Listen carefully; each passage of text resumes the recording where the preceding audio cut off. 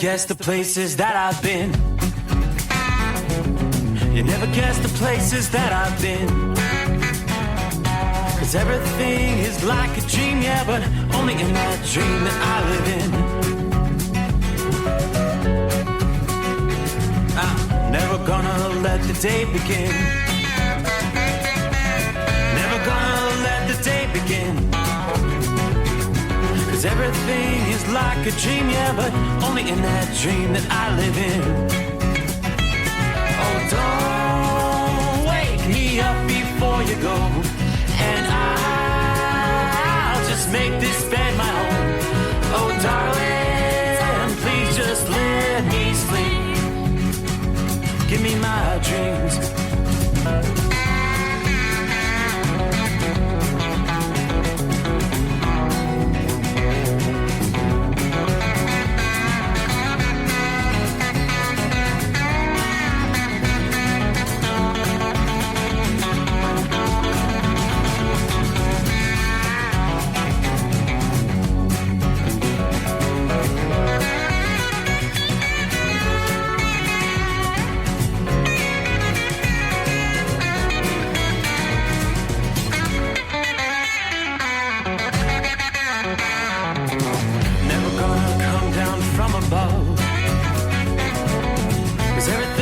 Better from above. Nothing's ever as it seems, yeah, except in that world that I dream of.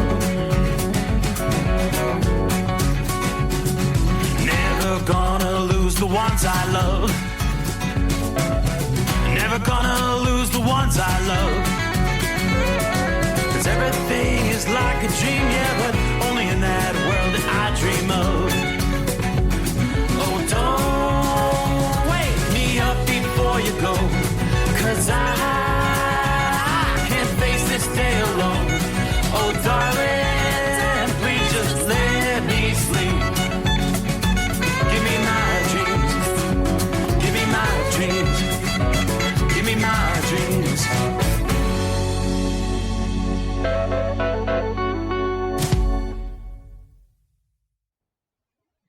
From Feature Story News in Washington, I'm Jagruti Dave. US President Joe Biden has announced he's dropping his re-election bid, endorsing his Vice President Kamala Harris to be the new Democratic Party nominee. The decision follows months of pressure amid concerns over the 81-year-old's health, age and fitness for office, which had fueled calls for him to step aside from even his most loyal supporters. Biden will remain in post during the campaign, but the historic decision means whatever happens in November's election, the 46th President of the United States will not serve a second term from January.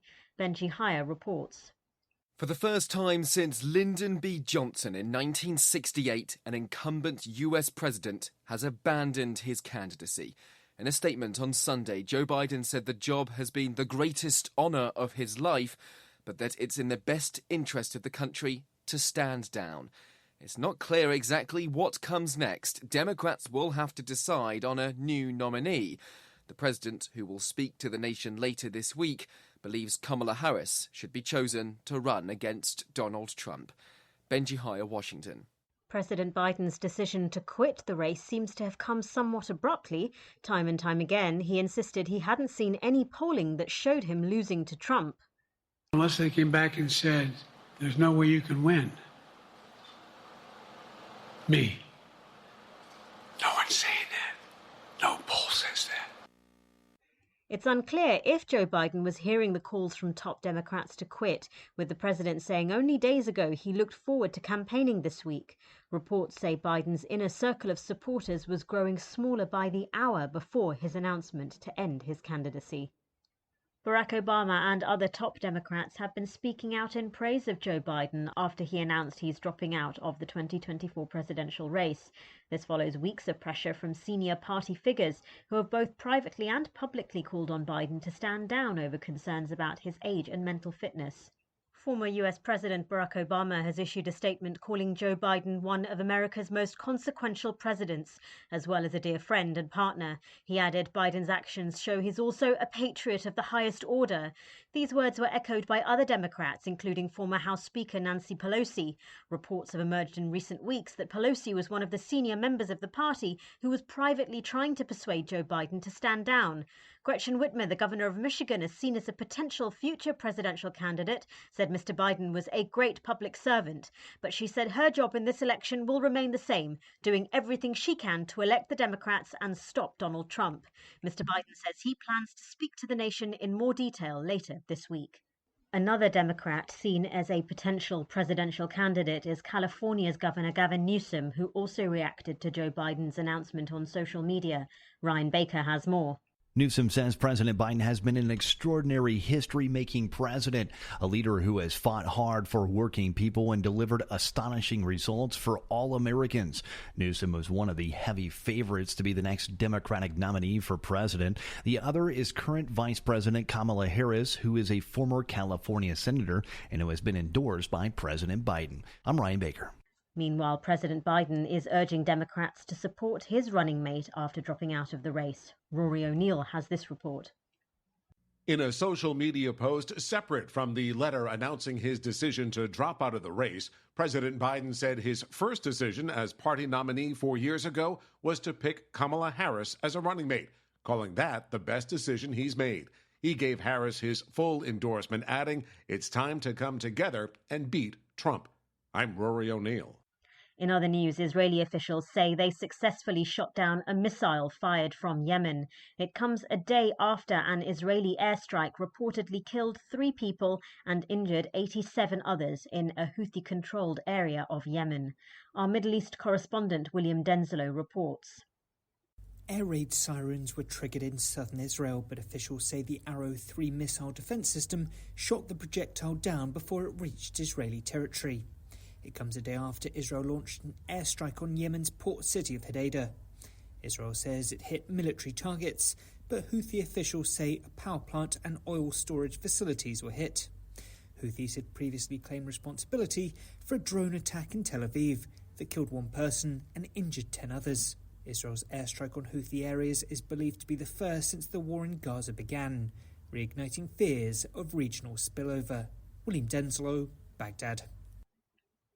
From bureaus worldwide, this is FSN.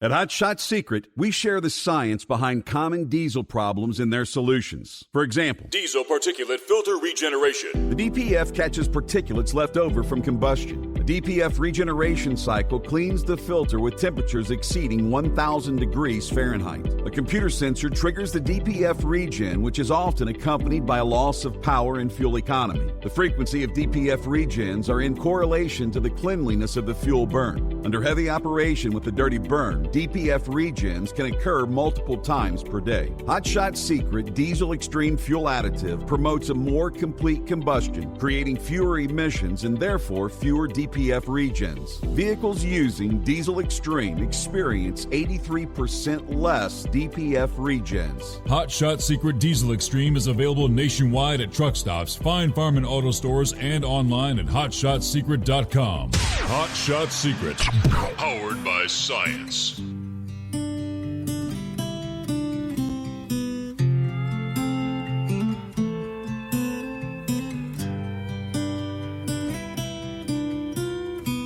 Another dark night on the interstate. Another 100 miles in the pouring rain. These are worth all the time I've spent away. Another dark night on the interstate. I'm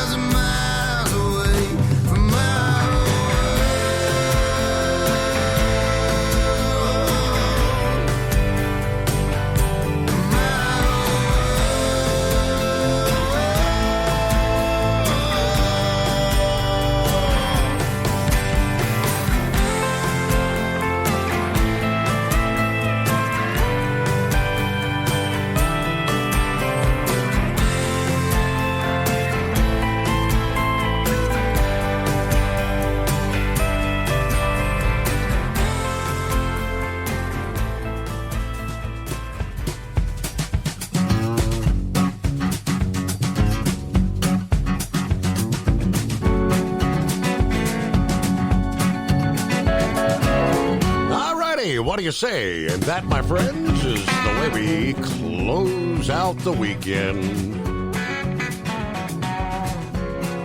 Another weekend done gone. Mighty quick, too. So we will turn the page on the calendar and roll into week number 4 for the month of July. You realize August is knocking on the door, summer flying by. We are in typically what would be the dog days of summer, though. It's been feeling that way out west. Some of that heat along the west coast again begins moving to the east for the week ahead. Who's going to get hot? It's summertime. But first things first, welcome aboard the Steve Summers Overnight Drive, live from the Hot Shot Secret Studios. A comfortable night, a typical summer-like night, 70 degrees outside the secret bunker with mostly cloudy skies at this hour. Had a gorgeous weekend. Humidity levels were way down, had plenty of sunshine, enjoying some of the outdoor festivals. Lots going on.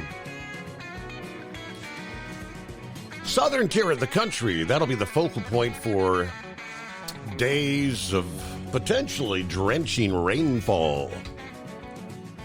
But it'll be much needed rainfall in parts of the southeast this week, according to forecasters with AccuWeather. The rain will be welcome for the non-vacationers, those without outdoor plans. It could end up being too much of a good thing. Some localized flooding, gusty winds, travel delays will all be possible this week as showers and thunderstorms move through a very moist flow.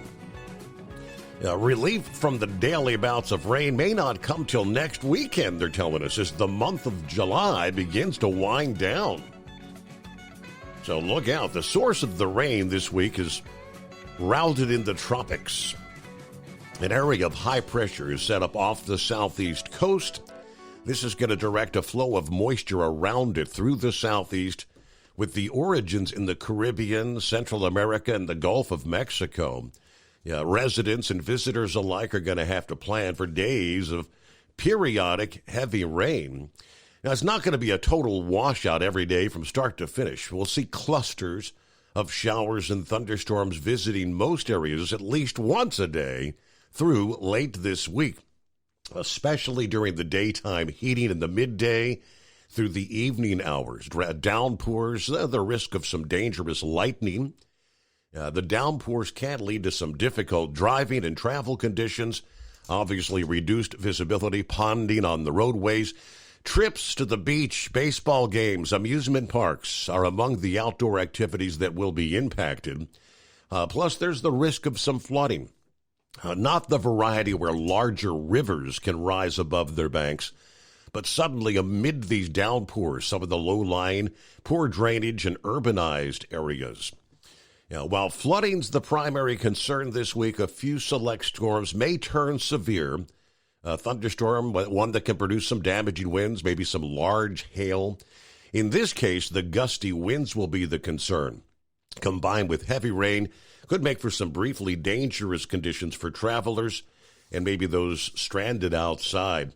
So start the week Monday. The risk for severe weather will be greatest in eastern North Carolina, northward into eastern Virginia and Delmarva as the storms expand to the northeast.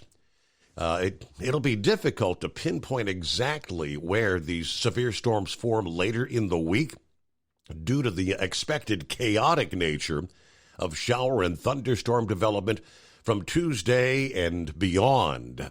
While the Florida Peninsula will escape the heaviest rain most of this week, that will not be the case through Tuesday. We've got a tropical wave moving through, bringing some heavy showers and storms, not expected to be developing tropically, largely thanks to dust and drier air in the upper atmosphere. That'll put a lid on strengthening for this particular wave and elsewhere in the tropical Atlantic this week. For many in the southeast, the rain will be liquid gold. These downpours welcome news for farmers and gardeners. Yeah, this is because much of Alabama, Georgia, the Carolinas, Virginia, and eastern Tennessee are all in the grips of a drought. According to the U.S. Drought Monitor, released late last week, severe or extreme drought is present in portions of 11 states from Georgia to Pennsylvania. Yeah, the worst of that drought clustered near the Alabama-Tennessee border and from the eastern Carolinas to northwestern Virginia. Rain has been sparse over the better part of the past 2 months in this area. Another benefit of the rain will be the lid placed on daily temperatures, with the mercury likely falling well short of 90 degrees in most spots most days this week. Yeah, high temperatures would be several degrees below the historical average for this time of year, which climatologically, this is the hottest period of the year. Thanks to the clouds and the weather pattern, daytime afternoon highs will be held in check. Atlanta, Charlotte, Raleigh. Looks like a pattern change expected late this week or maybe next weekend should finally put an end to the widespread daily shower and thunderstorm activity, dialing it back down to more isolated, typical summertime activity as we head into the month of August. All right, we'll get more on the heat building on out west. Well, as we wrapped things up on Friday morning, questions arising. We had a major internet outage impacting the entire planet. We were wondering, is this the big one? Is this the one that's going to bring us down? Turns out not to be. But the CrowdStrike outage, as we've learned more through the weekend, there was plenty of damage done. Tens of hundreds of thousands of airline passengers, train passengers, left with no place to go, hotels at capacity, sleeping on the airport floors. It was a software update, and they were kind of breaking this down. The initial word was it was a cybersecurity firm known as CrowdStrike. When all was said and done, that software update, which should not have been downloaded, they didn't test it correctly. It affected nearly 8.5 million Microsoft devices. According to Microsoft this past day, we currently estimate the CrowdStrike update affected 8.5 million Windows devices, or less than 1% of all Windows machines.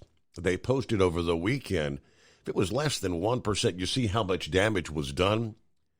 One of the largest operators in the industry when it comes to cybersecurity, which ultimately triggered system problems, grounding flights, forcing broadcasters off the air, customers without access to services, in some cases healthcare or banking. While the percentage was small, the broad economic and societal impacts reflects the use of CrowdStrike by enterprises that run many critical services. They have developed a solution that will help Microsoft's Azure infrastructure accelerate a fix, adding that they were working with Amazon Web Services and the Google Cloud platform, sharing information about the effects that Microsoft was dealing with. The airline industry hammered on Friday, trying to continue recovering on Saturday from the outage, with thousands of flights canceled, passengers stranded or grappling with hours of delays at airports. Airlines were caught up in the IT outage.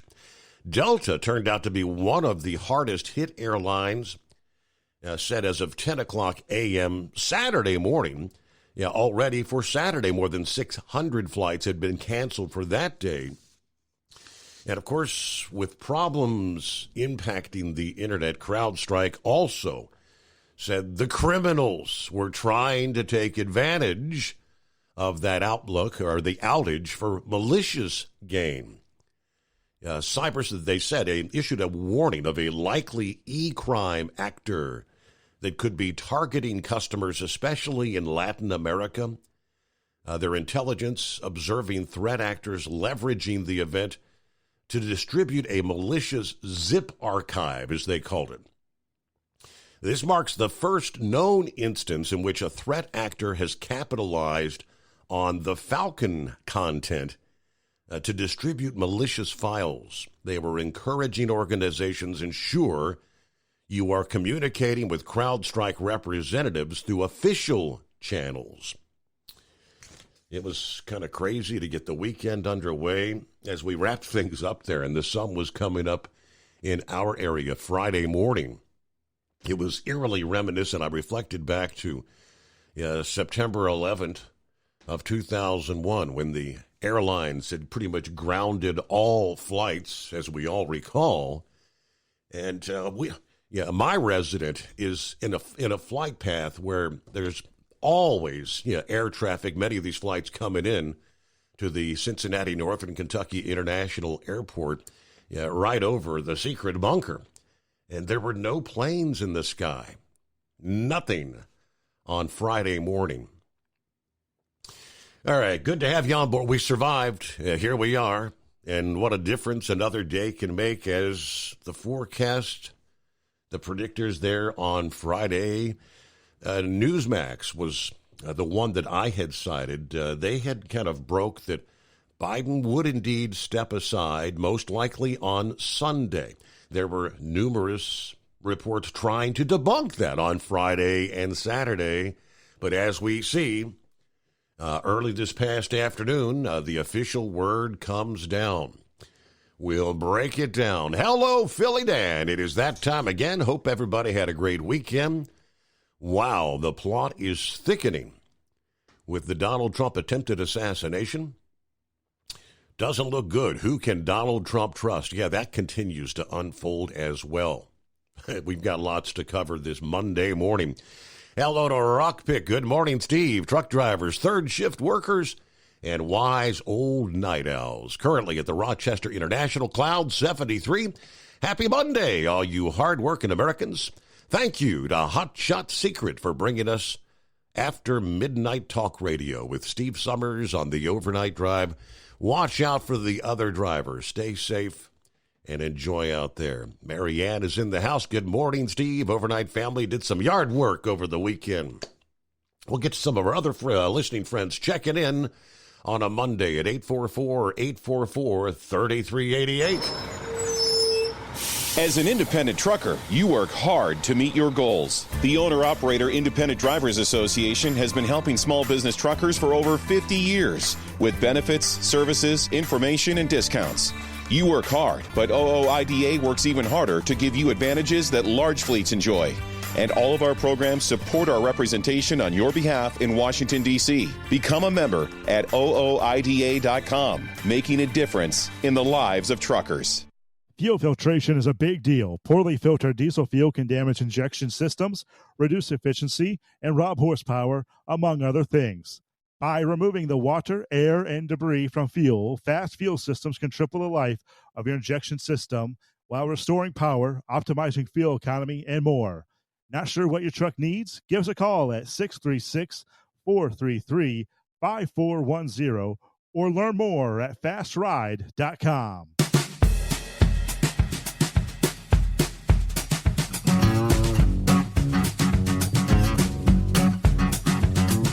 All right, good morning to Dave McIntosh, who says, good morning all. God bless you this week. Be safe out there. Good afternoon. Larry is on board. Hammer down, be safe. 74 degrees in Muncie, New York. We're headed to Hartford, Connecticut tonight. All right, James is on board. The puppet is out. Marianne says, hooray, Biden's out. Kamala Harris is going to be crushed by Trump. Yeah, we don't want to get the cart ahead of the horse. All right, it's all about the money right now. Technically, Kamala's the only one that has access to that massive war chest, the millions of dollars. There's no guarantee she'll get the nomination come the convention.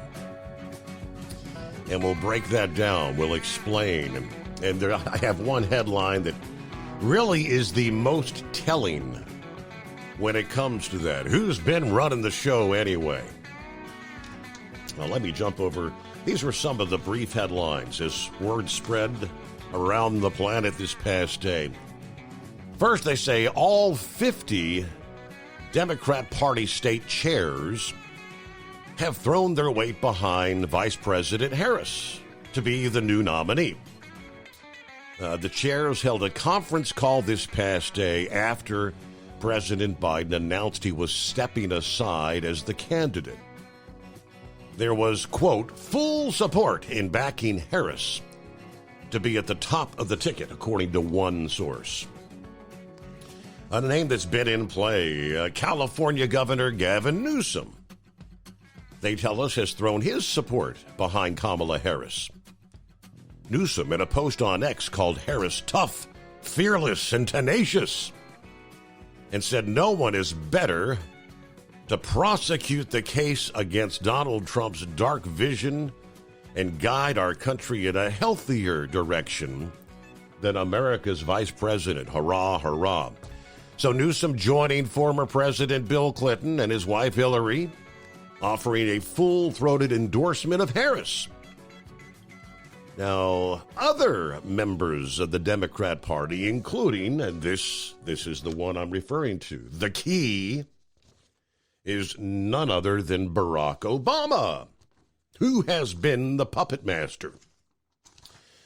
Former President Barack Obama, in a statement praising Joe for his decision to leave the re-election race, did not endorse Kamala Harris's candidacy. He is rather calling for an open convention to decide on a new nominee. We will be navigating uncharted waters in the days ahead, he says. But I have extraordinary confidence that the leaders of our party will be able to create a process from which an outstanding nominee emerges. He added that Biden's vision of generous, prosperous, and united America that provides opportunity for everyone will be on full display at the Democrat convention next month. I expect every single one of us prepared to carry that message of hope and progress forward into November and beyond. So again, he did not endorse any successors to Biden, who he called one of America's most consequential presidents, a dear friend and partner to me. Today, we are also reminded that he's a patriot of the highest order.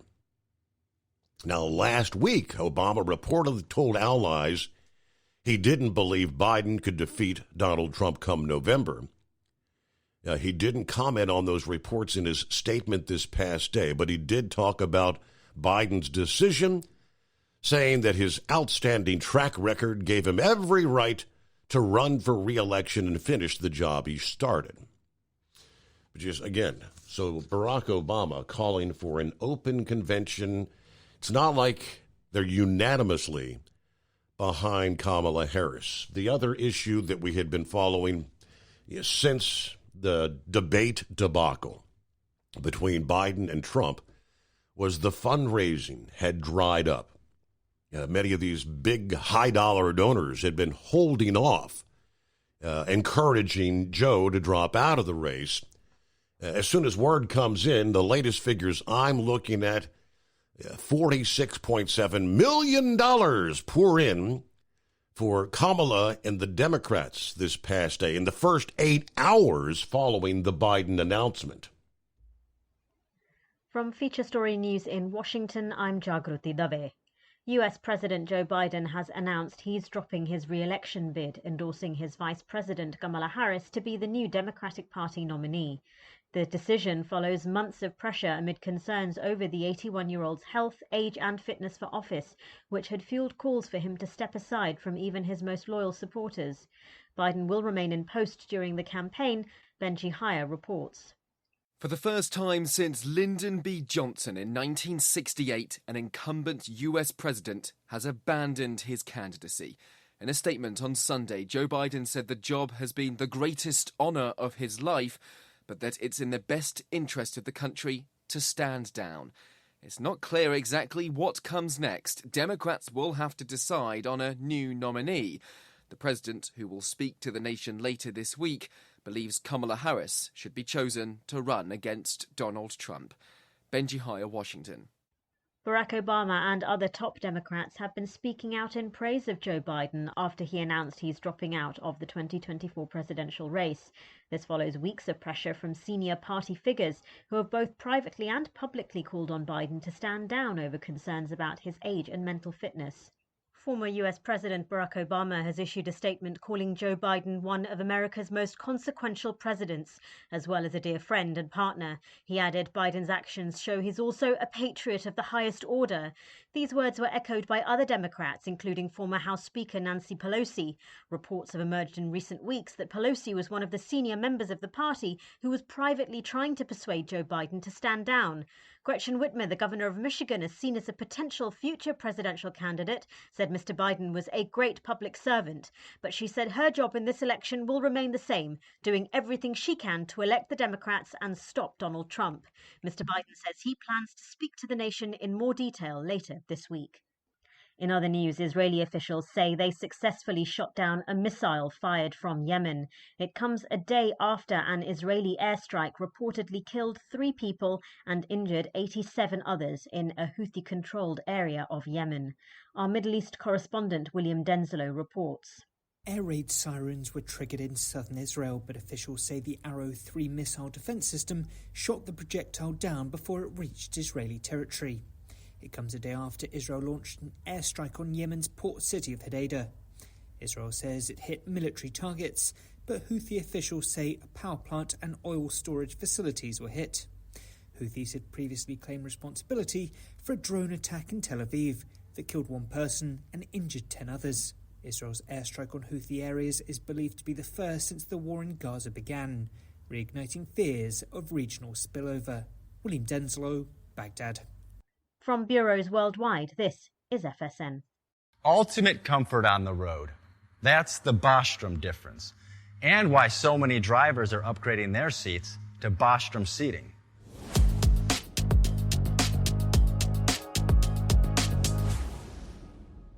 With roots dating back to 1935, we know seating.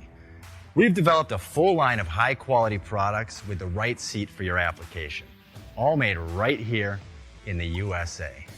From our top-of-the-line Wide Ride Plus Certa for the long-haul driver to our entry-level Baja series for the vocational driver, we provide you with the comfort you deserve at the price point you're looking for. We know you're busy. You don't have time to search every distributor and dealership for the right seat, only to find the one you want won't fit in your truck. That's why we created BostromSeating.com. It's a complete seating solution. You can build the perfect seat with the features and options you desire, and we'll help you be certain it'll fit in your cab. Once you've built the perfect seat and have the part number in hand, you can shop pricing and availability. Our Where to Buy feature allows you to pick up a seat right where you are or anywhere along the road you'll be traveling. When you install a Bostrom seat, you become part of the Bostrom family. A family that includes other drivers who recognize this is more than work. It's a ride, one that requires the next level comfort and support only Bostrom can provide. Go to BostromSeating.com to design your ride with ultimate comfort for the open road. Hands on the wheel, hands off invoicing. At Transcap, we're built for high speed and service, just like you. Our fast freight factoring helps you make more money, not chase it down, because we handle all the invoicing BS and back office work. Apply for fast funding at transcap.com/getcash. It takes just 60 seconds. Or call 888-250-TCAP. That's 888-250-TCAP. And mention Steve Summers Overnight Drive.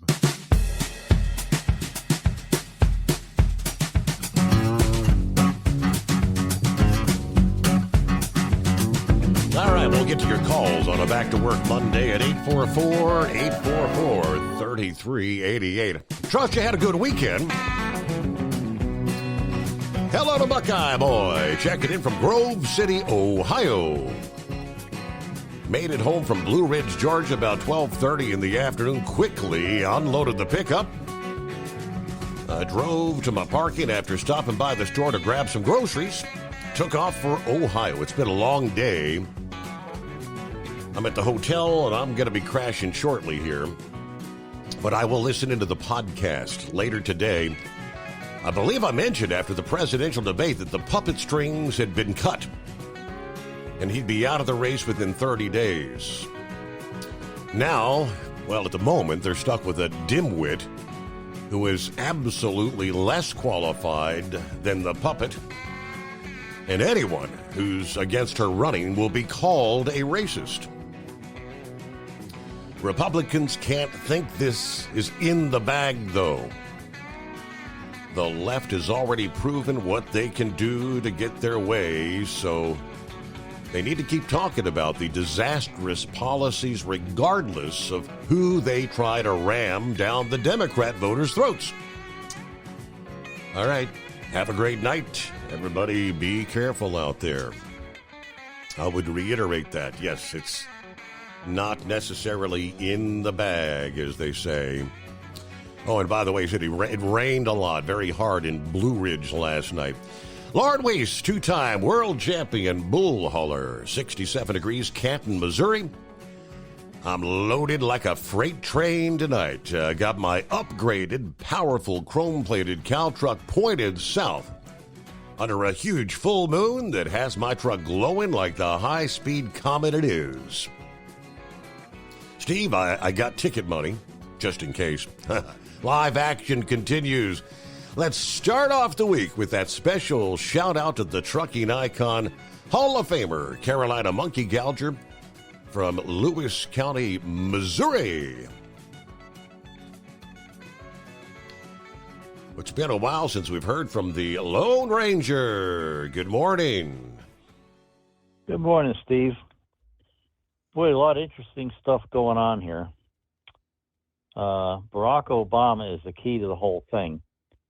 He knows that she's a disaster, and he also knows that she's not going to be the person that takes Biden's place. They're going to have the open primary, but he's the only one that can get away with not endorsing her because they can't call him a racist. But bingo. So, yeah. So they're going to have the primary, which basically means she's going to be running for president again, just like she did in 2020 when she didn't even get 1% and dropped out before the Iowa primary. So it's their way of easing her out the door through the primary. Now, try to imagine the uproar if she gets replaced by a white guy. But they can blame it on the party. No person will take the blame for that. It'll be, it's the result of the primary that they held. So Barack Obama, everybody knows she's a disaster. And when I'm out in public and I hear somebody say that they would vote for Harris because they don't like Trump, I always ask them, okay, that's your prerogative.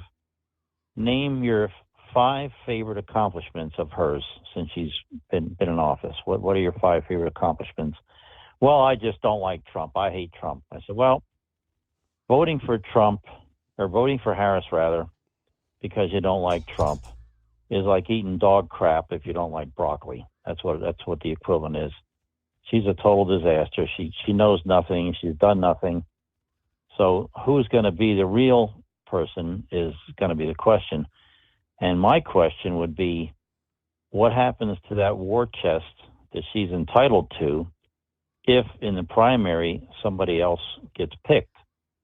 Where does that money go? Mm-hmm. Because there's really not a lot of time for the donors to give money to somebody else.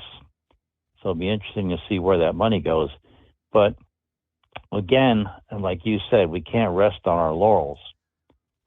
The 2 biggest threats right now, in my opinion, the illegals is threat number 1. Because there's probably, there was 11 million plus before Biden came in. Now there's 10 more million. So you're looking at 20 million plus illegals. That's enough to sway the election if they all decide to register to vote. Obama only won the second time by 5 million votes. So they literally, It's just disgusting to think that illegal aliens, if they all stepped up, could control an American election. It's disgusting to think that. Now, the Republicans are fighting that. They came out with a legislation called Save America, and it passed in the House. And it's interesting to read. If you bring it up, it's only one page. I never heard of one-page legislation, but it's literally only one page, and it's an easy read.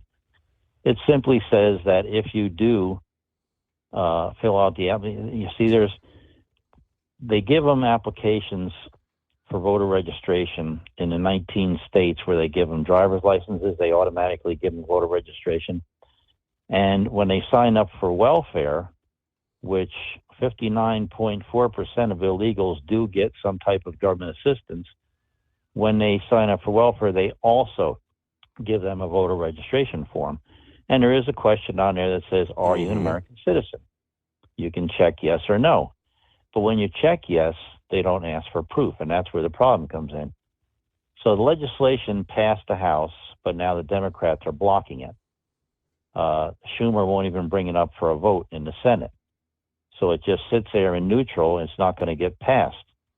Now, that's the key to why the border is open to begin with. That's what it's all about.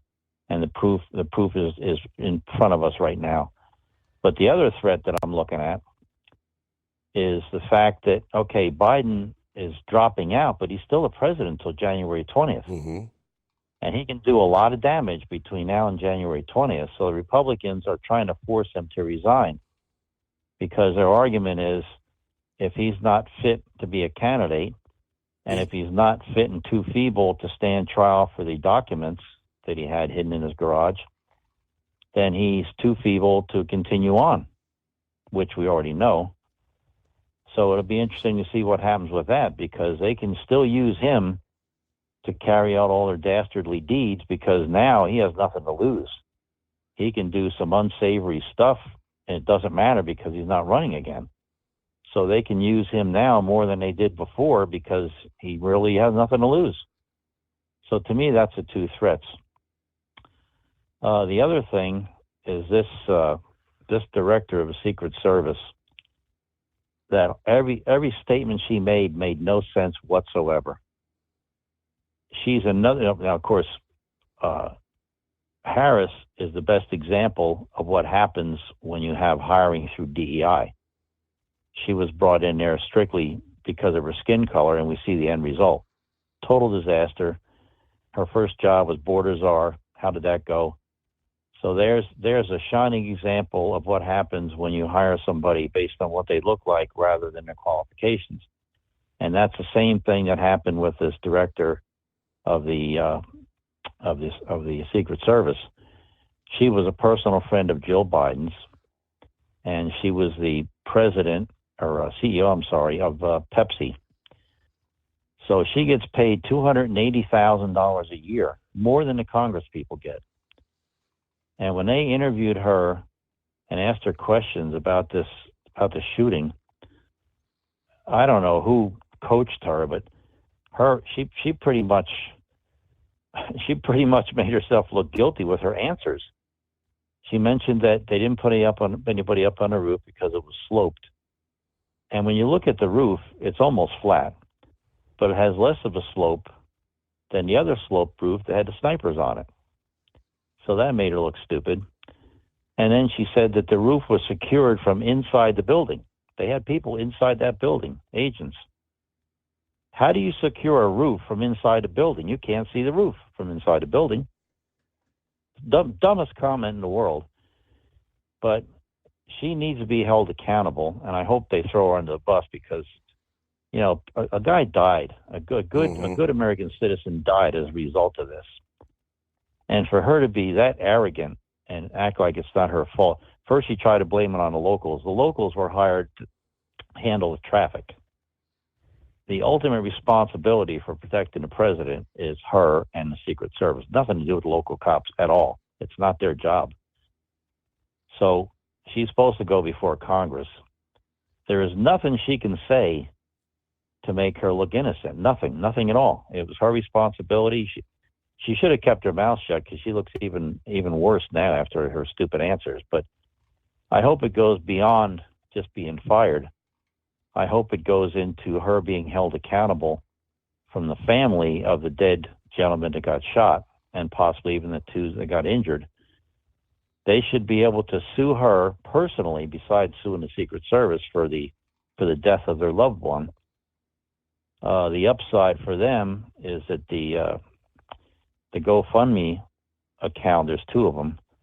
Last I heard, they're up around $6 or $7 million, which doesn't bring the loved one back, but will make their life a little more comfortable than without the loved one, without the money, and without the support. So we got some interesting stuff coming up here, but we can't get comfortable like we did in 2020. Let's not forget 2020 when we went to, November 2019, we went to bed. Donald Trump was ahead. In the morning, when I woke up, Biden was ahead.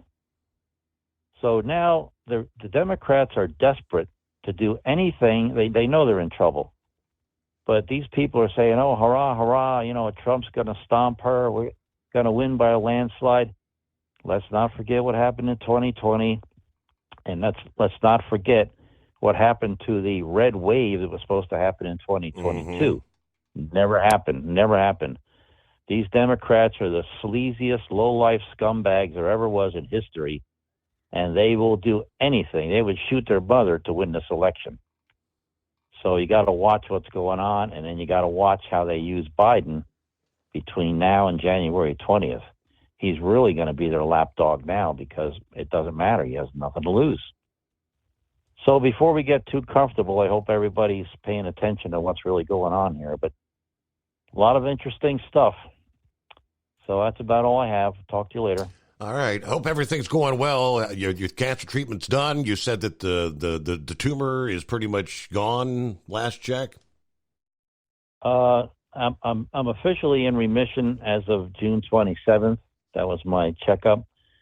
And then a week after that, I get notice that they found a nodule on my thyroid gland.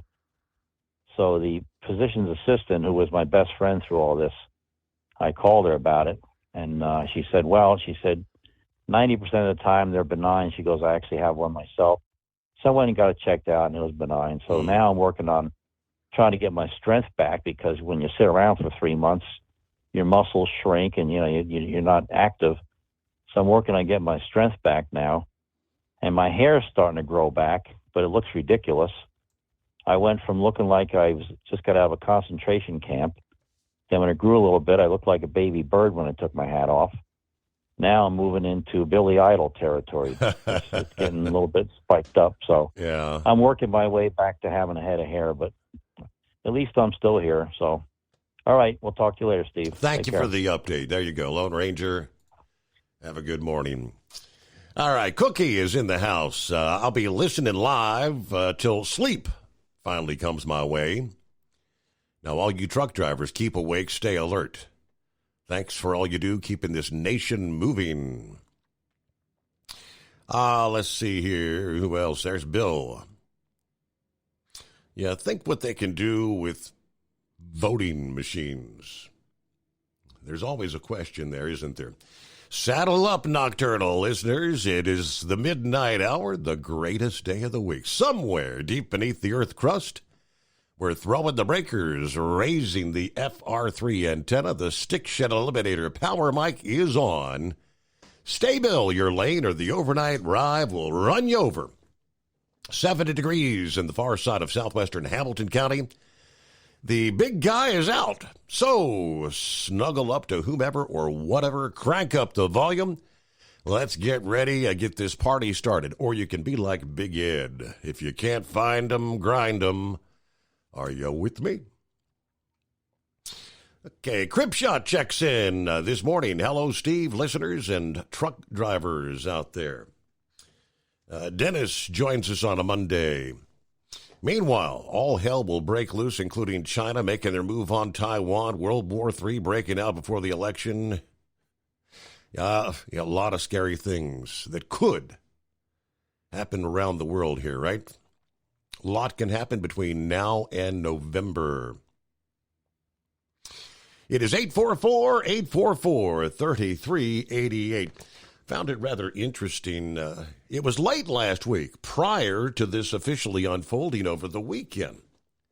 I saw some of the headlines indicating that supposedly before Joe made his announcement this past day that he had been asking his staff for the polling numbers in regards to Kamala. At the time, it was a poll from the Associated and AP NORC Center for Public Affairs poll that said about 6 in 10 Democrats believe Kamala Harris would do a good job. About 2 in 10 Democrats did not believe she would, and another 2% out of the 10 said they didn't know enough to say one way or the other, but 6 out of 10 say she'd do a good job. Now, since Biden's debate debacle, many, of course, as we have known, privately and even openly, looking to Harris to step in and succeed Biden as the nominee, believing she would have a better chance against Donald Trump. Now, for her part, Harris remained completely loyal to Biden, being one of his toughest defenders in the aftermath of that debate. Oakley Graham, a Democrat in Greenwood, Missouri, said while he's pretty happy with Biden's accomplishments in office, he felt he'd be more excited to support Harris at top of the ticket. And it's about time a woman becomes president. I know he's got unfinished business, speaking of Biden. But it would be nice to see a person of color, a woman, somebody younger, to step up and lead that charge. I would hope that would inspire a younger generation to be more engaged. Black adults, the key contingent of the Democrat coalition and a group that remains relatively more favorable to Biden than others, are more likely than Americans overall to say Harris would do well. Now, her favorability rating is similar to Biden's, but the share of Americans who have an unfavorable opinion of her is somewhat lower. About 4 in 10 U.S. adults have a favorable opinion of Harris, while about half have an unfavorable opinion. There are more Americans with a negative view of Biden, about 6 in 10. There's about 1 in 10 that say they don't have enough knowledge to have an opinion of Harris, where nearly everyone has an opinion on Biden. We'll see where it goes, but we'll return. At Hot Shot Secret, we share the science behind common diesel problems and their solutions. For example, diesel fuel cetane levels. in many states, the cetane rating in diesel fuel is 42 to 45. Most diesel engines operate more efficiently with a cetane rating of 48 to 50. One treatment of Hot Shot Secret Diesel Extreme will raise your cetane 7 points, increase fuel economy, and improve cold starts. Due to a cleaner burn, there are less hydrocarbons and particulate matter in your exhaust. This reduces the blockage of your diesel particulate filter. Using Diesel Extreme generates 83% less DPF regeneration. The 6-in-1 Diesel Extreme formula also includes the most concentrated detergent on the market, lubricity enhancer, water demulsifier, rust and corrosion inhibitors, and a fuel stabilizer. Hot Shot Secret Diesel Extreme is available nationwide at truck stops, Fine Farm and auto stores, and online at hotshotsecret.com. Hot Shot Secret, powered by science. Doc's Diesel is your one-stop online shop for diesel filter maintenance. Genuine quality, third-party tested filters for Cummins, PowerStroke, Duramax, and EcoDiesel trucks. Doc's cuts out the middleman and those pesky markups you often find from OMEs, dealerships, and parts stores. We make ordering easy with filter kits, subscriptions, and even dealer sign-ups if you have a fleet. Purchase your filters at www.docsdiesel.com and receive 10% off when you use code SUMMERS10. Doc's Diesel, your one-stop shop for diesel maintenance.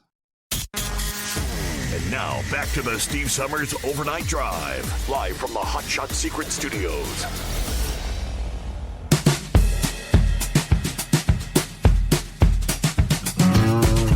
All right, we do have plenty to cover under industry headlines we'll get to. First things first, everybody questioning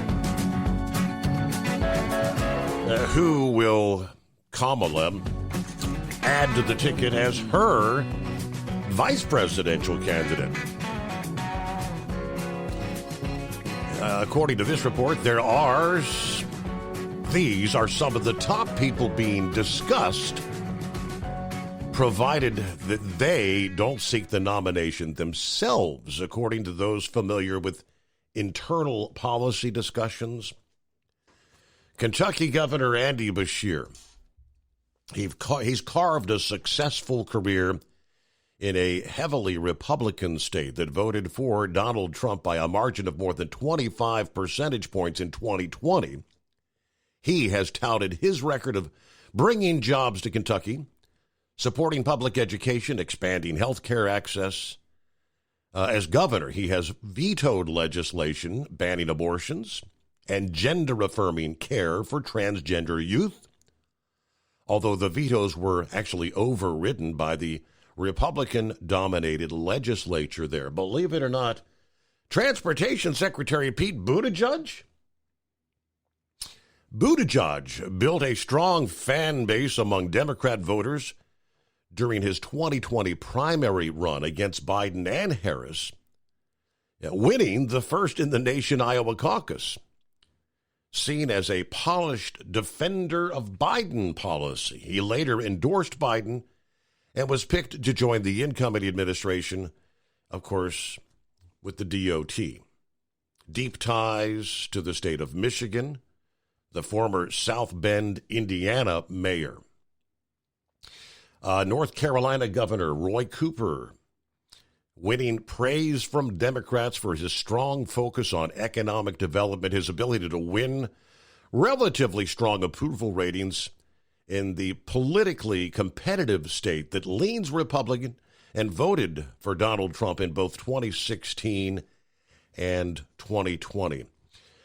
Senator Mark Kelly of Arizona is in the mix. Pennsylvania Governor Josh Shapiro supposedly in discussions. Illinois Governor J.B. Pritzker. If you want a lefty of the lefties, he's your guy. Pritzker has proven a major force in the party, tapping his own financial resources linked to Hyatt hotels to help Biden's campaign effort and stand up the Democrat National Convention in Chicago coming up next month. Michigan Governor Gretchen Whitmer in the mix. Whitmer has built a strong base in the closely contested state of Michigan, running on a platform of straight talk and kitchen table issues, attracting Biden's attention in 2020, being vetted as a possible running mate before he ultimately picked Harris. She was a top supporter of and outspokesperson for Biden's reelection bid. A Harris-Whitmer ticket would be the first all-women ticket for a U.S. political party, a potential bonus where reproductive rights are the top issue. Ultimate comfort on the road. That's the Bostrom difference, and why so many drivers are upgrading their seats to Bostrom seating.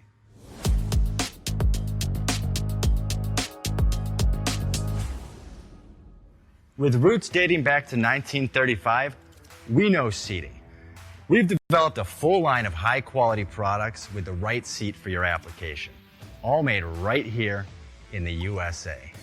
From our top-of-the-line Wide Ride Plus Certa for the long-haul driver to our entry-level Baja series for the vocational driver, we provide you with the comfort you deserve at the price point you're looking for. We know you're busy. You don't have time to search every distributor and dealership for the right seat, only to find the one you want won't fit in your truck. That's why we created BostromSeating.com. It's a complete seating solution. You can build the perfect seat with the features and options you desire, and we'll help you be certain it'll fit in your cab. Once you've built the perfect seat and have the part number in hand, you can shop pricing and availability. Our Where to Buy feature allows you to pick up a seat right where you are or anywhere along the road you'll be traveling. When you install a Bostrom seat, you become part of the Bostrom family. A family that includes other drivers who recognize this is more than work. It's a ride, one that requires the next level comfort and support only Bostrom can provide. Go to BostromSeating.com to design your ride with ultimate comfort for the open road.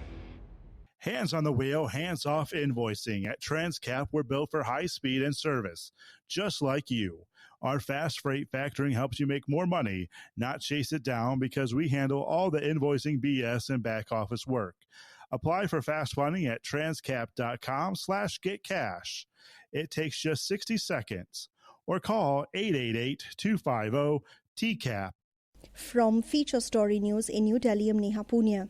US President Joe Biden has ended his re-election bid, endorsing his Vice President Kamala Harris to be the new Democratic Party nominee. The decision follows weeks of pressure amid concerns over the 81-year-old's health, age and fitness for office, which had fueled calls for him to step aside from even his most loyal supporters. Biden will remain in office until a new U.S. president is sworn in, but the historic decision means whatever happens in November's election, the 46th President of the United States will not serve a second term from January. For the first time since Lyndon B. Johnson in 1968, an incumbent U.S. president has abandoned his candidacy. It's not clear exactly what comes next. Democrats will have to decide on a new nominee. The president, who will speak to the nation later this week, believes Kamala Harris should be chosen to run against Donald Trump. Benji Hire, Washington. Joe Biden is expected to address the nation later this week. In a statement, he said that the decision was made in the best interest of his party and the country.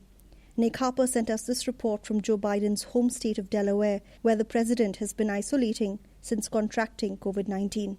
That is unclear when that will be, also what format that would take. Would it be an Oval Office speech that is normally reserved for presidential matters as opposed to candidate matters, or would he choose a different location? Remember, he is the man from Scranton, Pennsylvania. He might decide to return to his hometown to make this very consequential speech to the nation. All of those are things that we're still waiting to find out. Democrats have been speaking out in praise of Joe Biden after he announced he's dropping out. This follows weeks of pressure from senior party figures who've both privately and publicly called on Biden to stand down over concerns about his age and mental fitness. Former US President Barack Obama has issued a statement calling Joe Biden one of America's most consequential presidents, as well as a dear friend and partner. He added Biden's actions show he's also a patriot of the highest order. These words were echoed by other Democrats, including former House Speaker Nancy Pelosi. Reports have emerged in recent weeks that Pelosi was one of the senior members of the party who was privately trying to persuade Joe Biden to stand down. Gretchen Whitmer, the governor of Michigan, is seen as a potential future presidential candidate, said Mr. Biden was a great public servant. But she said her job in this election will remain the same, doing everything she can to elect the Democrats and stop Donald Trump. Heat stroke warnings are in place for more than 80% of Japan as the country bakes under earlier than usual summer temperatures. Official figures show there have been already almost 10,000 cases of heat stroke-related illness this month. Chris Gilbert is reporting from Tokyo. Japan's major cities are expected to have at least 3 consecutive days above 35 degrees Celsius or 95 degrees Fahrenheit, with heat stroke warnings in place for 39 of Japan's 47 prefectures, where humidity is expected to be high and the felt temperature more like 40 degrees Celsius or 105 Fahrenheit. For the first time this year, the government has empowered local authorities to take measures against the heat, such as the sudden cancellation of outdoor school events, sports matches, or summer festivals on very hot days. They've also been charged with designating public facilities like gyms, halls, and community centres as air-conditioned emergency shelters. Almost 2/3 of hospitalizations for heat stroke-related illnesses this month have been people over 65. Chris Gilbert in Tokyo. Bangladesh is on edge a day after the Supreme Court drastically curtailed a controversial quota system that was the subject of one of the biggest protests in Bangladesh's recent history. Tens of thousands of students have taken to the streets against a policy that reserves 30% of all government jobs for families of war veterans of Bangladesh's freedom struggle. Ishan Garg has more. Bangladesh's Supreme Court has reduced the government job quotas to just 7% according to reports, and said 93% of the jobs should be allocated on a merit basis. This was the key demand of the tens of thousands of student protesters. The quotas for the families earlier stood at 30%. From bureaus worldwide, this is FSN. The main news again. Joe Biden has ended his re-election bid. He's endorsed his Vice President Kamala Harris to be the new Democratic Party nominee. Harris promises to earn the nomination and says she'll do everything she can to defeat Donald Trump. Joe Biden is expected to address the nation later this week. In a statement, he said that the decision was made in the best interest of his party and the country. Bangladesh still on edge a day after the Supreme Court drastically cut down a controversial quota system for government jobs. As an independent trucker, you work hard to meet your goals. The Owner-Operator Independent Drivers Association has been helping small business truckers for over 50 years with benefits, services, information, and discounts. You work hard, but OOIDA works even harder to give you advantages that large fleets enjoy.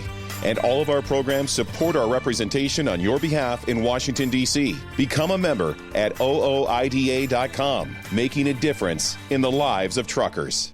Fuel filtration is a big deal. Poorly filtered diesel fuel can damage injection systems, reduce efficiency, and rob horsepower, among other things. By removing the water, air, and debris from fuel, fast fuel systems can triple the life of your injection system while restoring power, optimizing fuel economy, and more. Not sure what your truck needs? Give us a call at 636-433-5410 or learn more at fastride.com.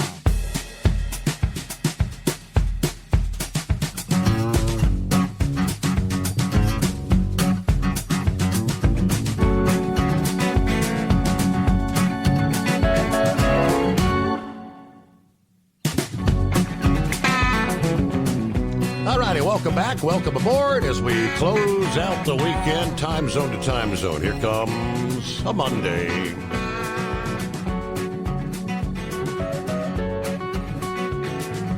Hope you enjoyed your weekend there after a comfortable, mostly rain-free weekend for the second half of July in the Midwest and Northeast. We are looking for some more humid air and some showers and thunderstorms returning here for the fourth week of July. An area of high pressure in central Canada continues to control the weather in the Northeast and much of the Midwest through early Monday. Most areas can expect low humidity, just a few clouds. Temperatures a little cooler than average. Yeah, I'm sure the break from thunderstorms is appreciated in areas like northern New York and parts of Vermont and New Hampshire after dealing with multiple rounds of heavy rain and flooding. But as the week progresses, the influence of the high pressure is going to begin to fade. More humid air begins to expand northward. With the uptick in moisture, there's an increased chance for showers and thunderstorms.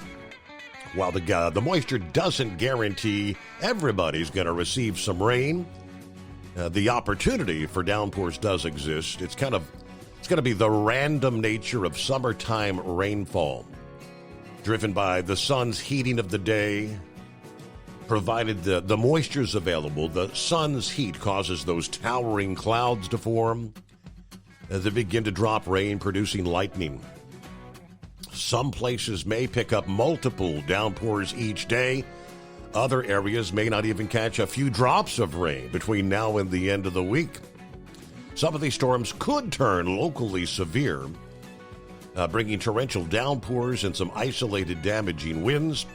AccuWeather highlights an area from Maryland to North Carolina as a zone where these sort of incidents may occur here on Monday. From now to Wednesday, there's a corridor across the central and northern Appalachians that may have a higher chance of multiple downpours versus the beaches in the Northeast and the shores of the Great Lakes.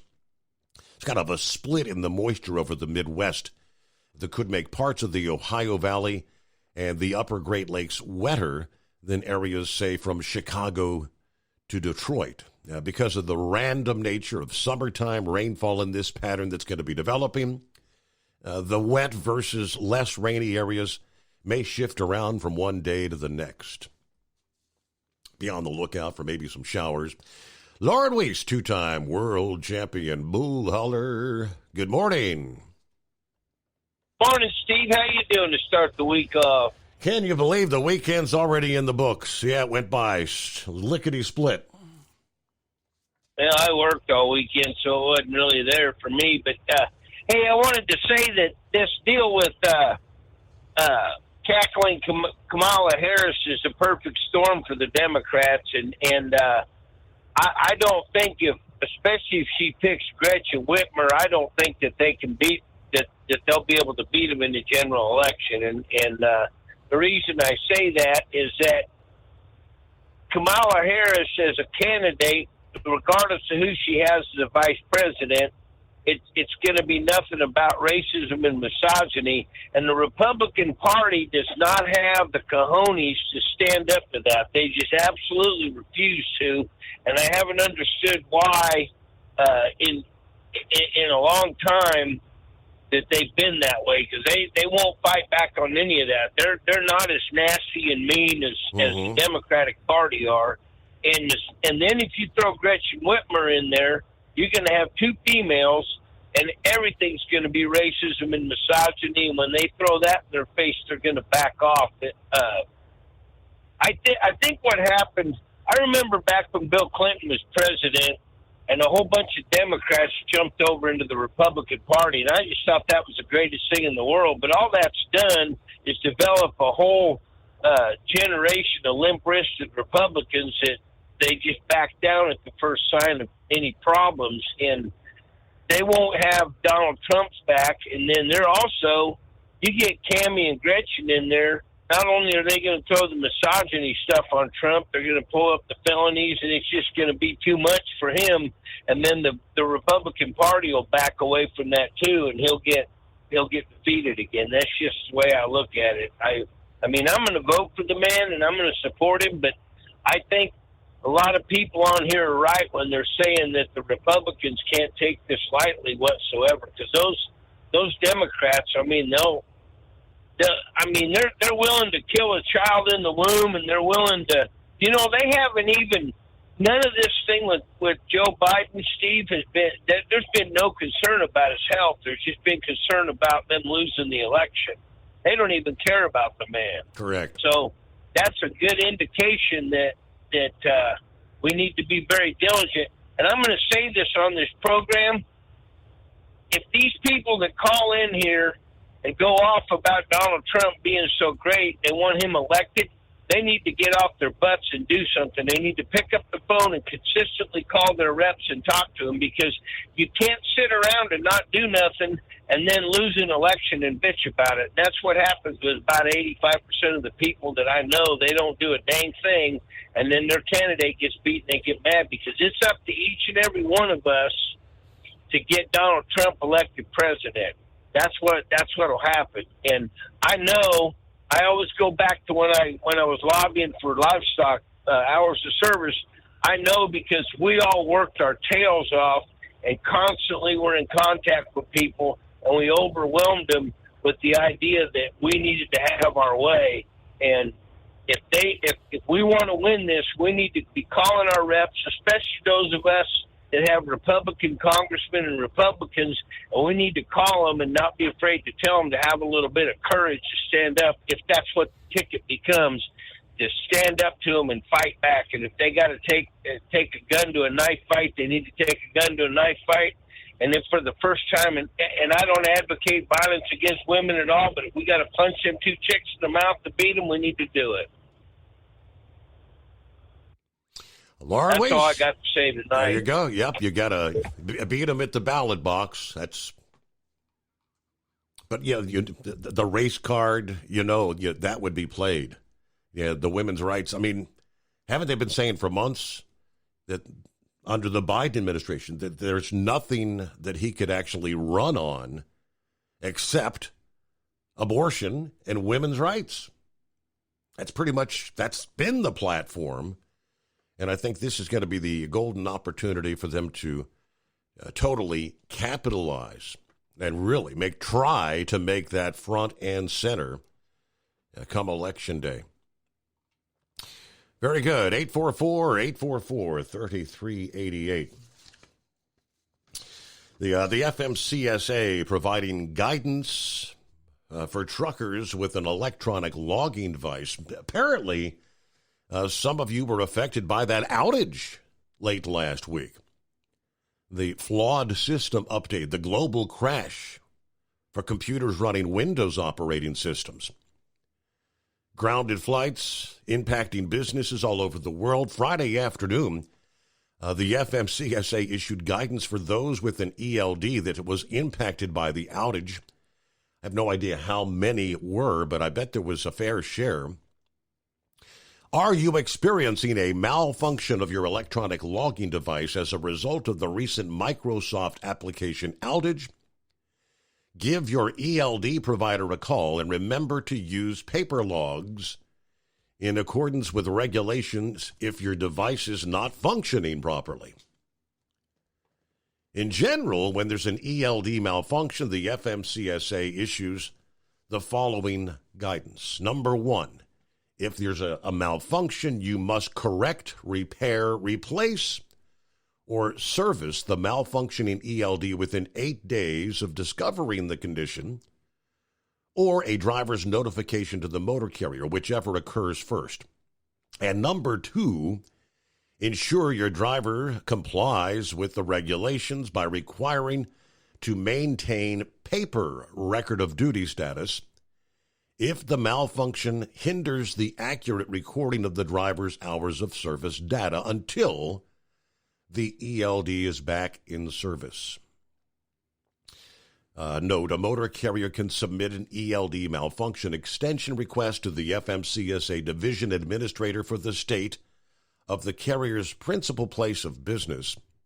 That request must be made within 5 days after the driver notifies the carrier of the malfunction, must be signed by the carrier, and must include the information required by 49 CFR 395.34D2.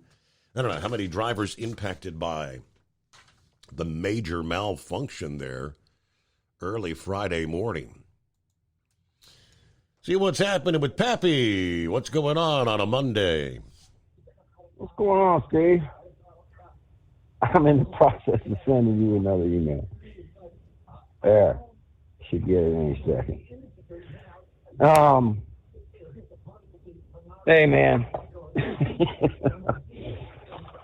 Let me start with this. There is a lot of stuff coming out about this assassination attempt. Mm-hmm. And I mean, the whistleblowers. Steve, you said you hope some whistleblowers would come forward. They are. I very first night, Steve, that first night of the show, that Sunday night, I said I hope some Secret Service whistleblowers, this might induce them to come out, and maybe some other people. But a lot of stuff coming out. Man, a lot of stuff too, Steve, I don't know. Hasn't been confirmed.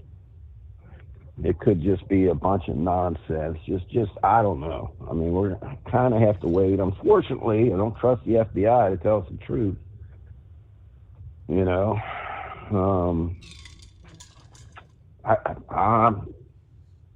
somebody else is reporting about a second sniper. See, somebody supposed. Remember, I mentioned the water tower. Now, if anybody were on that tower, I'm thinking that would have been possibly maybe the sniper would, because distance-wise, it looks like that was a whole lot further away than the snipers on the roof. Over 400 yards. Mm-hmm. There has been some analysis done by a reputable company. I don't know if you've seen them, the automated versions of Trump standing there and how he's turning his head and his movements, the angle of that round. If his head wouldn't have been turned the way it was, it would have ended up differently. I don't know if you've seen that. Yes, the back of his brain would have been blown out. Yes, sir. Remember the JFK assassination? I hope they, do a thorough case here. The JFK assassination, there was a motorcycle, Dallas Fort Worth police officer I can't remember his name, Steve, sorry, but his microphone was stuck open on his motorcycle. As a result, they had a sound of the gunshots on recording back then. Back then, the type of recording device they use, it was like, all your radio traffic was recorded if an officer got on the radio and said something. His mic was stuck open and picked up the gunshots. So they brought in an expert and said they heard a fourth gunshot. I don't know if you remember this, part of the Warren Commission. And, that caused everybody to think, oh my goodness, we got us a conspiracy here, right? Mm-hmm. Well, years and years ago, after that, just not too long ago from where we are at right now, a few years back, there was a gentleman, big tech guy, put all this information in, and he went back and looked at that Warren Commission and said, listen, if the Warren Commission said there was a fourth shot, and according to all their the way they analyzed this, the way they did everything, they said that motorcycle driver had to be in this particular spot, right? And everybody just kind of accepted that. Well, he found some video evidence that showed that that motorcycle was not in the spot they thought he was. Therefore, it kind of threw their whole thing out of whack. What I'm getting at here is there's been another audio analysis done of Trump's deal on Saturday, a week ago.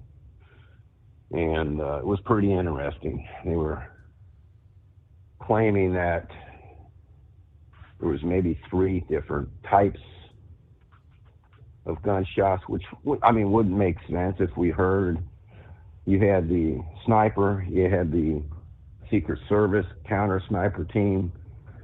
Then you got this person on the water tower, if it's true, or this other report of a law enforcement agency shooting at the sniper and supposedly missed.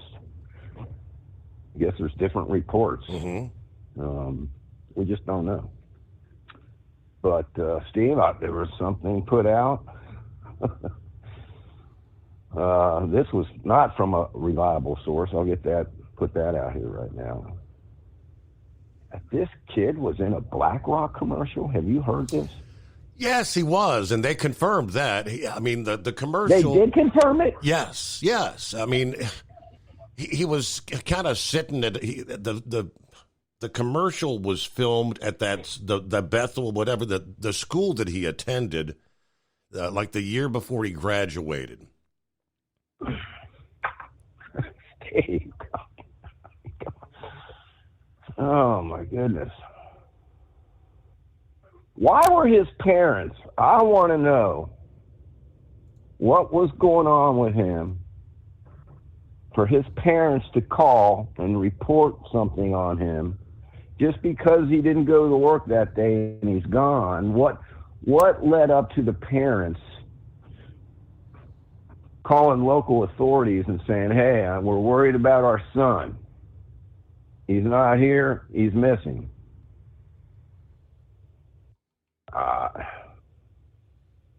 Did they notice the weapon missing out of the house? But apparently that shouldn't be too abnormal. Wasn't he on some kind of rifle team or something I was hearing?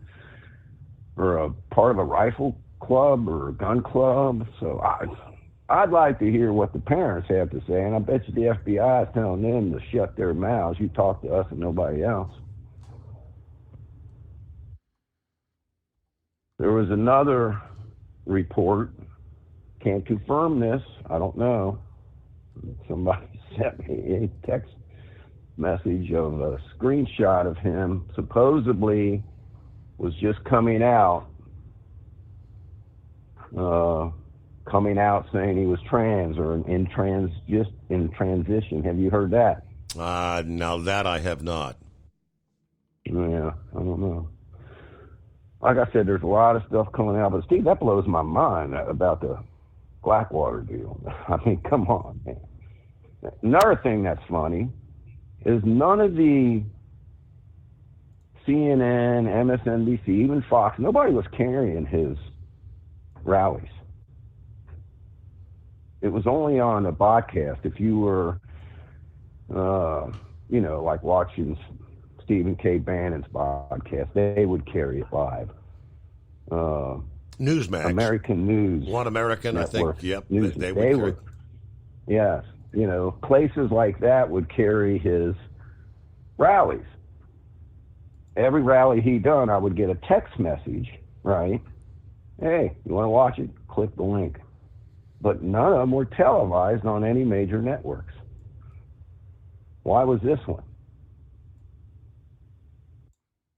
Things that just make you go, right? Yeah. All right, let's go on. Let's talk about this cyber attack deal here, Steve. Was this what they're saying it was? I'm not so sure. I just don't know. I'm not buying it, to be honest about it. Listen, this happened the night of the Republican convention. What, 6 hours? Less than 6 hours after the convention was over? Mm-hmm. Well, Steve, Trump's been leading the polls. I don't think Biden was ever up, especially since January. So I just sent you some poll numbers. And those aren't good. Not for Biden. Not for Biden. And he got the assassination attempt. See, when that happened, country kind of came together, man. Even not all, but a lot of Democrats even. You still had your wackos like Joy Reid and some of the other people. And some people flat out saying, damn, I wish they wouldn't have missed. Elon Musk came out an hour later and gave his endorsement to Trump. If I'm not mistaken, I could be wrong, but I thought he donated $1 million too. I'm not 100% sure on that one. But I know he came out and endorsed Trump.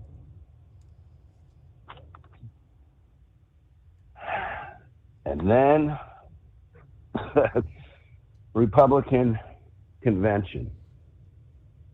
Steve, I was hearing from a lot of people, watching a lot of podcasts, and I was even flipping through, and they played a clip of CNN. They were covering it too, and in their commentary, Steve, even the CNN people were saying, "Man, this is electric. We haven't seen anything like this since Obama." There was something in the air there. Something happened. The Republican Party was united like they've never seen before. That divisiveness inside the party we'd seen, where the Democrats are right now. That's what the last several years, that's been the Democrat Party, especially with the first run for Trump. That's all disappeared. Everybody's 100% united behind Trump. There was a speaker that came out. Hey, got it. My son Timers is kicking in. Can't remember who it was.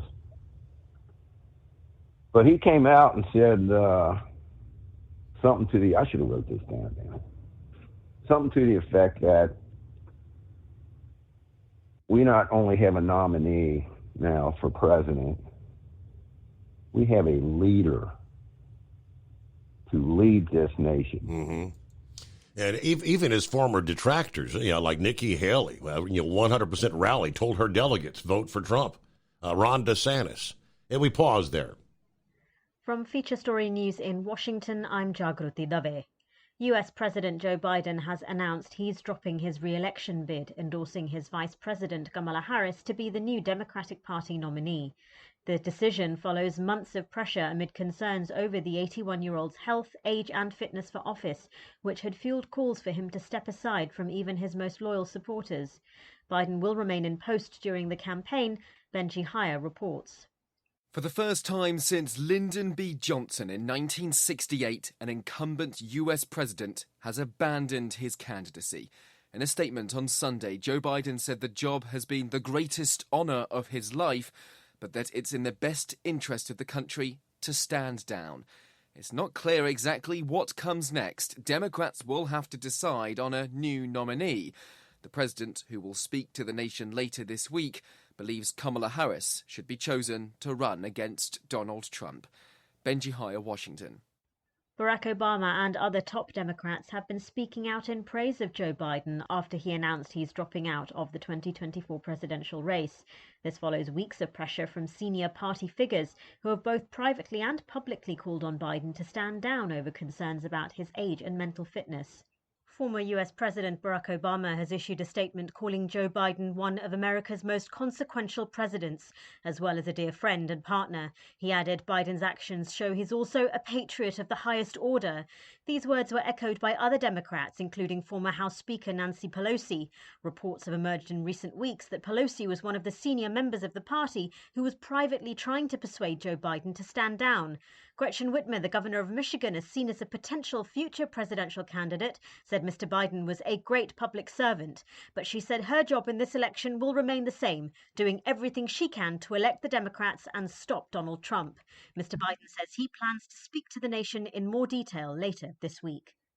In other news, Israeli officials say they successfully shot down a missile fired from Yemen. It comes a day after an Israeli airstrike reportedly killed 3 people and injured 87 others in a Houthi-controlled area of Yemen. Our Middle East correspondent William Denzelo reports. Air raid sirens were triggered in southern Israel, but officials say the Arrow 3 missile defense system shot the projectile down before it reached Israeli territory. It comes a day after Israel launched an airstrike on Yemen's port city of Hodeidah.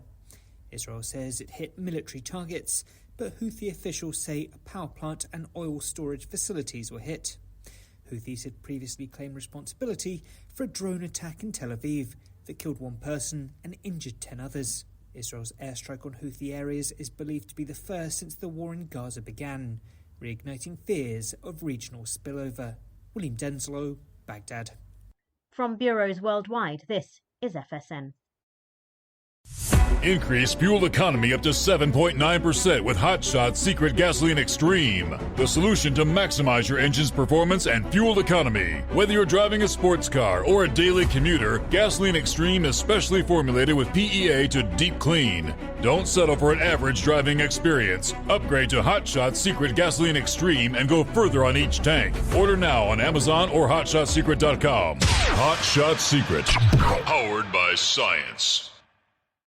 At Hot Shot Secret, we share the science behind common diesel problems. For example, ultra-low sulfur fuels. Fuel has 2 purposes, combustion and lubrication. Ultra-low sulfur fuels have diminished the fuel's ability to lubricate. Hot Shot Secret Everyday Diesel Treatment with LX4 restores lubricity, protects your engine, and optimizes performance. Everyday diesel treatment is available at truck stops, Tractor Supply, O'Reilly's Auto Parts, and online at HotShotSecret.com. Hot Shot Secret, powered by science.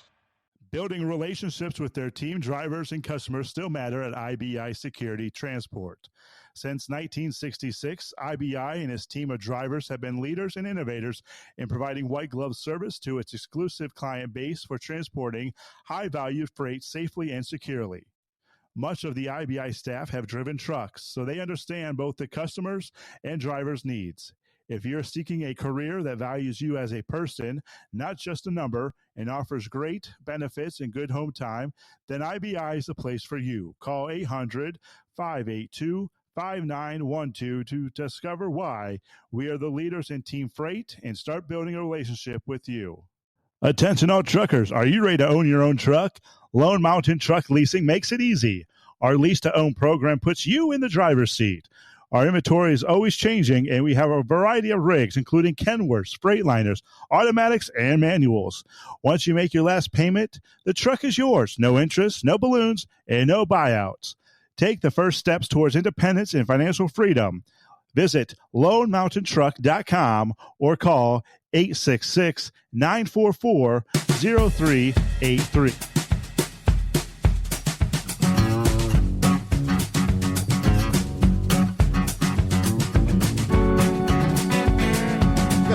asking about the BlackRock. Was the shooter in a BlackRock commercial? They had confirmed that several days ago. It was a 2022 ad for the asset manager known as BlackRock. The company confirmed that to The Hill last week. Filmed at Bethel Park High School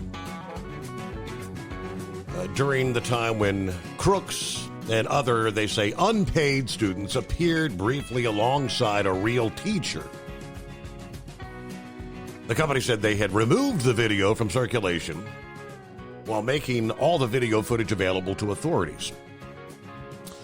The ad was initially part of the campaign about BlackRock that focused on its management of retirement plans for public school teachers. Crooks, the shooter, graduated Bethel Park High School in 2022. And former classmates told reporters that he was bullied and often alone, all that stuff they go into. I'm not sure if there's any real significance to it or not. We do know that BlackRock leadership had done a whole lot to promote left ideology, the diversity, equity, inclusion, all those sort of things. Trying to force many companies that they dealt with to either push these ideas or they wouldn't work with them. If memory serves, I think the state of Florida kind of booted BlackRock from, they refused to work with BlackRock because they said these ideologies have no place in our state. And there may have been several others, but so yeah, he was indeed in a commercial for them anyway. Things that make you go, Steve. Right. Yeah, these states need to get together and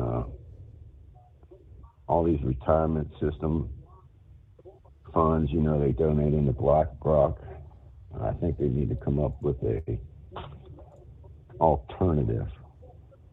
But man, I appreciate you holding me over, Steve. I got a couple more things. I'll get off here. But after the convention, man, the electricity, there was just something in the air, man. Steve, Trump was polling in Virginia. I just sent you that, man. He was up in Virginia. Are you kidding me? Something had to be done to stop the big mo. What's the big mo? Momentum. Elon was coming out, Steve. A lot of other big tech companies were coming out. Was this cyber attack that shot across the, well, I don't want to say cyber attack. My opinion, maybe it was, but they're not calling it an attack. Right. But, well, just to think this too, Steve, if our own incompetence can cause this thing to happen. But was this just shot across the bow of all the big tech companies and others? Hey, you better not flip, man. We'll ruin your company. I don't know. Here's the deal, Steve. Why do you think they had to get rid of the big guy? What was it? Ranger was just on before. Mm-hmm. Talking about, and man, he used a great analogy. What they're willing to do. Steve, they want to steal this election. There's only way, in my opinion, and I think they know it. They need to steal this election. They need to cheat, steal, do whatever they need to do to win this election. They knew if Biden stayed in, there's no way the American people would believe if Biden won. No way. They can't cheat with him. They needed to replace him with who, though, is going to be the big question. Got to be another DEI hire, Steve. They can't replace him for, anyone less. Look at this minority leader of the House, this Democrat House leader. Hakeem Jeffries. Man, keep your eye on this dude. I don't know, Steve. He's a whacked out liberal. He's far to the left, man. He's right up there with Nancy. And I think you're 100% right. You keep your eye on whatever Obama says, but he's probably going to try to keep everything amongst themselves, so to speak. You know, I don't know if he's going to be making any public announcements on who he endorses or anything. I don't know. We'll see. But they got to cheat, Steve. Remember how we talked about how they did this, man? They opened up the borders. They flooded people in. Remember that one night I talked about that information that came out about up in New York, how these illegals would go in. They would just give them a name. They didn't have to verify anything.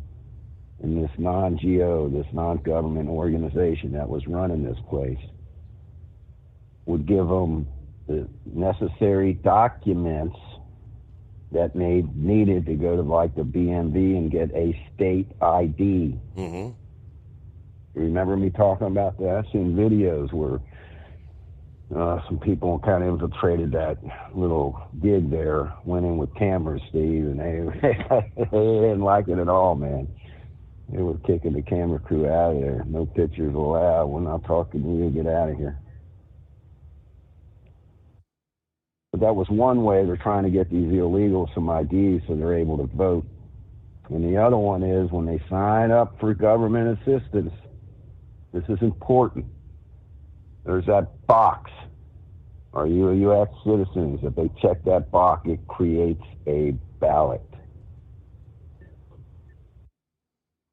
And the person that checked that box is not going to be the one filling out that ballot. That's the big kicker here. We have to watch these people. Now that they think they might be able to cheat and win, and people might buy it, we got to get out and vote, man. I'm telling you. Even Steve, I'm telling you, we talked, man. And, I mean, we talked off air too. You know, man, I'm worried what's going to happen. Are we even going to have an election, man? I don't know. Let's pray the unthinkable doesn't happen, and they just, kind of we walk our way on through this, get through to January 20th. Man, I appreciate you taking the call, Steve. I know I've been rambling on here for a while, but I appreciate it, and back to work tomorrow. Everybody stay safe, hammer down, stock up on food and water. Be interesting to see what comes out today. I mean, Kimberly Cheadle, whatever her name is, she's the one that's supposed to be on the hot seat today before that House subcommittee hearing, and they're going to have some tough questions, I guarantee. Yes, sir. We're going to have to keep an eye on what she says. Bongino says she's been told to shut up, and she ain't allowed to talk. So we'll see what comes of this. Hey, serious, Steve, if people want to get the real inside scoop, Bongino is not going to BS anybody. He will give you the truth. And if he can't verify what people are calling him and telling him, or if it's not from a real trusted source of his, that he knows these people are the real deal, he won't put it out. So if he puts it out, references whole assassination attempt and what went wrong and how to fix it, I suggest you listen to him. All right, man. Have a good night, Steve. Appreciate it. All right. I wonder if Josh Hawley is a part of that committee. I'm not sure. Senator Josh Hawley from Missouri over the weekend says he's demanding answers from the Department of Homeland Security. after he said multiple whistleblowers have contacted his office with information about Secret Service failures at the assassination attempt of former President Trump. He said whistleblowers who have direct knowledge of the event have approached my office. According to the allegations, the July 13th rally was considered to be a, quote, loose security event. He said he's been told detection canines were not used to monitor entry and detect threats in the usual manner. People without proper designations were actually able to gain access to backstage areas. Department personnel did not appropriately police the security buffer around the podium and were also not stationed at regular intervals around the event's security perimeter. In a letter to Department of Homeland Security Secretary Alejandro Mayorkas, Hawley charged his office has not been forthcoming with Congress, including abruptly ending a call before most senators could actually ask questions. This is completely unacceptable and contrary to the public's interest in transparency. We've learned more from whistleblowers than your department's officials, he said. Hawley said he wants to know if gaps existed in security perimeters and if usual protocols were followed for the use of canines and magnetometers. He wants to know if agents were appropriately stationed around the podium. How long did agents physically spend on the ground surveying the site before the event? Did any paperwork obligations prevent a longer, more robust site survey? Yes, some of these questions undoubtedly will be asked of the Secret Service director, again, testifying on Capitol Hill today. All right, it's a Monday. Eagle got you coming up, after which Clear Lines at 844-844-3388, the Steve Summers Overnight Drive. At Hot Shot Secret, we share the science behind common diesel problems. For example, Turbocharger spool time. Turbochargers are designed to increase the efficiency and power of the diesel engine by forcing compressed air into the combustion chamber. Temperatures inside the turbo can reach upwards of 400 degrees. The oil meant to lubricate the bearings will burn, leaving behind a sticky residue called stiction. The turbo's ability to spool up quickly is hindered because the stiction-covered bearings can't spin properly. Hot Shot Secret Stiction Eliminator cleans the stiction from turbo bearings, reducing spool time, and builds maximum boost sooner in the RPM range.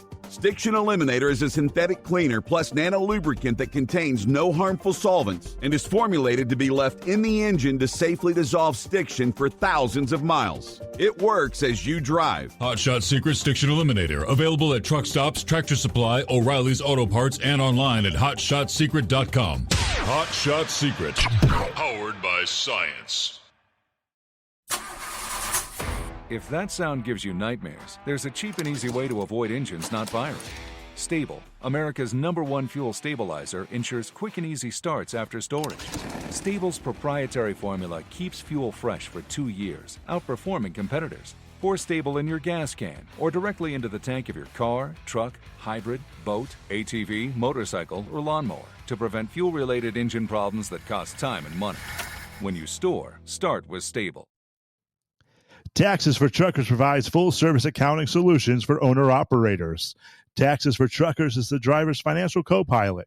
We help independent truckers keep their taxes, filings, and bookkeeping running smoothly so they can focus on the road ahead. Drivers who want their business to run as smooth as their truck choose to partner with Taxes for Truckers for their accounting and tax filing needs. Stop overpaying taxes. Call 888-TAX-4TRK to start paying less tax today. Attention, owner-operators and small fleets. Don't take chances with your future. Trust the trucking experts at 10-4 Truck Insurance for your insurance needs. Enjoy peace of mind knowing your livelihood is in safe hands. Protect your rig and your sanity. Give 10-4 Truck Insurance a call at 866-666-6856 or cruise over to 104ins.com.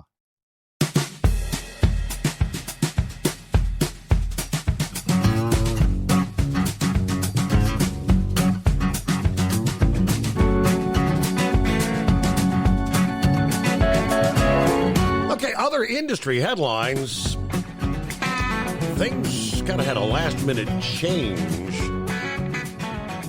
Thursday of last week, the Consumer Financial Protection Bureau was supposed to be delivering a 30-minute presentation regarding the severity of predatory lease purchase agreements in the trucking industry. Instead, the Bureau's Ryan Kelly spent close to 2 hours breaking down many of the ways that the model is set up to benefit the motor carrier over the truck driver. What's more, the presentation to the Truck Leasing Task Force this past Thursday was only preliminary. They do plan to release a written report that dives deeper into the predatory practices. This is only the preview, Kelly said at the time. This is the soup before the meal. There's much more to come on this. So the task force established by Congress with the goal of ending predatory lease purchase agreements in the trucking industry starting last year. Since then, numerous stories of truck drivers getting into bad deals have been relayed to them. As we've discussed, in these predatory agreements, a carrier leases a truck to a driver but still pretty much holds control over their operation. We've cited many times it's common for drivers to report owing money to the carrier at the end of a pay period. In cooperation with the task force, the Consumer Financial Protection Bureau received more than 40 different examples of lease purchase agreements in the industry. They highlighted examples of truck drivers failing to complete the lease. They pointed out 5 ways that truck lease purchase agreements differ from leases involving passenger vehicles. Number 1, absence of comprehensive financial disclosures. Number 2, broad default provisions. Number 3, expansive remedy provisions. Number 4, use of escrow accounts and personal guarantees. And number 5, ease of inducing the driver to relinquish the truck. Kelly said the problems start with the agreements themselves. Often the contracts are labeled as lease agreements, but the language switches back and forth between sounding like a loan to sounding like a lease. There's a huge difference between the two, because while the trucker would gain equity in a loan, there's no equity in a lease. It's a contract that's trying to have its cake and eat it too. It says it's a lease, but uses loan language. It's quite confusing. I don't see how the driver was ever meant to understand this was actually a loan or a lease. The broad default provisions leave truck drivers in a damned if they do, damned if they don't situation. Some of the agreements that were submitted included language that said drivers would be in default if they violated safety regulations or any other agreement with the leaser, including refusing a load. He provided an example of the driver saying a carrier asked him to violate the hours of service regulations. When he refused to do so, his lease was placed in default. As soon as the driver was asked the question, he was in default no matter how he answered. The Consumer Financial Protection Bureau also examined how carriers are able to use escrow accounts as a way to ensure they're paid when the lease is terminated. Also, carriers often have little problem having the truck returned so it can be leased again. Many of the task force members said the report confirmed the predatory nature of the business model. Now, if this is just the appetizer, I don't know if I can stomach the meal, according to one of those task force members representing the truck drivers, Tamara Brock. Either way, the Truck Leasing Task Force will use the Commercial Financial Protection Bureau's findings to create its report to the FMCSA, which will be due on November 16 of this year. So, yeah, if the soup before the meal, the appetizer's that ugly, can't help but wonder what the main dish is going to be like. Wow. Now, we've been kind of saying this for years and years and years. Maybe.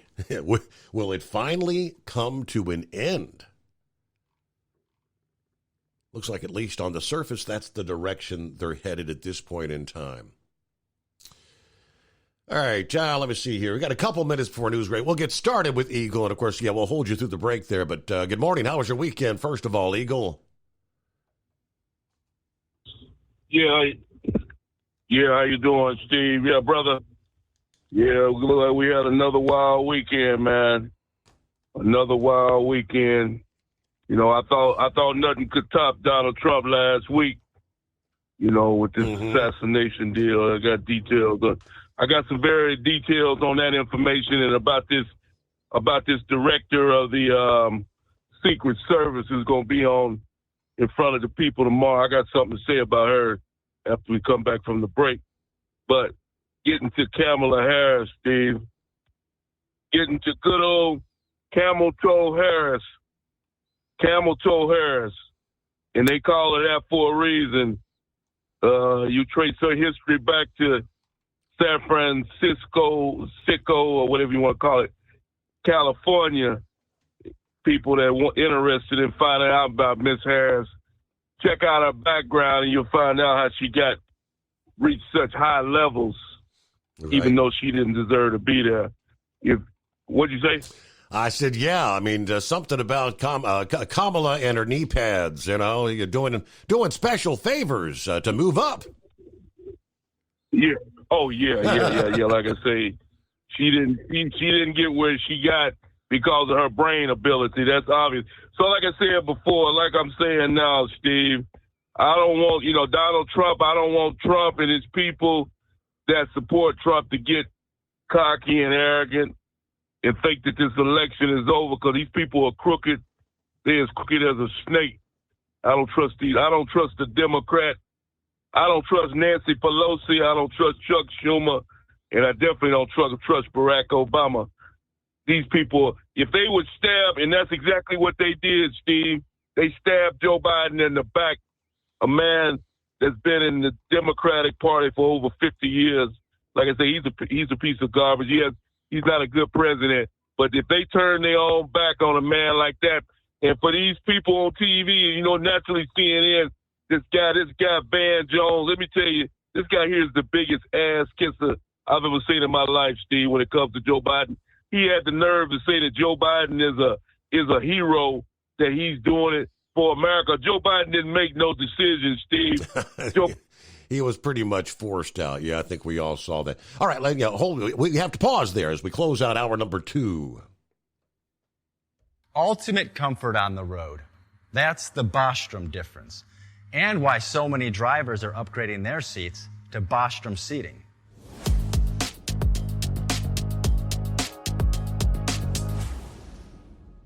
With roots dating back to 1935, we know seating. We've developed a full line of high-quality products with the right seat for your application, all made right here in the USA. From our top-of-the-line Wide Ride Plus Certa for the long-haul driver to our entry-level Baja series for the vocational driver, we provide you with the comfort you deserve at the price point you're looking for. We know you're busy. You don't have time to search every distributor and dealership for the right seat, only to find the one you want won't fit in your truck. That's why we created BostromSeating.com. It's a complete seating solution.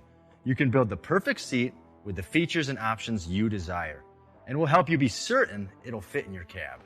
Once you've built the perfect seat and have the part number in hand, you can shop pricing and availability. Our Where to Buy feature allows you to pick up a seat right where you are or anywhere along the road you'll be traveling. When you install a Bostrom seat, you become part of the Bostrom family. A family that includes other drivers who recognize this is more than work. It's a ride, one that requires the next level comfort and support only Bostrom can provide. Go to BostromSeating.com to design your ride with ultimate comfort for the open road. Hands on the wheel, hands off invoicing. At Transcap, we're built for high speed and service, just like you. Our fast freight factoring helps you make more money, not chase it down, because we handle all the invoicing BS and back office work. Apply for fast funding at transcap.com/getcash. It takes just 60 seconds. Or call 888-250-TCAP. That's 888-250-TCAP. And mention Steve Summers Overnight Drive. From Feature Story News in New Delhi, I'm Neha Punia. US President Joe Biden has ended his re-election bid, endorsing his Vice President Kamala Harris to be the new Democratic Party nominee. The decision follows weeks of pressure amid concerns over the 81-year-old's health, age and fitness for office, which had fueled calls for him to step aside from even his most loyal supporters. Biden will remain in office until a new U.S. president is sworn in, but the historic decision means whatever happens in November's election, the 46th President of the United States will not serve a second term from January. For the first time since Lyndon B. Johnson in 1968, an incumbent U.S. president has abandoned his candidacy. It's not clear exactly what comes next. Democrats will have to decide on a new nominee. The president, who will speak to the nation later this week, believes Kamala Harris should be chosen to run against Donald Trump. Benji Hire, Washington. Joe Biden is expected to address the nation later this week. In a statement, he said that the decision was made in the best interest of his party and the country. Nick Harper sent us this report from Joe Biden's home state of Delaware, where the president has been isolating since contracting COVID-19. That is unclear when that will be, also what format that would take. Would it be an Oval Office speech that is normally reserved for presidential matters as opposed to candidate matters, or would he choose a different location? Remember, he is the man from Scranton, Pennsylvania. He might decide to return to his hometown to make this very consequential speech to the nation. All of those are things that we're still waiting to find out. Democrats have been speaking out in praise of Joe Biden after he announced he's dropping out. This follows weeks of pressure from senior party figures who've both privately and publicly called on Biden to stand down over concerns about his age and mental fitness.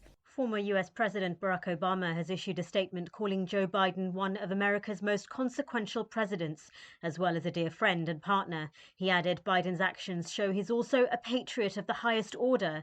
These words were echoed by other Democrats, including former House Speaker Nancy Pelosi. Reports have emerged in recent weeks that Pelosi was one of the senior members of the party who was privately trying to persuade Joe Biden to stand down. Gretchen Whitmer, the governor of Michigan, is seen as a potential future presidential candidate, said Mr. Biden was a great public servant.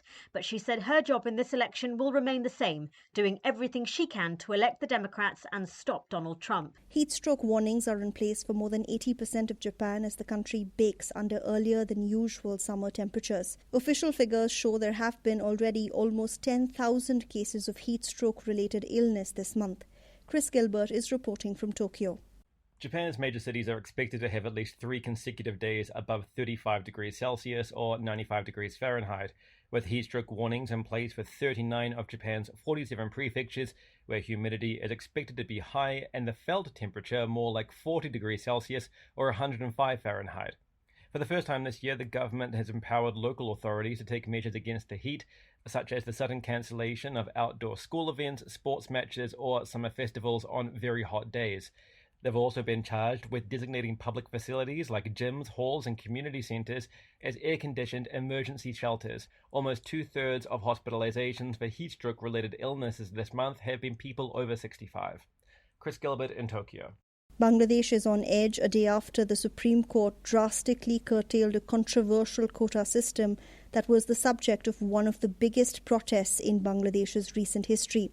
Tens of thousands of students have taken to the streets against a policy that reserves 30% of all government jobs for families of war veterans of Bangladesh's freedom struggle.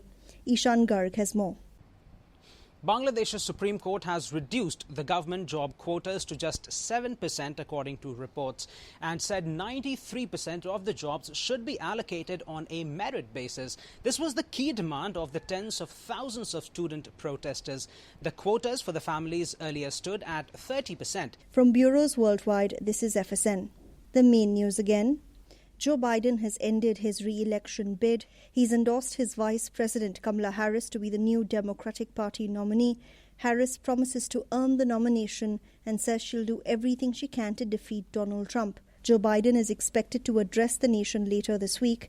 In a statement, he said that the decision was made in the best interest of his party and the country. Bangladesh still on edge a day after the Supreme Court drastically cut down a controversial quota system for government jobs. And that is the latest feature story news. Neha Punya reporting.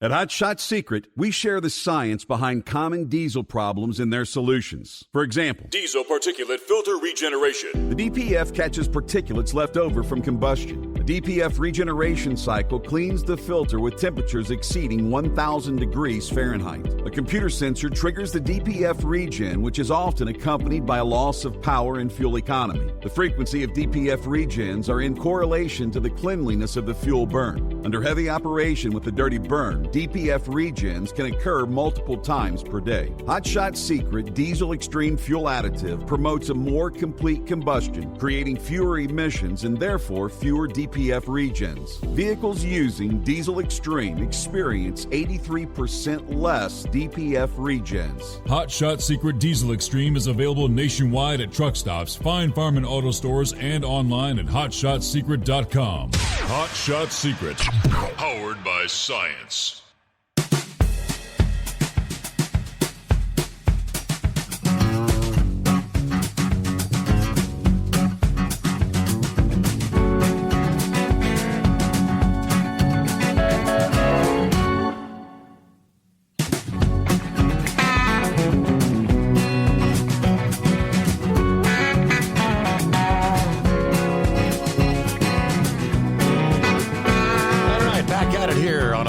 Monday, all kind of fun stuff going on. How was your weekend? Well, hello to the Michigan Madman. Checked in a little bit earlier. Said good to hear from the Lone Ranger. Prayers for him and everyone dealing with cancer or other health issues. Yes, indeed. Hello to Russell.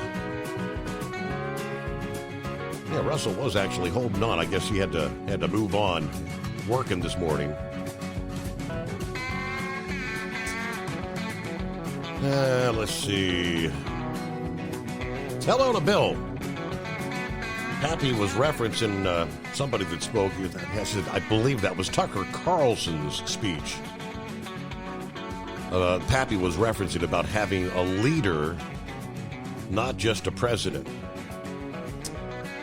Okay, all right, let me get back to Eagle here as we kick off hour number 3. Thanks for hanging in there. Oh, okay, yeah, Steve, appreciate that. Hey, listen, man, before I get back to the politics, I want to say 2 things right quick. Auto racing sports notes right quick. The NASCAR ran at Indianapolis today. And Kyle Larson came out the winner in Indy today. I didn't get a chance to see the race. I'm going to have to look at the highlights maybe tomorrow morning after I wake up, but I didn't get the chance to see the race. Kyle Larson won the thing. Other note is about John Force. I talked to you a couple of weeks about him. Looked like his racing career might be over from what they're saying. There's no way they can let him get back in a car. In the condition that he's in. He's out of in a facility, brain facility right now, they say. And they said that they're going to try to put his car back on the track, though, with a different driver in the coming weeks. But they didn't give no name of who the driver is going to be of his funny car, but they said that they are going to put his car back on the track. But John Force will not be driving, obviously. Just in case people were interested in the Force situation. Yeah. Now, let's get back. One other quick note before I get back to Kamala, Steve. I wanted to ask you, that was one of the first questions I wanted to ask you is, well, I know you mainly sleep during the daytime, but I was going to see if you was going to the J.D. Vance rally that he's having tomorrow in Middletown. They said on Tuesday, J.D. Vance is supposed to have a rally. Did you hear about that in Ohio? I actually had not heard that. No, I mean he's like you mentioned last week. He's from the Middletown area, so I'll have to check on that. Yeah. Check on that. He's supposed to be in Middletown, Ohio, tomorrow. They didn't say what time it is, but I think it's probably going to be in the afternoon, 2 or 3. From what I heard, I don't think Trump is going to be there. I think it's just JD is just going to be there. But you might want to check on that. But yeah, okay. Now, Steve, let's get back to Kamala right quick before I move on to this hearing that's going to take place with the Secret Service lady. Now, Joe Biden, Steve, he's not a hero, and he's not doing a damn thing for the United States of America like Van Jones and some other idiots on CNN are saying.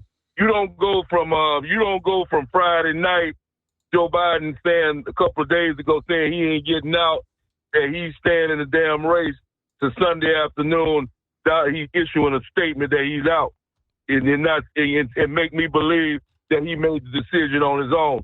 Not after I heard that Pelosi, Barack Obama, Schumer, and all the top Democrats had told him to get the hell out of the race, but yet they say it was his decision. If you're dumb enough to believe that, there's an ocean over there in Phoenix, Arizona you can buy. If you're dumb enough to believe that, it's a total joke. Joe Biden was forced out, Steve. He was given an ultimatum: you get the hell out, or we're gonna get you out. That's basically what they put it to him, and that's why you haven't seen Joe Biden's ugly face since they claim he got COVID. That's what they claim. But like I said, who knows what's going on with this guy? We'll see in a couple of days when he should. Like I said before, the whole thing wasn't done right. If you're gonna jump out of the race, if you've been in politics for over 50 years and you can't even show your face the day that you decide to get out, that shows me what all Joe Biden's about all right there. And like I said, I don't want to hear nobody talk about he's sick with the COVID. He couldn't go to a podium. Well, that's the reason why they have video cameras. They could have easily took a camera to his home over there in Delaware, and he could have filmed a 2 or 3 minute video saying, hey, I'm out of the race. My health is not good. I can't do this no more.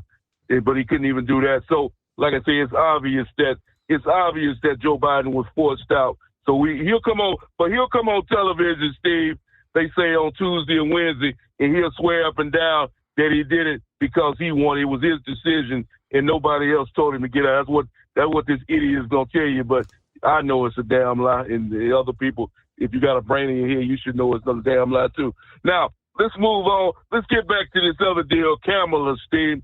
Now, Kamala, she is not qualified to be president of America. There's a reason why they haven't invoked the 25th Amendment on Joe Biden. First of all, it wouldn't pass no way because you got these loser Democrats that wouldn't let it go through because they too much of they say they care about the country, but how can you care about the country when you won't even put the vote in to get Joe Biden out of the White House, even though the man is incapable of running the USA? Just because he's a Democrat and you're a Democrat don't mean you vote with the guy.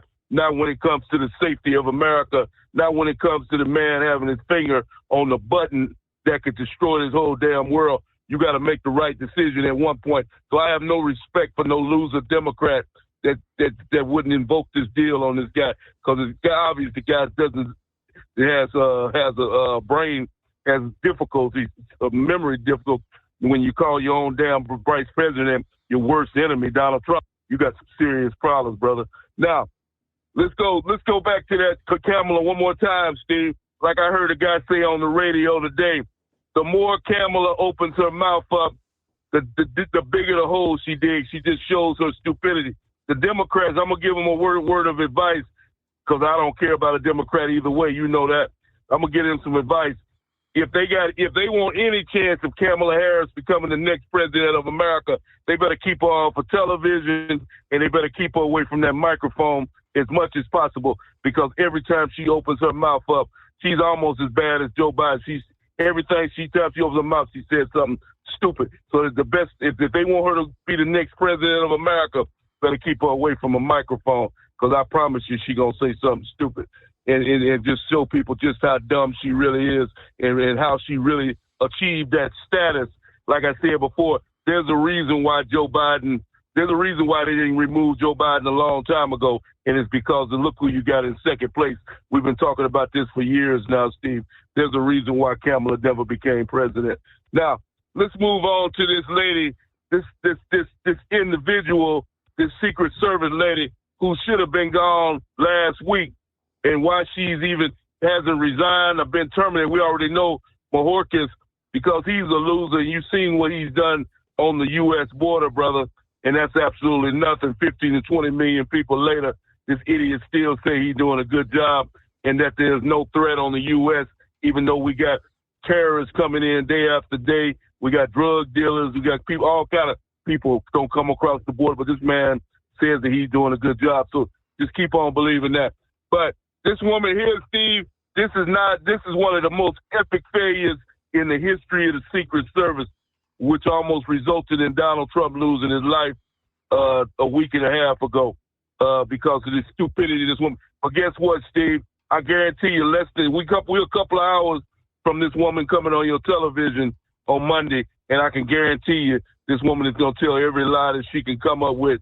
She's going to tell every lie that she can think of to make people believe that it was an accident, that things just didn't go the right way that day, that she did everything possible to protect Donald Trump when things are coming out day after day about how the lapse in security and the problem. And like I said before, Steve, like I told you last week, the ultimate disgrace about the whole deal was when you told me and other people told me that there were police officers inside of the building where the shooter was on top of them, laying on his stomach with a gun, getting ready to assassinate Donald Trump. That's the ultimate. That's the ultimate failure right there, Steve. For people to be inside of that building and a damn shooter is on top of them. That's totally ridiculous. She ought to show up tomorrow morning. Like I remember back in the old days, back in the 70s and 80s, the New Orleans Saints, they were the worst team in football. Fans used to wear a grocery sack over their head when they went to a game. When she show up for court tomorrow, that's what she should have on her head, is a grocery bag with 2 holes punched in it, so you can't see her. She should be ashamed to show her face for what she did a week and a half ago, Steve. It's embarrassing, and she really doesn't deserve a hearing. If they had anybody with any kind of class about itself, Mayorkas, he would have been terminated a long time ago after the whole incident took place. It was that the safety of Donald Trump was definitely under demand. And one other quick note, Steve, about Kamala Harris for individuals out there, because I know you got some people that support him, such as Sun Dunce, and hopefully he'll call in tonight so I have something to laugh about. But anybody who thinks that Kamala Harris can get the job done as president, let me ask you a question, Steve. What is the biggest problem that we have in America right now that's facing America? What is the biggest problem that we've had over the last 3 years due to the lapse of Joe Biden?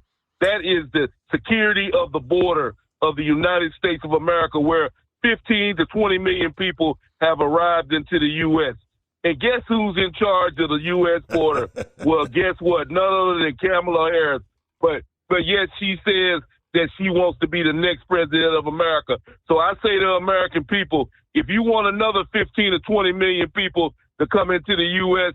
over the next couple of years, then that's the person you need to vote for. And I thank you for taking my call tonight. Yeah, she has like that. That was her first job. You have one job. You're the border czar. Then a few months later, didn't Biden appoint her as, like the drug czar? Yeah, she's going to be. That was artificial intelligence, right? Artificial intelligence. Yeah, the AI czar. Artificial intelligence is a 2-letter word. That's potentially the next president of the United States. Okay. Hey, it's been a few days since we heard from Philip. How's it going? Oh, it's going good, bud. How you doing? Doing all right. Survived a kind of chaotic weekend Did our little internet technology IT meltdown have impact on some of the big parks down there in Florida? I don't know. My last day to work at Disney was Thursday because, that's my Friday, so to speak. And, yeah, that's right. And I guess it happened Friday, and I'm pretty sure I'll find out about it when I get down here this morning and find out what's going on. Sorry about last week, Bud, but I thought I'd take me a little break and be a listener instead of a caller. I hope know you don't mind. You do that from time to time, and you're more than welcome. We get a little concerned when we don't hear from our regulars for a few days. Yeah, I just thought I'd take a break from it. I know there was a lot going on. You had obviously the situation with President Trump out there in Pennsylvania, and then we had the RNC going and stuff. And I thought I would just sit back and listen to a lot of folks and give other folks a chance to call the show. Like we heard from Always Moving, we heard a lot from Carl. We heard from, I believe the guy's name was Woody. Give other folks a chance to call and talk to you and give you their opinion of what's going on, And, but this situation it's been a crazy week. You think about the election, what it was a couple of weeks ago, and what it's turned in now. We went from the situation in Pennsylvania, the RNC, then we had COVID with Joe Biden, and now we've had Joe Biden pull out and want to put Kamala Harris in there. Is it Kamala or Kamala? What is it, Steve? What is the proper pronunciation? I believe it's Kamala. Or is it Kamala? Kamala Harris? I never get it right. I think it's Kamala, if I'm not mistaken. Yeah. And I'm you know what? I'm good at butchering names as anybody else, and I'm sorry if I did.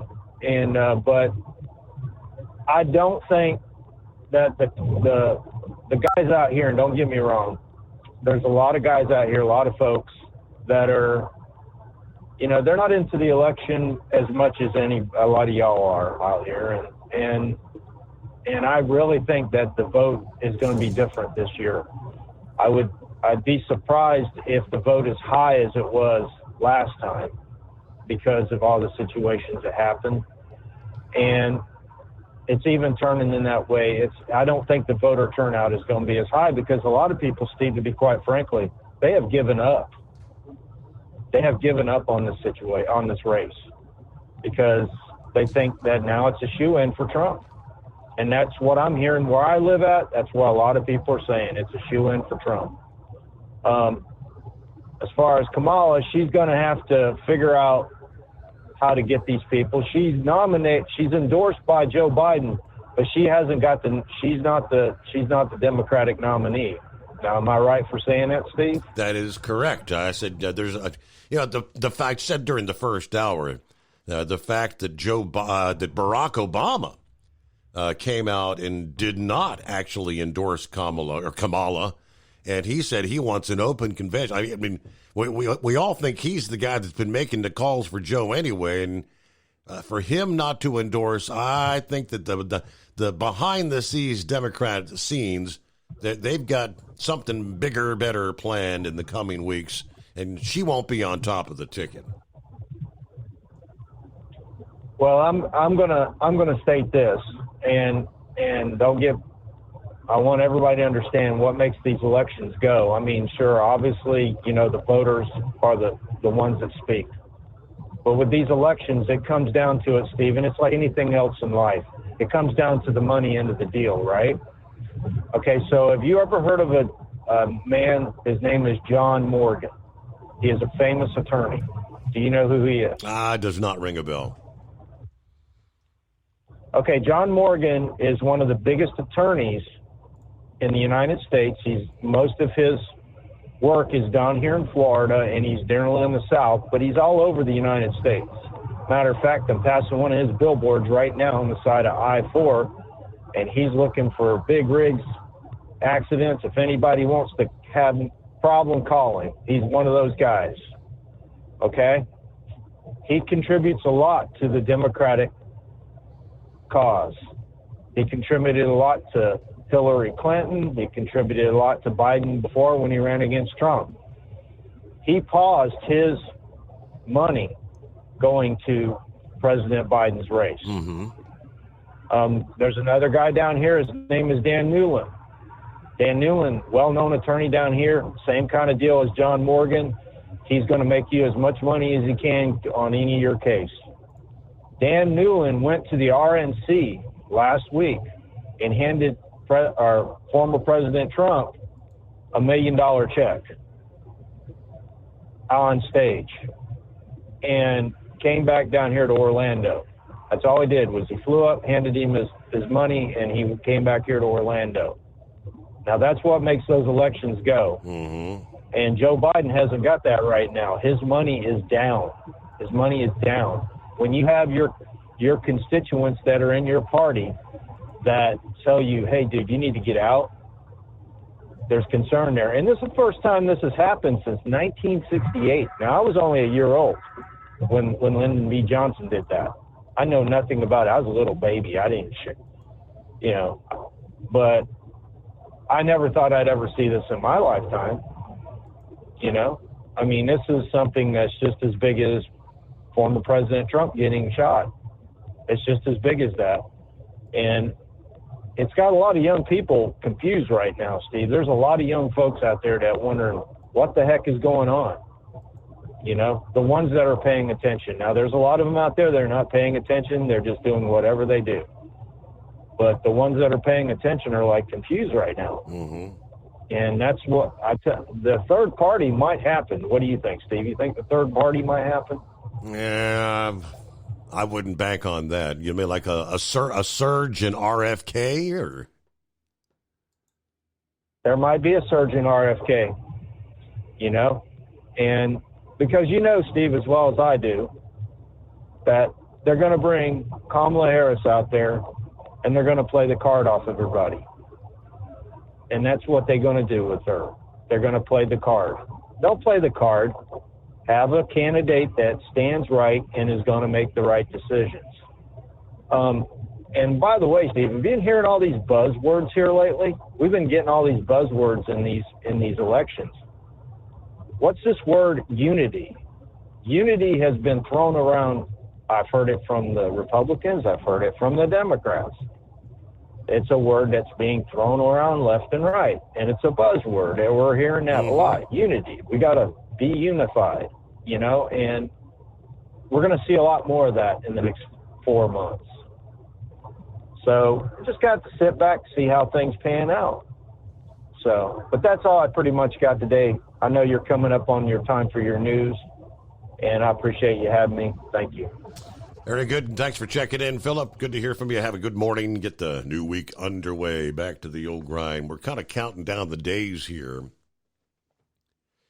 Things are going to change a bit along the border. A Canadian trucking group is calling for a delayed rollout of the new regulations pertaining to dogs crossing the border. Starting August 1, the U.S. Centers for Disease Control and Prevention will launch new regulations governing the importation of dogs into the country. According to the agency, the new rules are intended to prevent the reintroduction of the rabies variant carried by dogs into the United States, which officials have said was eliminated back in 2007. While the intention of the regulation is to ensure public health, the Canadian Trucking Alliance is claiming this rule has the potential to cause significant disruption to commercial vehicle travel and all cross-border trade, asking the agency to hold off on implementing them until maybe the start of the new year. Now, what's a couple months difference going to make? I don't know. If implementation, as currently outlined, the policy could delay shipments carried by commercial drivers who are traveling with their dogs, which could potentially lead to a logjam of secondary inspection and backups that would impact all truck drivers, whether they're traveling with a dog or not. We get more on that coming up here. From Feature Story News in Washington, I'm Jagruti Dave. US President Joe Biden has announced he's dropping his re-election bid, endorsing his Vice President Kamala Harris to be the new Democratic Party nominee.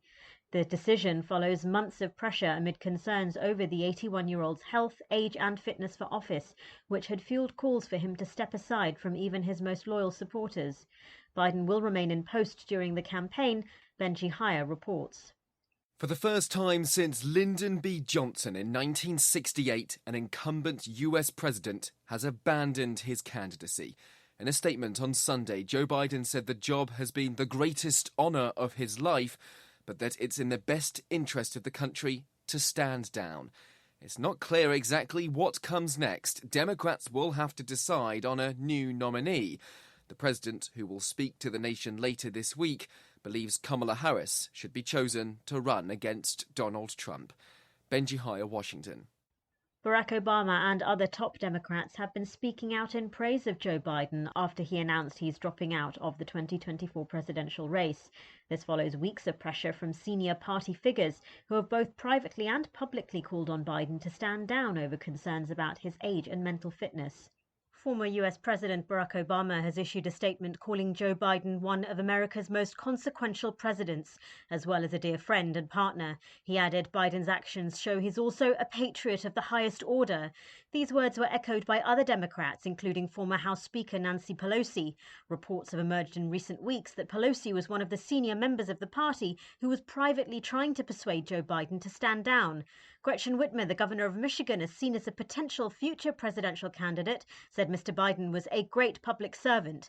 But she said her job in this election will remain the same, doing everything she can to elect the Democrats and stop Donald Trump. Mr. Biden says he plans to speak to the nation in more detail later this week. In other news, Israeli officials say they successfully shot down a missile fired from Yemen. It comes a day after an Israeli airstrike reportedly killed 3 people and injured 87 others in a Houthi-controlled area of Yemen. Our Middle East correspondent William Denslow reports.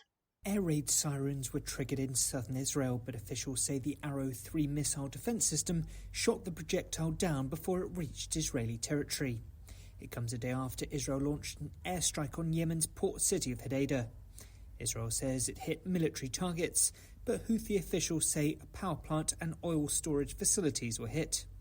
Houthis had previously claimed responsibility for a drone attack in Tel Aviv that killed 1 person and injured 10 others. Israel's airstrike on Houthi areas is believed to be the first since the war in Gaza began, reigniting fears of regional spillover. William Denslow, Baghdad. From bureaus worldwide, this is FSN. Ultimate comfort on the road. That's the Bostrom difference, and why so many drivers are upgrading their seats to Bostrom seating.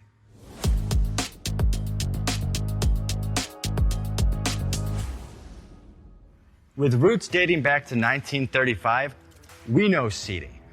We've developed a full line of high-quality products with the right seat for your application, all made right here in the USA. From our top-of-the-line Wide Ride Plus Certa for the long-haul driver to our entry-level Baja series for the vocational driver, we provide you with the comfort you deserve at the price point you're looking for. We know you're busy. You don't have time to search every distributor and dealership for the right seat, only to find the one you want won't fit in your truck. That's why we created BostromSeating.com. It's a complete seating solution. You can build the perfect seat with the features and options you desire, and we'll help you be certain it'll fit in your cab. Once you've built the perfect seat and have the part number in hand, you can shop pricing and availability. Our Where to Buy feature allows you to pick up a seat right where you are or anywhere along the road you'll be traveling. When you install a Bostrom seat, you become part of the Bostrom family. A family that includes other drivers who recognize this is more than work. It's a ride, one that requires the next level comfort and support only Bostrom can provide. Go to BostromSeating.com to design your ride with ultimate comfort for the open road. Hands on the wheel, hands off invoicing. At Transcap, we're built for high speed and service, just like you. Our fast freight factoring helps you make more money, not chase it down, because we handle all the invoicing BS and back office work. Apply for fast funding at transcap.com/getcash. It takes just 60 seconds. Or call 888-250-TCAP. That's 888-250-TCAP and mention Steve Summers Overnight Drive.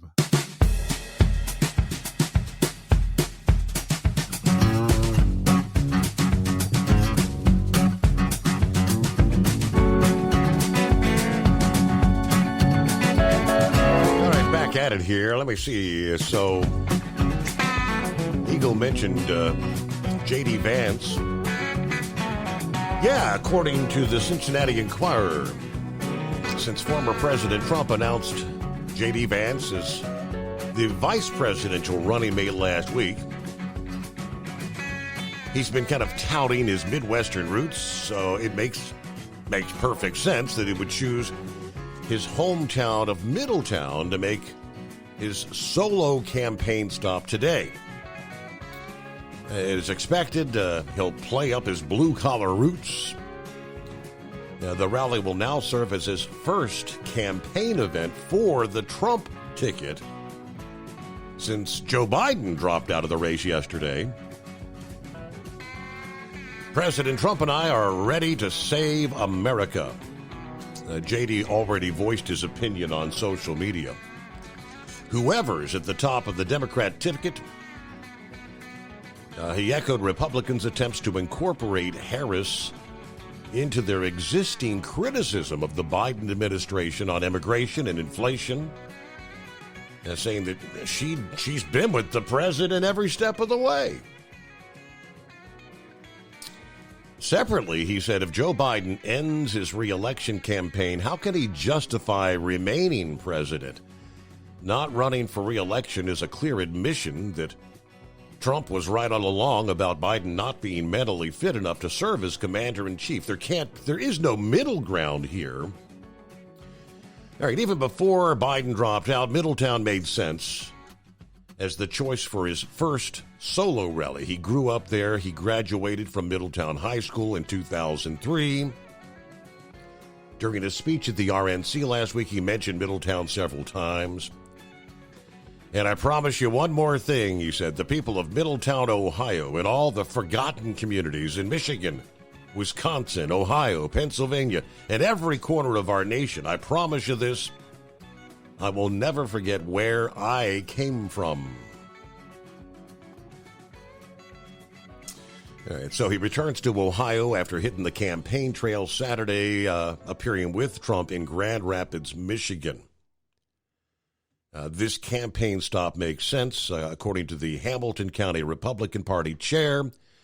It's how he became who he is. All right, and I have no idea what time that his speech is going to be taking place. All right, so if I could find out timing-wise. Yeah, they did not mention that in the story. It is 844-844-3388. Well, let's see what Brain Dead has on his mind this Monday. Steve, you got to go in. I got a 2 o'clock start time over here at the yard, 2-stop in Paducah. First night back on this extra board bid, and it's kind of been a while, so, get a little rust and dust off of me. How was your weekend, buddy? Short. So, in other words, beer and pool time, right?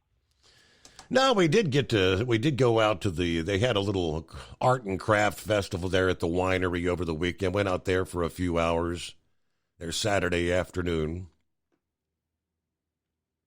So you're admitting now that you're changing your Skullbuster beer for wine. Okay, we're going to have to figure out how to deduct some points off of you now. No, they've got a beer booth, you big dummy. Well, wine is for snobs. Come on, Steve. What are we going? Steve, what are we going to do with you? I mean, do we need Pup to send down there about a 96-pack of Skullbusters for you? Oh, wait a minute, never mind. He's one of them LTL drivers. He could afford all that. So, Well, Steve, I got some updates for silly season, as it's being called. So, wow, where do we start here? Front Row Motorsports, has a third charter and a third open seat. Now, the rumors are flying around that Christian Eccles is Christian Eccles, Sam Mayer, and Zane Smith. Now, the big rumor is that Sam Mayer is taking that seat. However, Cole Custer is taking the Cup seat for the Haas factory team, and I'll get the other part of that in a minute. So one of the other names that's being kicked around is Riley Herbert. I think I said that name wrong too. Talking about butchering names again. Is going to do the third car for 23XI Racing, but now, me personally, I would like to see Corey Heim there. Corey Heim is tearing up the truck series this year. He is phenomenal. But, like most people that bounce from truck to Cup, they burn out, they become no good, and then they have to go back. Their just career's just over with. Now, Harrison Burton is also in need of a ride. Now, he would be a good fit over 23XI. Because remember, 23XI is starting that third team up along with Front Row Motorsports. And the one thing that every team needs is sponsorship. This guy brings in a lot of money with him. He is going to be one of the most desirable drivers there is. Now, speaking of Cole Custer, Cole Custer is going to the Cup Series, Haas factory team next year. So, did you hear that Friday a crane collapsed over at Auto Club Speedway? I did not catch that, no. Now, of course, you remember that NASCAR sold off a good chunk of Auto Club Speedway for warehouse and other development. Well, they had a crane that collapsed. I'm thinking it's the racing gods out there because NASCAR did fairly well out there. And remember, they have that stadium race that they took from the Busch Clash. But they've been looking around. Remember the rumors about Dodger Stadium and then also running the streets of Long Beach. So maybe it's the racing gods telling them that NASCAR really has effed up, so to speak.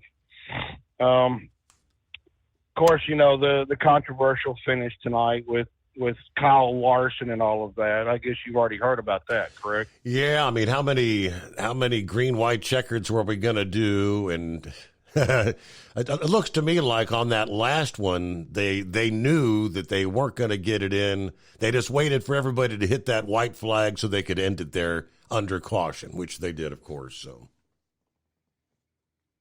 correct, and they're the buzz around is that they didn't want another Nashville finish. Remember, Nashville went 5 overtimes, so they didn't want a Nashville finish.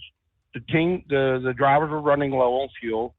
Okay, I see where it's going to come out, but we're going to have all the conspiracy theories come out, like, did Corey LaJoie last weekend dump or crash out Kyle Busch, or what was that all about? Because obviously those two guys have been having words back and forth all week about who did what and what did who. But they did announce that the Brickyard is coming back for Indy next year, Steve. I know you're going to be thrilled about this, but they're putting a little twist on it. Now, remember when they had the road course at Indy? Remember that? Mm-hmm. Well, they saw how dismal it was and how bad it, just sucked. I'm going to put it bluntly. But they're coming back in Indy for next year, but they're going to run part of it as an oval and then part of it as a road course, alternating it back and forth. Me personally, leave it alone. It's an oval, leave it alone. It's tradition, leave it alone. But now, Steve, I want to pick your brain for a minute, Steve, because I've been meaning to ask you this. Now, you know the Chicago road course, right? Correct. Now, you know next year is the last year of the 3-year deal for the Chicago race up there. What are your thoughts about it coming back, say, in 26, 27, and 28, et cetera? Did they make any money on it? They said that from the figures that I've heard, the city made $100 million off of the race. And NASCAR helped out with the police and the security. So I say leave it. It is a good draw for the city. It is a good draw, period, because you do have people like myself who love the road courses. And this is also a stretch from what the traditional road course is, because you know the traditional road courses, Circuit of the Americas, Sonoma, Watkins Glen, etc. This is a break from that. This is really like watching an F1 race or an Indy race. So, what are your thoughts, Steve-O?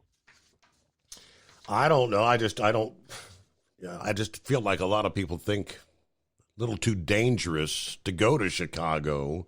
I know it's a big city, and I know they got security and all, but yeah, you couldn't pay me to go up there and watch it.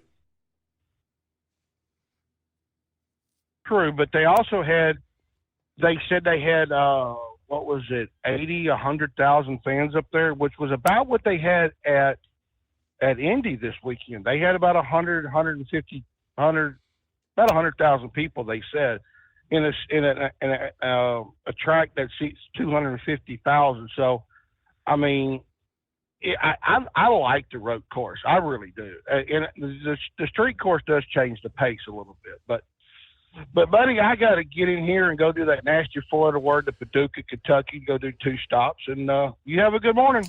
All right, off to work we go. It is a Monday. All right, let me see here. According to the WHIO, I believe it is, J.D. Vance will be speaking at Middletown High School 1:30 this afternoon. Doors will open at 10:30 this morning. All right, so they're already getting set up for that. J.D. Vance, 1:30 Middletown High School today. It's obviously in a high school kind of setting, that's going to be definitely a limited amount of seating available. And I'm sure a lot of his Middletown friends and family will all want to be there. See what he has to say. All right, let me see here. We've got, is it the Wave Runner, I do believe? Hi there. Good evening, Steve. First time that I called in, and I've always enjoyed the show. You guys seem to have some really wise people call in on topics and make some sharp points, like Eagle and Granddaddy, I think it is. You know, they always come up with some stuff that it surprises me that, you know, you get quality people making quality statements. However, last time that you had a show on, you had this one fellow that I don't know where he came from, that was talking about the computer outage. And the computer outage, the way that he spoke about it, gives people like me, so those who are in the business, great angst, if not anger, because he was saying that the outage affected all computers. No, it only affected the garbage of Microsoft and Microsoft Windows. That was it. Because when he mentioned Oracle has 3 operating systems. One is Solaris, another one is Linux, and third, for who knows for what stupid reason, Oracle uses Microsoft. Microsoft is part of the service that they provide. And when he was talking about the phones being out, the iPhones, well, it might have been because there was a switch on that phone's connection going out, in or out. That was also a Microsoft right based system. And the whole thing about it is that you got to keep this all in perspective. Since April 5th of 1975, it has never had a robust, reliable, interoperable system of any kind.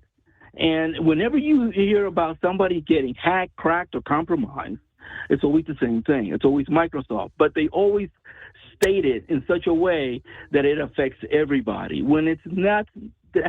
That's not at all the truth. I mean, you use Microsoft, you are an aider, a better, and an enabler of the Houthis, the Al Qaedas, the Taliban, and anything that's a bad cyber entity. That's what you're doing. And is there another choice? There are thousands of choices. That's the other thing that gets lost in the sauce.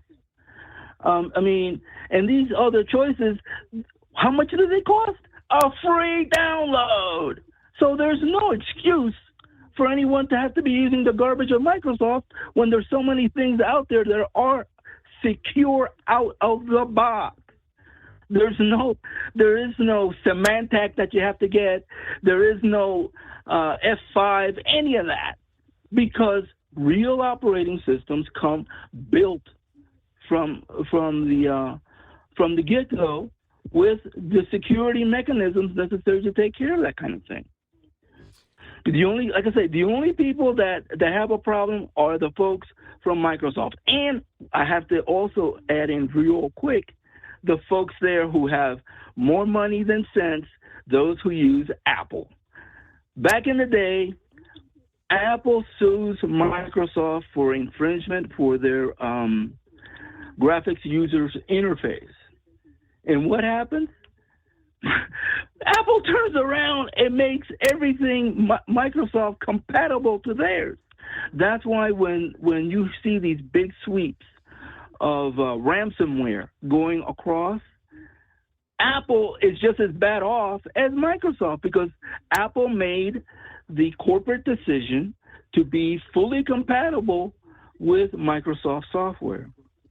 Well, in light of what unfolded over the weekend, would you think? I mean, look at the major, the impact on the airlines. I mean, you had Delta, American, United. I mean, total ground stops. Are some of these big corporations going to be rethinking the software they're using? No, sir. That is the saddest part. When I go into a corporate setting, and I ask them, do you want to, again, be the 6 o'clock news as to how not to run a business? Oh, yeah, of course. No, we don't want to do that. But yet they double down, quadruple down on using the garbage of Microsoft. And by the way, again, I have to repeat the date. April 5th of 1975 is when they started. We're now in 2024 going on 25, which basically means we're going into 50 years worth of using this stupidity garbage. Okay. And it's like, how do you accept something that you've known before you were born that it wasn't working? Why do you keep using it? Yeah. And it's really, really a sad thing. Like I say, I have gone into conference meetings where you see all these security meetings that the government might be having, or even private industry, and you will have anywhere in that room from 5,000 to 7,000 folks sitting in there. And when I stand up and I speak like you're hearing me speak now, you always hear this loud murmur. But when I put out the dare, hey, anyone who wants to show me how good Microsoft is, let's have a debate via email attachment, and the first one who can't respond loses. And I'm going to let you go first. So now you know how your train wreck's going to happen, right? Okay. Are there going to be repercussions? Because obviously, I mean, if this was just a download of some software fix from CrowdStrike, are they going to have to pay the financial implications? And how do you offer up some sort of a software update when you haven't properly, I guess, obviously they didn't test it with Microsoft. Well, let's see, that's also part of some of the fallacies that most people, and rightfully so, think that happens in the industry. That stuff is tested out before it is put out there. But the thing about in this case, CrowdStrike is they are the so-called premier security entity providing security for all these other folks. They cannot admit to the fact that they got hacked. Whether it happened or not, it's always going to only be some kind of a design or a production fix that happens. So you're kind of leaning towards that the top cybersecurity firm that everybody relies on to keep them safe actually may have been hacked. Right. But they will never admit to that, and that's part of the problem. And so they're not going to admit to it. They're always going to say, "Oh, it's only a software glitch." This, and if you remember your history here, you probably heard the same thing when Continental Pipe got hit, or else what was it? SMJ Meatpacking got hit. At first, it was not a possibility. It was no way that they could have got hacked and nothing's going to happen. Well, it does happen. And like I say, this is when people believe what they believe so erroneously for all this time, it makes it almost impossible for me to make any kind of a cogent argument that they're going to accept that says, this is why you get off something that always breaks down. It is very difficult to have it to work and do something else. Well, what would you we got a couple minutes here. What would your top recommendation be? Besides Microsoft and Apple, what would your top recommendation be? Well, put it this way. I use Unix, and by using Unix, I have no idea what it is for somebody to hack me. When I have rebuilt the telcos, whether it's AT&T, Sprint, Verizon, any of these guys, and even a couple that I've built literally from scratch, they have never, ever experienced any kind of a hack, crack, or compromise when I use Unix or a Linux or one of these other operating systems. Now, does it come to a point where things get caught up with obsolescence, catches up to them? Yes, and obsolescence that happens on my designs has to do with machines now run faster, so you gotta use a longer, larger word, which is how things are described and how they work. Or you have perhaps a different set of protocols that now have to be retuned in, and you have to, rebuild things. It's like anything else. As we progress, new things come into play that are useful, that provide greater productivity or flexibility. You got to work these things in, but you don't do that because things just collapse. Okay, hey, I'm looking at the clock here. If you got more for us, Wade, we've got to take care of the news break, but we'll be right back. Ultimate comfort on the road. That's the Bostrom difference, and why so many drivers are upgrading their seats to Bostrom seating.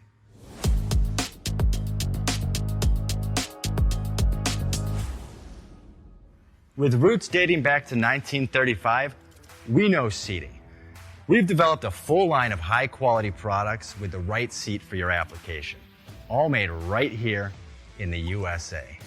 From our top-of-the-line Wide Ride Plus Certa for the long-haul driver to our entry-level Baja series for the vocational driver, we provide you with the comfort you deserve at the price point you're looking for. We know you're busy. You don't have time to search every distributor and dealership for the right seat, only to find the one you want won't fit in your truck. That's why we created BostromSeating.com. It's a complete seating solution. You can build the perfect seat with the features and options you desire, and we'll help you be certain it'll fit in your cab. Once you've built the perfect seat and have the part number in hand, you can shop pricing and availability. Our Where to Buy feature allows you to pick up a seat right where you are or anywhere along the road you'll be traveling. When you install a Bostrom seat, you become part of the Bostrom family. A family that includes other drivers who recognize this is more than work. It's a ride, one that requires the next level comfort and support only Bostrom can provide. Go to BostromSeating.com to design your ride with ultimate comfort for the open road. Hands on the wheel, hands off invoicing. At Transcap, we're built for high speed and service, just like you. Our fast freight factoring helps you make more money, not chase it down, because we handle all the invoicing BS and back office work. Apply for fast funding at transcap.com/getcash. It takes just 60 seconds. Or call 888-250-TCAP. That's 888-250-TCAP. And mention Steve Summers' Overnight Drive. From Feature Story News in New Delhi, I'm Neha Punia. US President Joe Biden has ended his re-election bid, endorsing his Vice President Kamala Harris to be the new Democratic Party nominee. The decision follows weeks of pressure amid concerns over the 81-year-old's health, age and fitness for office, which had fueled calls for him to step aside from even his most loyal supporters. Biden will remain in office until a new U.S. president is sworn in, but the historic decision means whatever happens in November's election, the 46th President of the United States will not serve a second term from January. For the first time since Lyndon B. Johnson in 1968, an incumbent U.S. president has abandoned his candidacy. It's not clear exactly what comes next. Democrats will have to decide on a new nominee. The president, who will speak to the nation later this week, believes Kamala Harris should be chosen to run against Donald Trump. Benji Hire, Washington. Joe Biden is expected to address the nation later this week. In a statement, he said that the decision was made in the best interest of his party and the country. Nick Harper sent us this report from Joe Biden's home state of Delaware, where the president has been isolating since contracting COVID-19. That is unclear when that will be, also what format that would take. Would it be an Oval Office speech that is normally reserved for presidential matters as opposed to candidate matters, or would he choose a different location? Remember, he is the man from Scranton, Pennsylvania. He might decide to return to his hometown to make this very consequential speech to the nation. All of those are things that we're still waiting to find out. Democrats have been speaking out in praise of Joe Biden after he announced he's dropping out. This follows weeks of pressure from senior party figures who've both privately and publicly called on Biden to stand down over concerns about his age and mental fitness. Former US President Barack Obama has issued a statement calling Joe Biden one of America's most consequential presidents, as well as a dear friend and partner. He added Biden's actions show he's also a patriot of the highest order. These words were echoed by other Democrats, including former House Speaker Nancy Pelosi. Reports have emerged in recent weeks that Pelosi was one of the senior members of the party who was privately trying to persuade Joe Biden to stand down.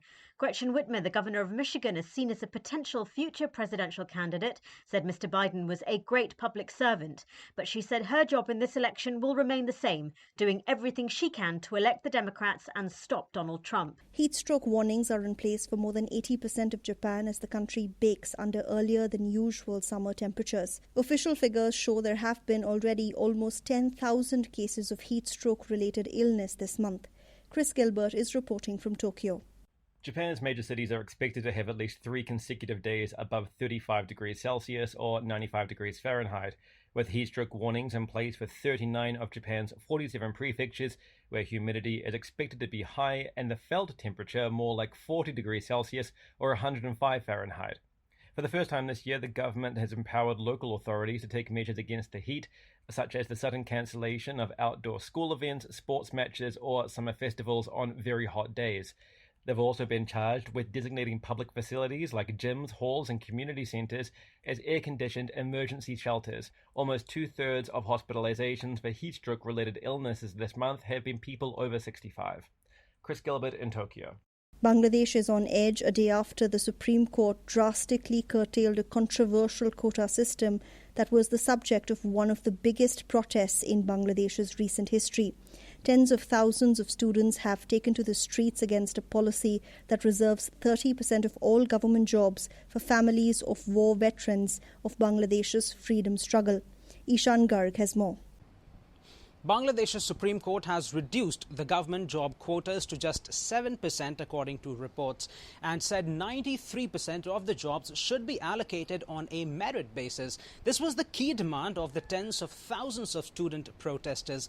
The quotas for the families earlier stood at 30%. From bureaus worldwide, this is FSN. The main news again. Joe Biden has ended his re-election bid. He's endorsed his Vice President Kamala Harris to be the new Democratic Party nominee. Harris promises to earn the nomination and says she'll do everything she can to defeat Donald Trump. Joe Biden is expected to address the nation later this week. In a statement, he said that the decision was made in the best interest of his party and the country. Bangladesh still on edge a day after the Supreme Court drastically cut down a controversial quota system for government jobs. And that is the latest feature story news. Neha Punya reporting.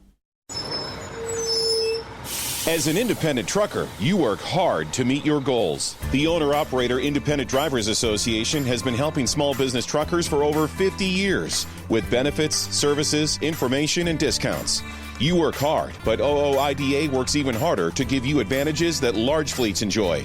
And all of our programs support our representation on your behalf in Washington, D.C. Become a member at OOIDA.com, making a difference in the lives of truckers.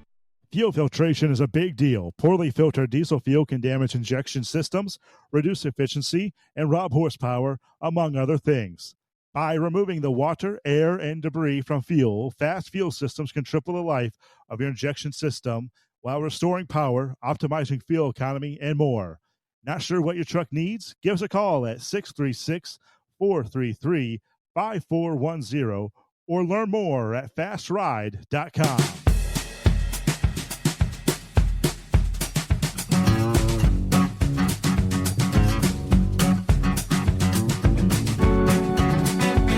All right, thank you much. Welcome back as we cross over the midnight hour on the West Coast. Welcome into a Monday. We turn the page on the calendar where we at 22nd day of July.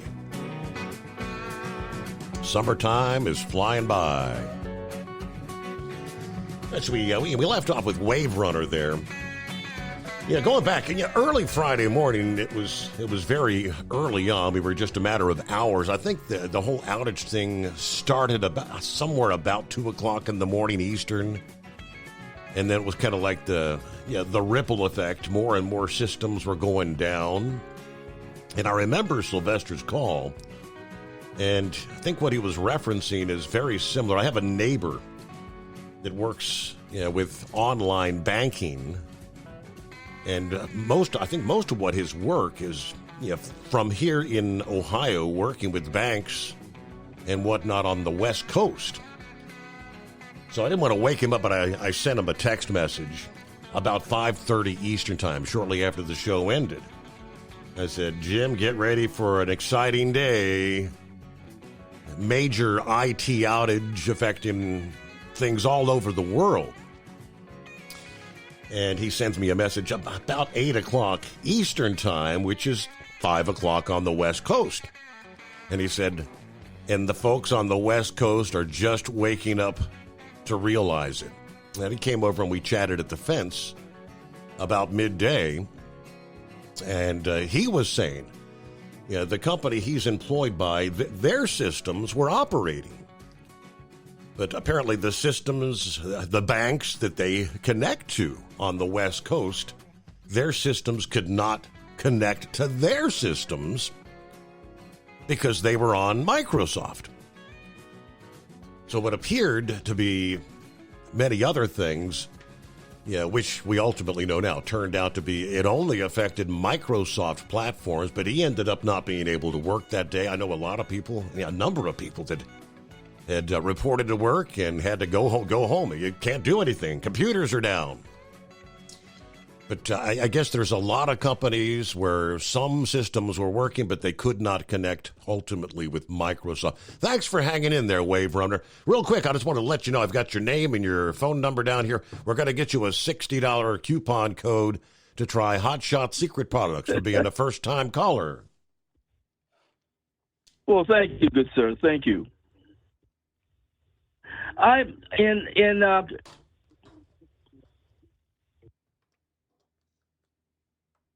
Go ahead, Wave Runner. You still there?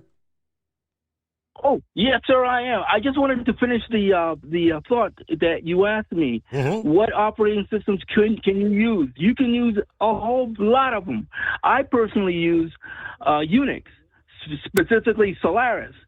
That's what Visa uses. Visa has never been hacked ever since they put in Solaris. You can also use various versions of Linux. Ubuntu is one that is very user friendly, and it takes care of the administration that one would normally do. They take care of it for you. They have ongoing programs checking your security, checking the updates for your various software. Yeah, so that would definitely be a choice. And by the way, the same hardware platform that you're running the Microsoft on, you can run any of these systems. Now, just there is a caveat, and the caveat is this. On some Microsoft systems, they make it such where the BIOS, the basic input outs of the system, will not accept anything else other than Microsoft. But that is something that, it does happen, but not every machine has that. That's about maybe 20% of all machines have that limitation. But that's the only thing that you would run into. So if you want to upgrade, so-called, you're going to take something. You're going to bring in an operating system that's a free download. More than likely, it's going to run easily on your hardware, just like any thing that Microsoft would have running on it. And you won't have the compatibility issues with software that you have with Microsoft wanting to talk to somebody else's system. I mean, if you have a Unix system, you can talk to IBM, you can talk to Hewlett-Packard, you can talk to everybody and anybody from a programmatic standpoint. Where with Microsoft, no, you got to have waivers, you got to have extensions, you got to have some kind of an exception that allows you to do things, assuming that you can. That's the other thing. You don't necessarily have all that connectivity. So the easiest way to identify someone who really knows what they're talking about versus someone who doesn't, you just ask the question, are you a Microsoft user? If they say yes, that's it. Really? They can't talk about anything in computer science. Yeah, right. I mean, I make it real quick. I make it real simple. They're a Microsoft user. They're not going to know about these other operating systems. They're only there. That's it. So that's what I wanted to get across, because it makes it real difficult for me to come in and express and explain what the marketing hype is in the business, how things really work, because their minds are already closed if they're a Microsoft shop. Yeah. Well, real quick, like you mentioned one thing. You used the word user friendly. Is Microsoft dominance? Yes, is their dominance primarily because it's easier to use for most people that aren't real? I mean, I'm not real computer savvy. It's as simple as this. The old Irish saying: "It's better the devil that you know than the one that you don't." And most people have grown up from moment one to be using a Microsoft system. That's it. That's why they are so comfortable with it. Not because it's any good. It's because they were forced to use that and that alone. They don't know anything else, and that's so that's what they use. That's what the problem is. But if you decide, like I'm telling people here at the Catholic Church, hey, listen, you seen these hacks? I've been telling you about this kind of stuff for years, And now they're saying, you're right. You know, we don't want to be embarrassed anymore. We don't want to have our bank accounts hacked anymore. You know. Oh, and on banking, most banks, ironically, the same way as medical institutions, they use Microsoft. Is it any wonder why they are one of the top targets for hackers to go after? You know, I mean, it is truly mindless how we take our most personal information and trust it to Microsoft. Or, you know, it's just the kind of thing that just makes no sense whatsoever. And for me, it's true lunacy. But then again, I am an enterprise architect. I've been doing this for 40 years. I've been seeing the horrors that happen all this time. And so, you know, I try to enlighten folks as to some of my experiences so they don't have to go through that kind of thing. Mm-hmm. I mean, it is not an easy thing to have your identity hacked because you really don't get it back. Once stuff goes out on the dark web, you will be subject to hacking time after time after time. You know, go talk to Marriott. Marriott, they've been hacked so many times they don't even count it anymore. It doesn't even make the news anymore. And we're talking 500. They're running somewhere in the neighborhood of 550, 600 million accounts. That when they get hacked, it seems like it's everything that gets hacked. The city of Baltimore, they got hacked back about 30 years. The hacker said, I want $50,000. They told the hacker to go pound sand. They have not recovered since. The courts can't really talk to judiciary. Judiciary can't talk to the jails. You know, the public service providers seem to be lost all the time because they can't talk to other entities. They're all stuck in what's called stovepipe.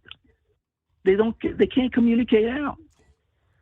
You know, and the same thing is especially here in Delaware, where I've been trying to deal with the state, and they keep screwing up. They keep screwing up, and you tell them you do have in-house other operating systems. Why don't you use them? Those are secure. Those actually work. And they come up with the stupidest, sorriest excuses you can think of.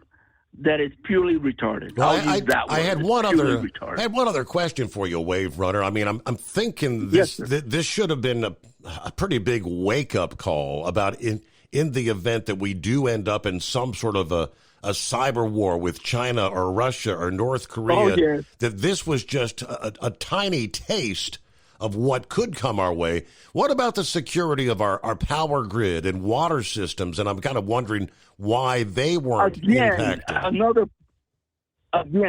another problem area that I have been getting on the case of the local co-op, because the local co-op, their systems are what? Microsoft based. The control system that electrical energy around the grid is all done on a Microsoft platform. Wow. I mean, it's. I cannot tell you just how much. Sometimes my jaw it just doesn't open. It blows as the ridiculousness of these folks. But you know, so at any rate, I will certainly be calling back and make mentions about this and some of the trends that are happening. So I just wanted to make one quick point that you just brought up. What about having wartime? Mm-hmm. We, the U.S., are going into a war stand. Biden, the traitorous garbage of Biden has done, has set us upon rails that we cannot avoid. There's nothing Trump or anybody can do to evade us having a pretty serious incident come this fall, because Xi was elected after he was they changed the Constitution, and his promise was he's going to re-elect made in China That's already being prosecuted out there in Asia presently. There are all kinds of moves that China is making to say, we're coming. And as you have reported here, and many of the callers have talked about, Chinese entities here going to the firing ranges, and the ones that are the long shooters are the women. I mean, there's no secret. We know what's happening, and this is what's coming down the pipe. For this particular reason, I mean, as when I'm playing the guy that does the architecture for these multi-global nationals, I also have to take into account not just technology. I have to take into account culture, politics, current events, all that stuff.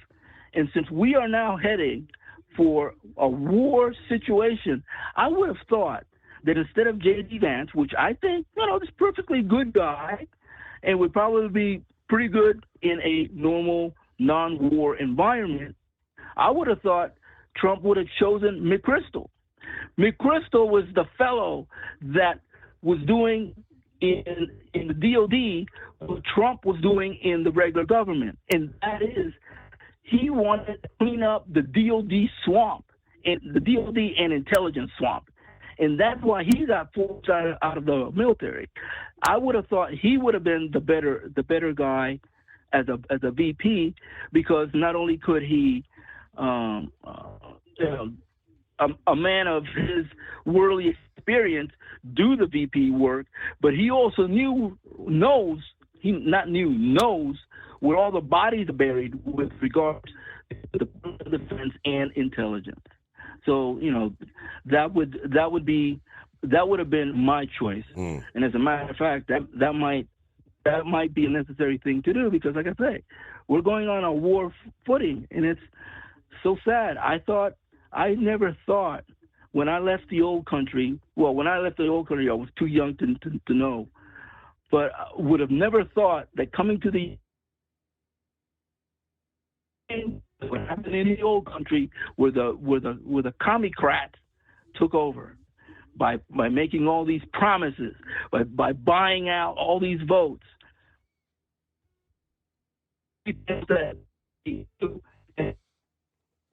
Yeah, we're losing connection with Wave Runner. Hey, is that intentional? Somebody's sabotaging my phone. Wave Runner, good to hear from you. A very, very interesting call. I do believe, really, it's all about ease of use, consumer friendly, user friendly. When you sit down at the computer keyboard, you want everything to flow easily. How much, I have no idea how much more difficult it would be to navigate through some of those other type of systems he was talking about, the Linux. And I don't know. Is that the wake-up call? But I think, as we've been saying and so many others been saying, when that time comes and China decides to make their move on Taiwan, and if we're going to get involved, and undoubtedly we would get involved if Donald Trump were in office. I kind of wonder if Joe actually did maintain that position, how far we would go to try to defend them. I mean, they're telling us we would. I don't know. But you can be assured that they're staging and preparing to make life miserable in this country when it comes to the likes supply chain, water, electricity. If the American people are miserable, we won't be behind the leadership and what they're doing. We'll be throwing our hands up and saying, what do we care? Leave them alone. It's China. Screw them. We want our lives back. Can you see that coming down the pike? As an independent trucker, you work hard to meet your goals. The Owner-Operator Independent Drivers Association has been helping small business truckers for over 50 years with benefits, services, information, and discounts. You work hard, but OOIDA works even harder to give you advantages that large fleets enjoy. And all of our programs support our representation on your behalf in Washington, D.C. Become a member at OOIDA.com, making a difference in the lives of truckers. Fuel filtration is a big deal. Poorly filtered diesel fuel can damage injection systems, reduce efficiency, and rob horsepower, among other things. By removing the water, air, and debris from fuel, fast fuel systems can triple the life of your injection system while restoring power, optimizing fuel economy, and more. Not sure what your truck needs? Give us a call at 636-433-5410 or learn more at fastride.com.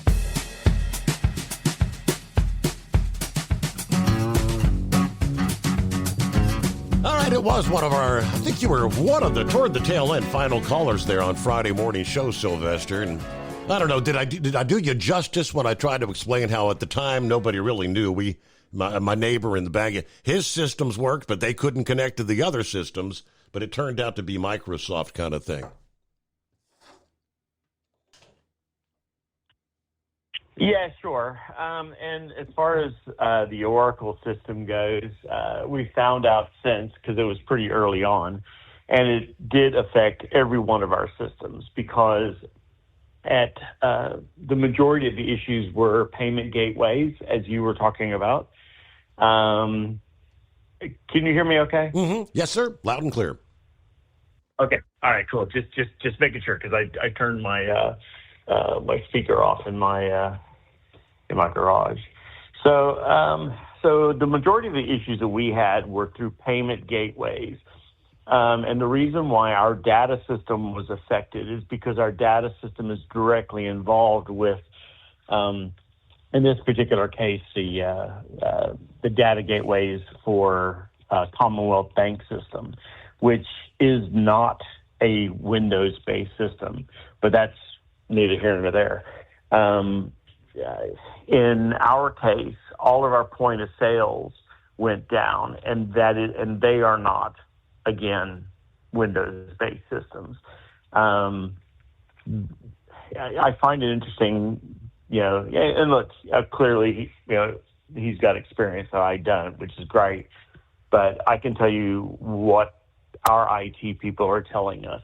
And as far as my big, bad, evil Microsoft, look, and I get that. Look, I remember when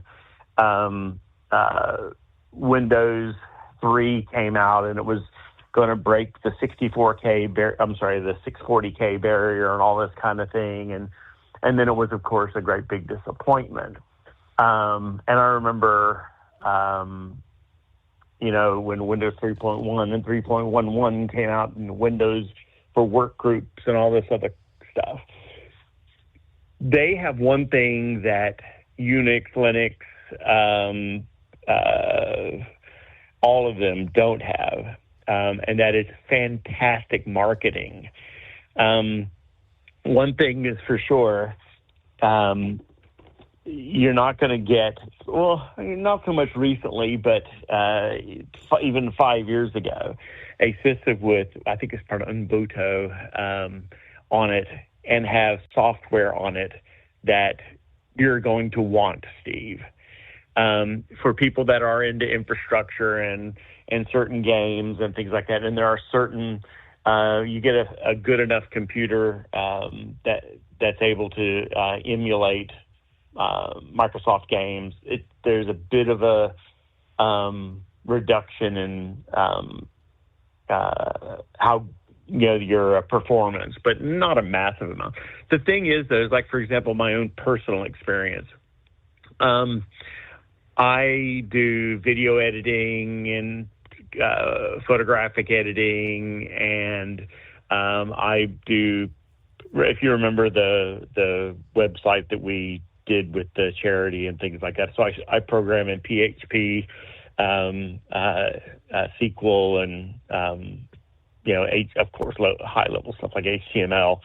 But the thing is you got to go where the money is if you're going to do it professionally, and you're going to have to go if you want to actually make money doing it. You have to go where people want you, and the majority of computers sold today do not have Linux, do not have, who was it? Google came out with their Chromebooks and things like that. And they were pretty popular for a little bit, but they're so limited what you're able to get for them. So a lot of people don't want them. You know, I use the Adobe stuff.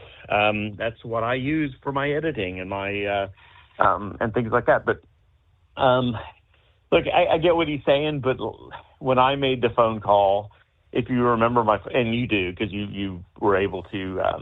Everything was it was breaking news at the time. But I don't know if you got time, hang in there. But we got to get our news break. From Feature Story News in Washington, I'm Jagruti Dave. US President Joe Biden has announced he's dropping his re-election bid, endorsing his Vice President Kamala Harris to be the new Democratic Party nominee. The decision follows months of pressure amid concerns over the 81-year-old's health, age and fitness for office, which had fueled calls for him to step aside from even his most loyal supporters. Biden will remain in post during the campaign, Benji Hire reports.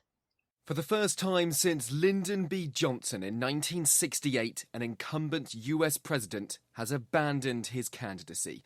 In a statement on Sunday, Joe Biden said the job has been the greatest honour of his life, but that it's in the best interest of the country to stand down. It's not clear exactly what comes next. Democrats will have to decide on a new nominee. The president, who will speak to the nation later this week, believes Kamala Harris should be chosen to run against Donald Trump. Benji Hire, Washington. Barack Obama and other top Democrats have been speaking out in praise of Joe Biden after he announced he's dropping out of the 2024 presidential race. This follows weeks of pressure from senior party figures who have both privately and publicly called on Biden to stand down over concerns about his age and mental fitness. Former US President Barack Obama has issued a statement calling Joe Biden one of America's most consequential presidents, as well as a dear friend and partner. He added, Biden's actions show he's also a patriot of the highest order. These words were echoed by other Democrats, including former House Speaker Nancy Pelosi. Reports have emerged in recent weeks that Pelosi was one of the senior members of the party who was privately trying to persuade Joe Biden to stand down.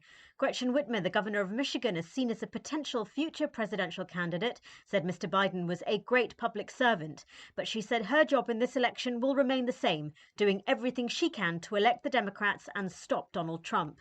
Mr. Biden says he plans to speak to the nation in more detail later this week. In other news, Israeli officials say they successfully shot down a missile fired from Yemen. It comes a day after an Israeli airstrike reportedly killed 3 people and injured 87 others in a Houthi-controlled area of Yemen. Our Middle East correspondent William Denzelo reports. Air raid sirens were triggered in southern Israel, but officials say the Arrow 3 missile defense system shot the projectile down before it reached Israeli territory.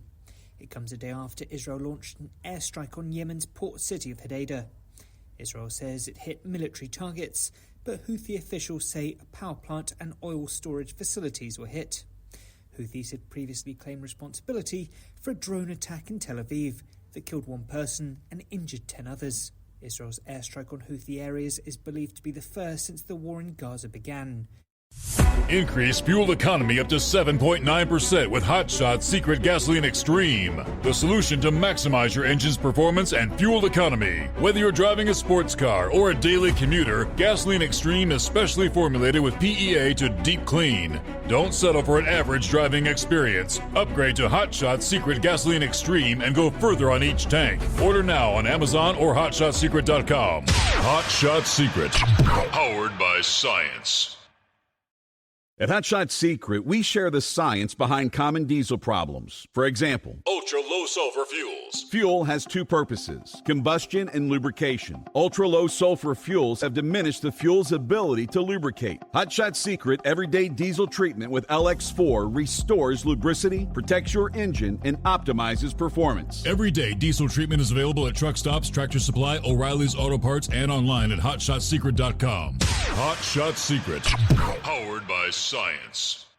Building relationships with their team drivers and customers still matter at IBI Security Transport. Since 1966, IBI and its team of drivers have been leaders and innovators in providing white glove service to its exclusive client base for transporting high-value freight safely and securely. Much of the IBI staff have driven trucks, so they understand both the customers' and drivers' needs. If you're seeking a career that values you as a person, not just a number, and offers great benefits and good home time, then IBI is the place for you. Call 800-582-5912 to discover why we are the leaders in team freight and start building a relationship with you. Attention all truckers, are you ready to own your own truck? Lone Mountain Truck Leasing makes it easy. Our lease-to-own program puts you in the driver's seat. Our inventory is always changing, and we have a variety of rigs, including Kenworths, Freightliners, automatics, and manuals. Once you make your last payment, the truck is yours. No interest, no balloons, and no buyouts. Take the first steps towards independence and financial freedom. Visit LoneMountainTruck.com or call 866-944-0383 to apply today.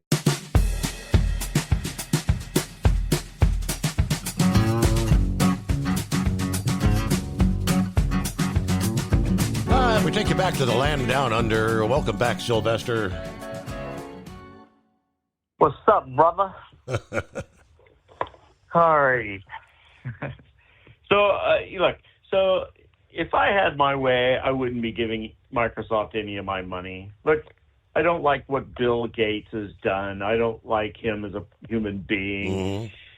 But I also have to tell you, I got to do and use what I have to be able to get the job done. And the multi-billion-dollar company I work for feels the same way. What would it cost them to move to and train, don't get me wrong, and to train people to use different systems and that? It's never going to happen. Never. I mean, if it does happen, it's going to be something that they do over, a 5, 10 plus year period.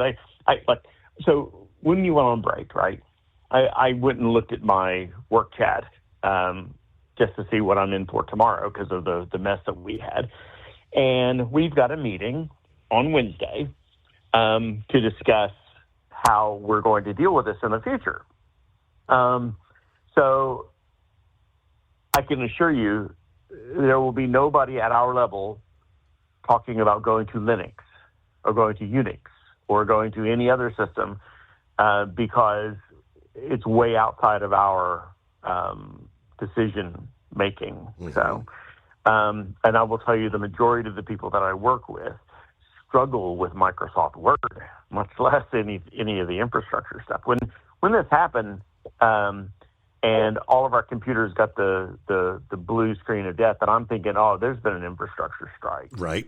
That's my first thought, because we were getting customers in saying, hey, I've got at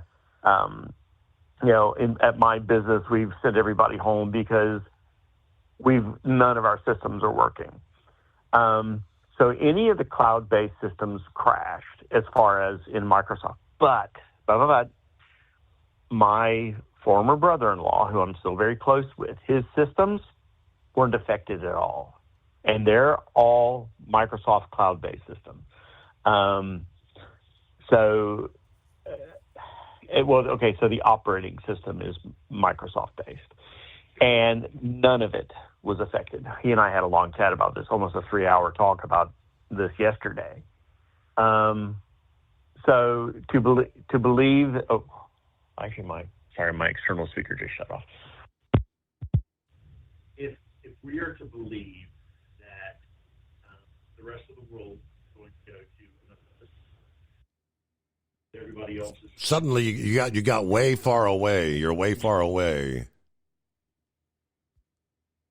Yeah, sorry, no. If my external speaker turned on, let me turn it back off. Go back to where I was.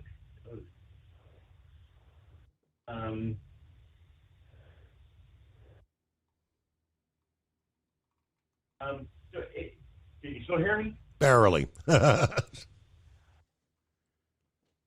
righty, hold on. I'll get this over. All right, can you hear me now? There you are. All right, sorry about that. I got to turn this stupid thing off. Hold on. There, guys. All right, so if we're talking about common systems, if you look at the total number of computers that are on a Microsoft-based system, and then the total number of computers that are on Unix, seriously, those are published numbers. Have a look, Steve. If you had 1 billion computers that were running your operating system, and you had, I don't know, 40, 50,000 computers running the other system, which do you think has more power, more users, and all that? Of course, it's going to be the billion computers. Well, that's the difference between Unix and Microsoft. Now, is it an unnecessary or unfortunate thing? Sure. But you know what? To walk around telling everybody that they're stupid because they use Unix, the average Joe has no clue what you're even talking about. I'm a bit of a nerd, so I do. Right. Remember High Tech? Yeah. Didn't High Tech try to put you onto onto Linux? Yeah. So do you remember that version? That's a long time ago, I realize. But do you remember trying to use that system? Not really. No. Yeah. So no, it didn't go very well. I remember what happened. It didn't last very long, or he really didn't know what he was doing. But that's another story. And now he's probably heard me. But anyway, back to what I was saying. We are in agreement of this, though. Our systems are vulnerable. And in this particular case, it's not just that it was a Windows system that it was affected. It was a single point of failure. That's where the issue was. And the whole point behind ARPANET, which was the predecessor of the Internet, was to have a network, a web, basically, of servers and computers that would be able to communicate with each other. So the whole point behind it was that interoperability and protecting from attacks and things like that, that's gone. Because of the systems like this one, was basically the only one that was being relied on to provide this fraud protection. It just, like I said, single point of failure. When you have a single point of failure like that, and you have that cascading effect like we saw on Friday, Saturday, it alone should be a red flag. Now, was it an attack? Dude, I will never be in a position to know exactly what happened. We can sit here and speculate here on, on the show, but we don't know. We're only going to know what we're told, pretty much. So, but what it comes down to is this: what are you doing to make sure that it doesn't affect you? Or if it does affect you, how can you mitigate those effects to the best of your ability? How long have we been talking about preparing for things like this, Steve? 20 years now? Plus. Is it getting close to that at least? Yep. Yeah. So I remember one time you asked me, I said, Sylvester, are you a prepper? You know what, dude? If you're not preparing for this kind of crap, that's where you do have control. You have no control over what your bank uses as far as their operating system, et cetera. You have no control over what airline uses as far as their operating system goes, but you have absolute control over how you're able to deal with those problems. Are you able to remember the movie Planes, Trains, and Automobiles? Little things that would go wrong that they had to deal with along the way. So they originally were on an airplane, but then they couldn't fly because of the weather, et cetera. That's what you got to do. How are you going to get the things you need in your life when all the poop hits the fan? So we can sit there and criticize Microsoft all day. That's all well and good.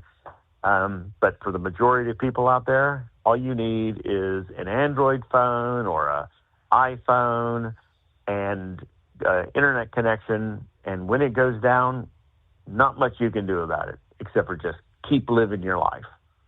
All right, brother. Look, I've taken up too much of the airwaves. Look. But before you go, dude, I love your show, and I so appreciate your show. It's refreshing that people can still get on here, even the people that don't agree with us, and though sometimes you just got to scratch your head and wonder, why do you believe this? But that's another story. All right. One final question. Show, brother. One final question. Do you think Kamala Harris is going to be, will she be leading the ticket come the convention, or will it be somebody else? I think there's a battle going on right now behind the scenes.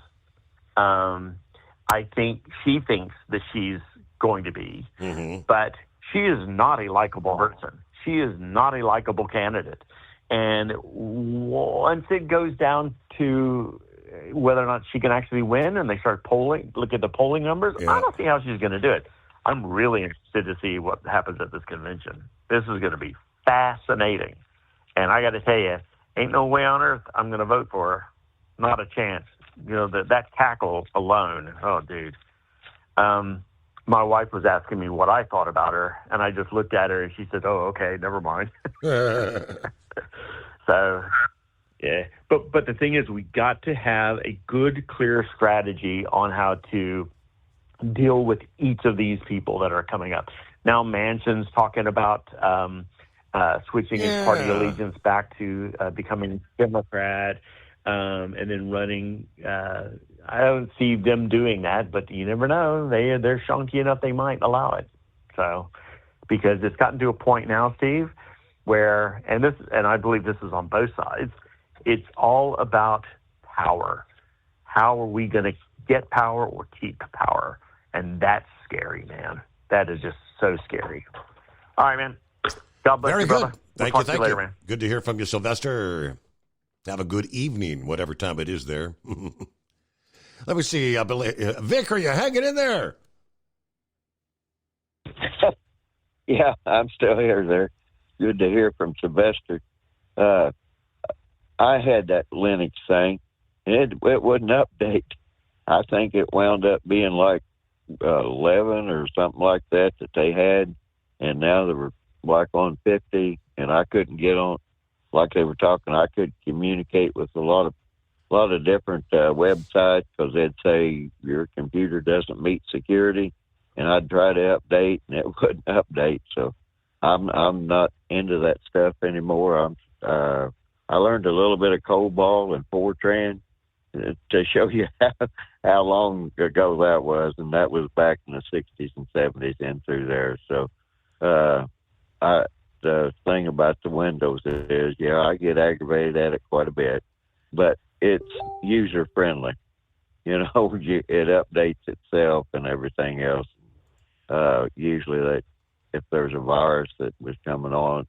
But my problem was as soon as I think it was Sylvester mentioned AWS, I have kind of a screwy internet right now that's actually through Amazon, and they use that AWS thing, and you have to have an app on your phone. And I've been looking around for a different internet service, but none of them really seem to come up very good. But like I said, I know very little about that, the whole system anymore, other than everybody is getting hacked all the time, even the intelligence agencies and all these people have all this sophisticated stuff. So I just don't, by and large, I don't know how it's all going on, but I don't think any of it's very secure.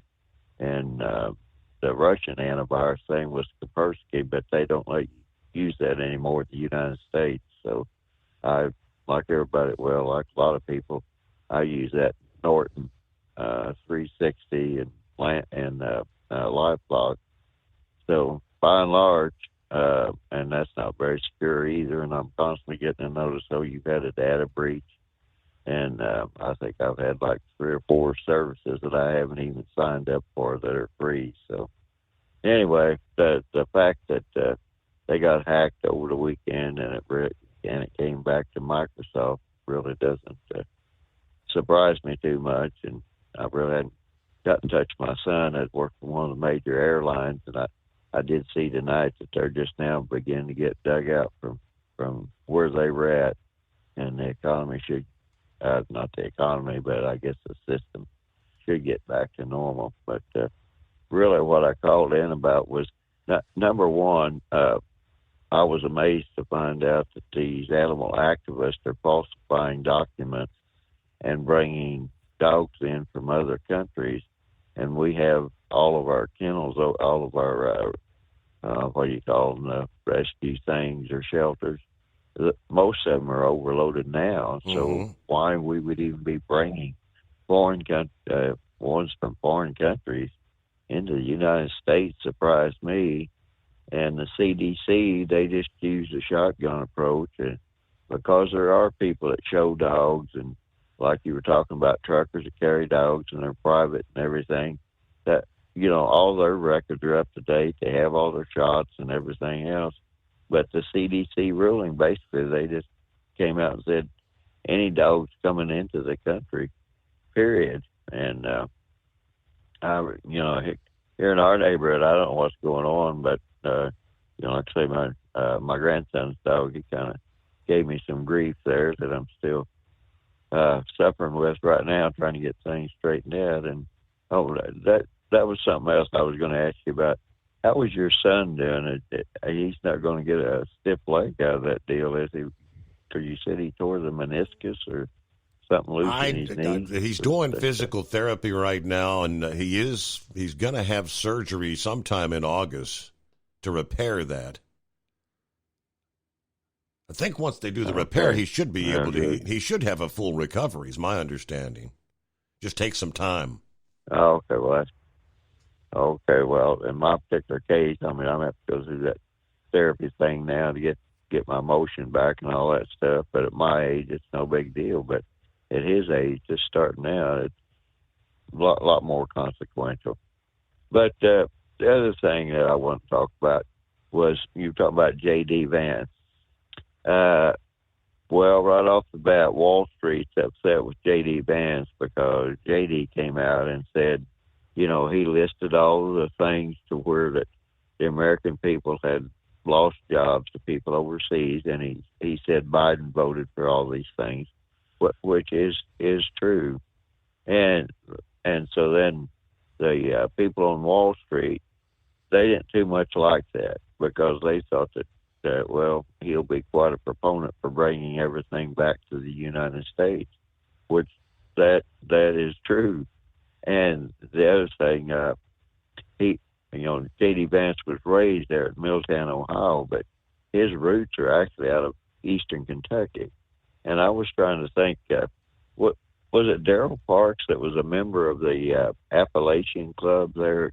Because you have a lot of the Appalachian people there around Cincinnati. People came up out of when the coal fields played out, came up through there. But I remember there was someone there at WLW that was a member of the Appalachian Club.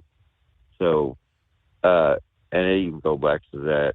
And when I watched J.D. Vance's and Trump's program there in Michigan, he mentioned about that his grandmother, when she died, his grandmother raised him.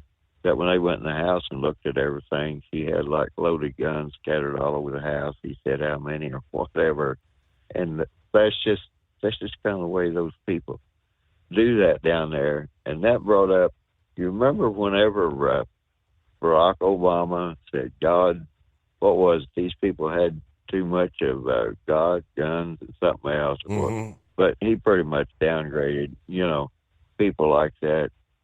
And whenever Donald Trump took the stage and somebody made some mention about who he might be running against or anything, he said, well, Trump said, we need to understand that, it doesn't make any difference. This is about our program. We have the mega program that makes America first, and the Democrats have a program that makes America last. And he said, that's what we're running against. We're running against the two ideas. So I don't know if you've seen any of that rally in Michigan or not, but that was what Trump was stressing the point, which that part sounded good. But the next part, somewhere into there, somebody asked him about this Project 2025. Now, I looked that up today, the Project 2025, and what that is, that's the name. You remember the Heritage Foundation wanted to make sure that Trump didn't, if he got elected, that he did not make the same mistake he did before and leave people in different offices that were loyal to the Democrat agenda, and make sure that he put people in place that would advance the Trump agenda or the MAGA agenda. Well, Trump made the statement, it's like, well, I don't know that much about Project 2025, and it's the radical right. And to me, that really wasn't the radical right. And the first thing I thought to myself, Trump, you're going to have to learn how to use all these assets. You might not nobody agrees with anybody else 100%. And I'm sure Trump doesn't agree 100% with the 2025 agenda, but there's nothing really radical in there. And my first thought was, okay, here we go. The Democrats are going to try to divorce cause a split between Trump and his people that have the connections and can really give him good support. That's like the Heritage Foundation. There are a lot of savvy people, politically savvy people in that group, and they have the connections. They can turn out the vote. Even after all the rallies and rah-rahs goes on, they can do the heavy lifting, so to speak. And the first thing went through my mind, well, that's going to be one of the strategies of the Democrats, to try to come out and separate him from people that will actually give him support, try to make him mad, make the two mad at one another. And that's just going to be one of their strategies. And the other thing is that today was them the Democrats trying to get everybody in here that they can. I can't believe that this one congresswoman, I wasn't paying too much attention, but my wife was watching, and she comes, the congresswoman comes out and says, well, I need those people in my district. We need them there because we need them there for our rep to set up the congressional district. And some of them watched, I said, well, if she doesn't have so many people in that district or that state's losing population, then they're going to redistrict that. And that will in turn mean that the Democrats can lose representation just through that in Congress by having fewer congressional districts. So by and large, that the thing with trying to get people in here, it goes back to that one person, one vote thing that the Supreme Court passed back in the 60s, which said before that time, you had to have registered voters within a district, and that's how they would apportion a district. Well, when they went to the Supreme Court says, no, you have to include everybody of voting age. Well, the people that come in here, they can be of voting age, but they might not even be registered voters. But you still have to count them when you apportion the congressional districts.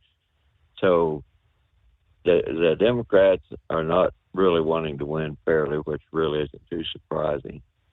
But that's pretty much what they were going by. And the other thing I just mentioned real quick is you've always heard about this voter ID thing. Now, the Democrats passed motor voter ID, right? Where motor voter registration. Mm-hmm. So so you get this, you go to the license branch, you get a license. Your license will have your picture on it, but it's too much of a burden for people to show a voter ID with a picture on it. Now, if you can reconcile those two, you're better than me, Steve, because you registered to vote. Yep. So it's all sleight of hand, lights and mirrors. All right, Vic, thank you much. We close out another hour. Let's get a news break. The Steve Summers Overnight Drive.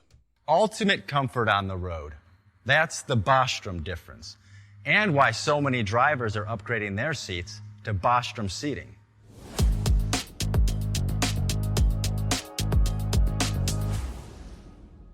With roots dating back to 1935, we know seating.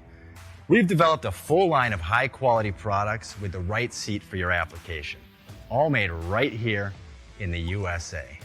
From our top-of-the-line Wide Ride Plus Certa for the long-haul driver to our entry-level Baja series for the vocational driver, we provide you with the comfort you deserve at the price point you're looking for. We know you're busy. You don't have time to search every distributor and dealership for the right seat, only to find the one you want won't fit in your truck.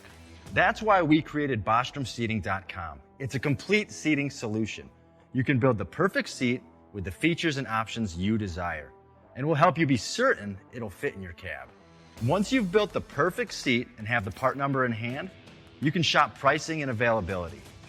Our Where to Buy feature allows you to pick up a seat right where you are or anywhere along the road you'll be traveling. When you install a Bostrom seat, you become part of the Bostrom family. A family that includes other drivers who recognize this is more than work. It's a ride, one that requires the next level comfort and support only Bostrom can provide. Go to BostromSeating.com to design your ride with ultimate comfort for the open road. Hands on the wheel, hands off invoicing. At Transcap, we're built for high speed and service, just like you. Our fast freight factoring helps you make more money, not chase it down, because we handle all the invoicing BS and back office work. Apply for fast funding at transcap.com/getcash. It takes just 60 seconds. Or call 888-250-TCAP. That's 888-250-TCAP. And mention Steve Summers' Overnight Drive. From Feature Story News in New Delhi, I'm Neha Punia. U.S. President Joe Biden has ended his re-election bid, endorsing his Vice President Kamala Harris to be the new Democratic Party nominee. The decision follows weeks of pressure amid concerns over the 81-year-old's health, age and fitness for office, which had fueled calls for him to step aside from even his most loyal supporters. Biden will remain in office until a new U.S. president is sworn in, but the historic decision means whatever happens in November's election, the 46th President of the United States will not serve a second term from January. For the first time since Lyndon B. Johnson in 1968, an incumbent U.S. president has abandoned his candidacy. It's not clear exactly what comes next. Democrats will have to decide on a new nominee. The president, who will speak to the nation later this week, believes Kamala Harris should be chosen to run against Donald Trump. Benji Hire, Washington. Joe Biden is expected to address the nation later this week. In a statement, he said that the decision was made in the best interest of his party and the country. Nick Harper sent us this report from Joe Biden's home state of Delaware, where the president has been isolating since contracting COVID-19. That is unclear when that will be, also what format that would take. Would it be an Oval Office speech that is normally reserved for presidential matters as opposed to candidate matters, or would he choose a different location? Remember, he is the man from Scranton, Pennsylvania. He might decide to return to his hometown to make this very consequential speech to the nation. All of those are things that we're still waiting to find out. Democrats have been speaking out in praise of Joe Biden after he announced he's dropping out. This follows weeks of pressure from senior party figures who've both privately and publicly called on Biden to stand down over concerns about his age and mental fitness. Former US President Barack Obama has issued a statement calling Joe Biden one of America's most consequential presidents, as well as a dear friend and partner. He added Biden's actions show he's also a patriot of the highest order. These words were echoed by other Democrats, including former House Speaker Nancy Pelosi. Reports have emerged in recent weeks that Pelosi was one of the senior members of the party who was privately trying to persuade Joe Biden to stand down. Gretchen Whitmer, the governor of Michigan, is seen as a potential future presidential candidate, said Mr. Biden was a great public servant.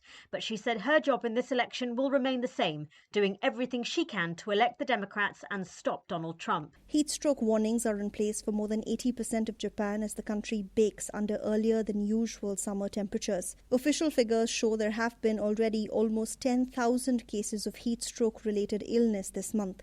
Chris Gilbert is reporting from Tokyo.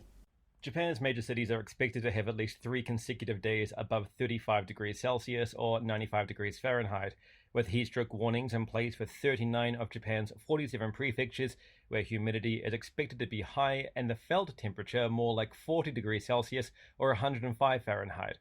For the first time this year, the government has empowered local authorities to take measures against the heat, such as the sudden cancellation of outdoor school events, sports matches, or summer festivals on very hot days. They've also been charged with designating public facilities like gyms, halls, and community centers as air-conditioned emergency shelters. Almost 2/3 of hospitalizations for heatstroke-related illnesses this month have been people over 65. Chris Gilbert in Tokyo. Bangladesh is on edge a day after the Supreme Court drastically curtailed a controversial quota system that was the subject of one of the biggest protests in Bangladesh's recent history. Tens of thousands of students have taken to the streets against a policy that reserves 30% of all government jobs for families of war veterans of Bangladesh's freedom struggle. Ishan Garg has more. Bangladesh's Supreme Court has reduced the government job quotas to just 7% according to reports, and said 93% of the jobs should be allocated on a merit basis. This was the key demand of the tens of thousands of student protesters. The quotas for the families earlier stood at 30%. From bureaus worldwide, this is FSN. The main news again. Joe Biden has ended his re-election bid. He's endorsed his Vice President Kamala Harris to be the new Democratic Party nominee. Harris promises to earn the nomination and says she'll do everything she can to defeat Donald Trump. Joe Biden is expected to address the nation later this week. In a statement, he said that the decision was made in the best interest of his party and the country. Bangladesh still on edge a day after the Supreme Court drastically cut down a controversial quota system for government jobs. And that is the latest feature story news. Neha Punya reporting. At Hot Shot Secret, we share the science behind common diesel problems and their solutions. For example, diesel particulate filter regeneration. The DPF catches particulates left over from combustion. The DPF regeneration cycle cleans the filter with temperatures exceeding 1,000 degrees Fahrenheit. A computer sensor triggers the DPF regen, which is often accompanied by a loss of power and fuel economy. The frequency of DPF regens are in correlation to the cleanliness of the fuel burn. Under heavy operation with the dirty burn, DPF regens can occur multiple times per day. Hot Shot Secret Diesel Extreme Fuel Additive promotes a more complete combustion, creating fewer emissions and therefore fewer DPF regens. Vehicles using Diesel Extreme experience 83% less DPF regens. Hot Shot Secret Diesel Extreme is available nationwide at truck stops, fine farm and auto stores, and online at hotshotsecret.com. Hot Shot Secret, powered by science.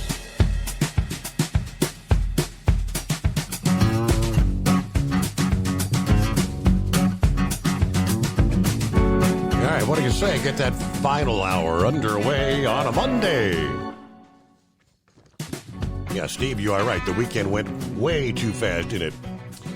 Yeah, good morning. Steve Summers, all the listeners out there. The weekend was too short. As always, we're still waiting for that third day. It was restful, though. Time to get the coffee ready, the car packed. I suppose we'll head in and see what the day brings us. Another day. That's pretty funny. So, yeah, Vic was talking about showing identification to vote, right? All these people without IDs, obviously, they don't smoke, they don't drink, they don't, purchase antihistamines. Steve, I went into Walgreens in uniform the other day to buy some antihistamine. I forgot my wallet at home. They would not sell it to me without ID. Government work at its finest. I had to prove I'm not a meth dealer. All right?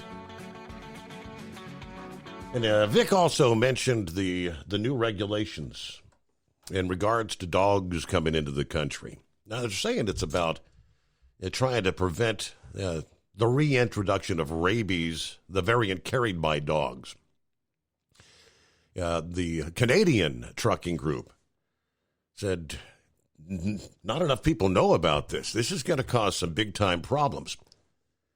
The trucking group said issues include concerns about the structure of the policy how rapidly it's been introduced, and the lack of communication and awareness amongst all travelers about this upcoming change. The CDC announced this back in May. That gave the public roughly 3 months to prepare. Under the new requirements, all dogs entering the United States must, number one, appear healthy upon arrival, must be at least 6 months of age, must be microchipped, and must be accompanied by a CDC dog form, import form, online submission receipt. There are additional regulations based on where the dog has been the past 6 months and whether the dog was vaccinated in the United States. Additionally, dogs arriving from countries with a high risk of dog rabies must be vaccinated to protect against the viral disease. With the impending rollout on the horizon, August 1, the Canadian Trucking Alliance is now asking for those requirements to be delayed till January of next year or until the CDC and the Canadian Food Inspection Agency have agreed that all the issues have been addressed. We believe such an approach would bring about a better policy that protects our animals as well as allowing for all cross-border travelers to understand how to comply with this requirement. Last Wednesday, the Canadian Minister of Health issued a statement regarding the upcoming changes and concerns. In his statement, he said that the new measures could place an undue strain on supply chains. These new CDC regulations risk negative impacts to our people, our supply chains, and our local economies. Our government has been clear. Many Canadians, like snowbirds and truckers, travel to the U.S. with dogs. And the CDC's new regulations will affect the people and economies on both sides of the border. We will continue to raise these concerns to our U.S. counterparts and work to find a path forward. Both he and the trucking group point out that Canada, like the U.S., is actually free from the rabies variant carried by dogs. Okay, Always Moving joins us here on a Monday. Hi there. Good morning. Thank you for taking my call. It was interesting hearing about the dog thing. I thought you always did have to have a rabies shot record I thought all dogs had to be vaccinated coming into the country. So I don't understand what the difference is unless it's a new form or something. But what do I know? I never taken my dog out of the country. Mm-hmm. I did find that interesting on the news that we're now hearing about Bangladesh. Like, why? I don't know. I thought that was, like, where did that come from? Right. That we're hearing about there. Yeah, I just thought, okay, what channel is this? That's weird. Friday, where I work, we were very affected by the computer breakdown worldwide. Made for a lot of confusion. And what was weird about it is one computer would work, like you have your desk, like there's 3 computers in a nurse's station, and one of them would work and 2 of them wouldn't. And the call system would work at one station, and then it didn't work at another. It was very hit and miss at how it affected everything. It took all day for them to get it back up and everything running, but it was, I walked into it at 7 in the morning, and they had been dealing with it since whatever time at night, and it was interesting how it affected here and there, where I would have thought like all the computers would have gone down or all of this or that would have been affected by it, but it was very hit and miss. So I don't understand computers enough to even have an idea as to why it happened that way. But I don't know if anybody else called in about it, but that's what we faced on Friday with that computer outage. Okay. Did you enjoy the moon Saturday night? Yeah, big full moon, big pretty full moon. Still looks pretty full to me, but I know we're a couple nights past now. Yeah, but it was gorgeous, and the air was still, and the summer locusts were singing, like the August summer locusts were singing. I sat outside for a couple of hours. It's the only way I can get internet access. I can't go in the house with anything on the phone. But anyway, I sat outside and just was scrolling through stuff and didn't get bit by a single skeeter. It was a very lovely night. It was really, really nice out there. Heard the owl, one of the neighbor owls was calling, but just sat there and enjoyed the moon. It was just beautiful coming up. And then the politics. If you go to WBNS Columbus, Ohio, which is a Channel 10 station in Columbus, they have a section where they fact check that 2025. It's a daily thing that they put on there, and I'm not versed on it, but I have looked at it a couple of times, and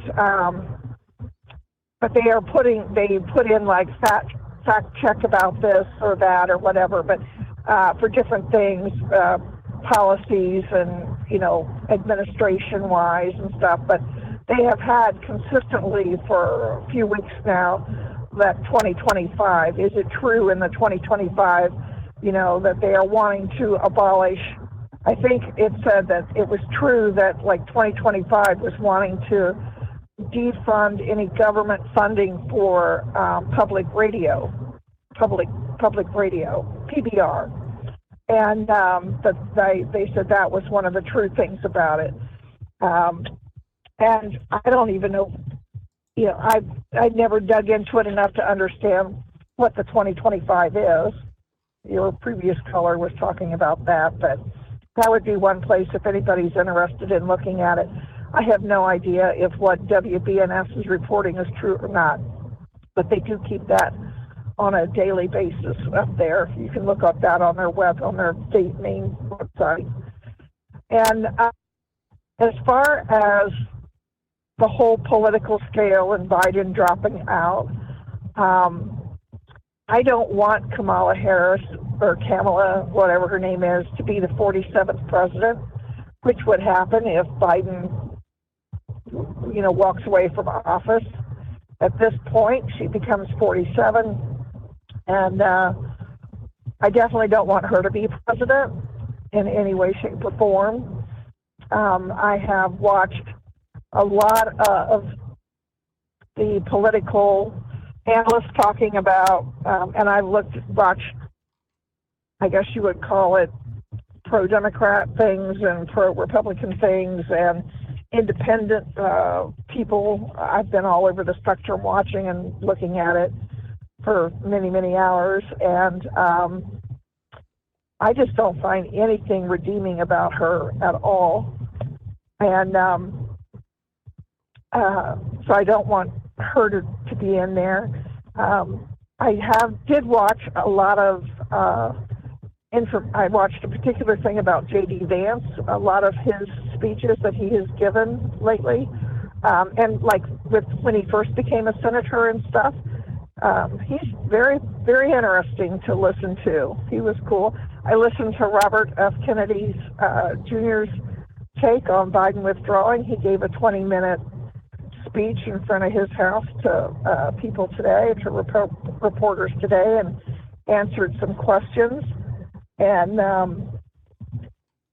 I've been doing my homework, looking at it from all different angles and trying to see it. But in general, I can't believe after the debate, I can't believe that the polling was that close between Biden and President Trump. I can't believe there would be, other than an anti-Trump vote, I don't know why anyone in the Democratic Party would want to vote in the Democratic Party after having been, they lied to the whole country, but they especially have been lying to their base. and that's a shame. And fall, and I hope that the voters react in November. I hope that they remember that this entire, I don't know if you want to call it, they talk about the powers that be in the White House or whatever, the Democratic force who's supposed to spout democracy. There's really just a couple of people that are running all of that, and that's a shame. And that the voters really aren't voting, and that's a shame. Let the chips fall where they may for them. But I certainly could not get behind a group that would be so cruel as to what they have done to the voters and didn't care about us as a country, care about us as people. I mean, it really is all about power. I wouldn't make a good politician. I'm not about power. So, anything else new and exciting your way? Just another weekend in the books. That's about it. Nothing overly exciting this time around. I'm just pulling into my driveway here, and it's raining. It was raining when I got out of the vet office, and I went into town to drop off my errands and stuff, and it's raining here. I didn't know it was supposed to rain, so and we're getting I got my garage all cleaned up. Did you? We're getting a pretty good dumping outside the secret bunker right now as well. Really? Mm-hmm. So it was didn't know what to do. Yeah, I got my garage all cleaned out. It looks nice. I got the walls all swept down, got the floor hosed out. I had purged it in May when I had the dumpster. And so what I think I'm going to do now that I've got it all cleaned out, I mean, there's hardly anything left in it, is now I can purge the house. I'm going to purge the house into the garage and then get another dumpster in October, my vacation, and then I can just empty it from the garage into the dumpster. That way it gives me time. It's hard to get that done in just 3 days, to have that dumpster here in 3 days. So I think I'm going to go with another dumpster and do it that way. That's what I think I'm going to go with. So, but yeah, all nice and cleaned out. I'm really proud of myself. Yay! So that's about it. All righty. Well, hey, I thanks just want to call and say hi. Thank you for checking in. Have a good morning. Yeah, and they did tell us, the Ohio Valley region, we're supposed to see some of these showers, thunderstorms over the next few days. A lot of rain down in Kentucky. Yeah, some heavier showers there from Elizabethtown over toward Richmond, down just east of Bowling Green. You got these showers here right along the Ohio River, then all up along the Indiana-Ohio line, all the way up, going to be moving into the Dayton area. Have some showers over towards south of Columbus as well this Monday morning. Taxes for Truckers provides full-service accounting solutions for owner-operators. Taxes for Truckers is the driver's financial co-pilot. We help independent truckers keep their taxes, filings, and bookkeeping running smoothly so they can focus on the road ahead. Drivers who want their business to run as smooth as their truck choose to partner with Taxes for Truckers for their accounting and tax filing needs. Stop overpaying taxes. Call 888-TAX-4TRK to start paying less tax today. At Hot Shot Secret, we share the science behind common diesel problems. For example, ultra-low sulfur fuels. Fuel has two purposes, combustion and lubrication. Ultra-low sulfur fuels have diminished the fuel's ability to lubricate. Hot Shot Secret Everyday Diesel Treatment with LX4 restores lubricity, protects your engine, and optimizes performance. Everyday Diesel Treatment is available at truck stops, Tractor Supply, O'Reilly's Auto Parts, and online at hotshotsecret.com. Hot Shot Secret, powered by science. Building relationships with their team drivers and customers still matter at IBI Security Transport. Since 1966, IBI and its team of drivers have been leaders and innovators in providing white glove service to its exclusive client base for transporting high-value freight safely and securely. Much of the IBI staff have driven trucks, so they understand both the customers' and drivers' needs. If you're seeking a career that values you as a person, not just a number, and offers great benefits and good home time, then IBI is the place for you. Call 800-582-5700 5912 to discover why we are the leaders in team freight and start building a relationship with you. At Hot Shot Secret, we share the science behind common diesel problems. For example, Fuel additives. the purpose behind most fuel additives is to impact performance of your diesel or provide protection to your fuel system.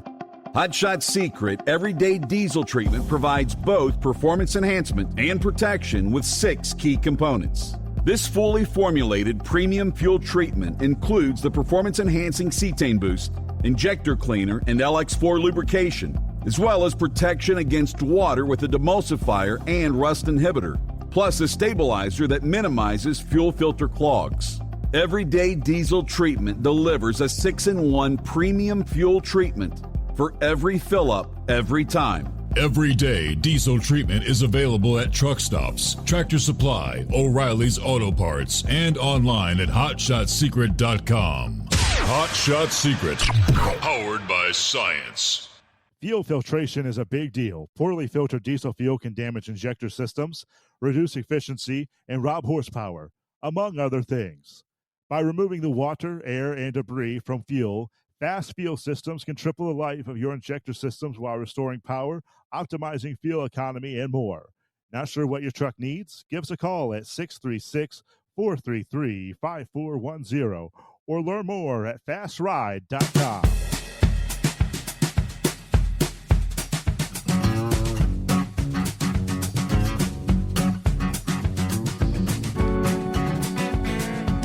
All right, it might be happening again every time the last several years.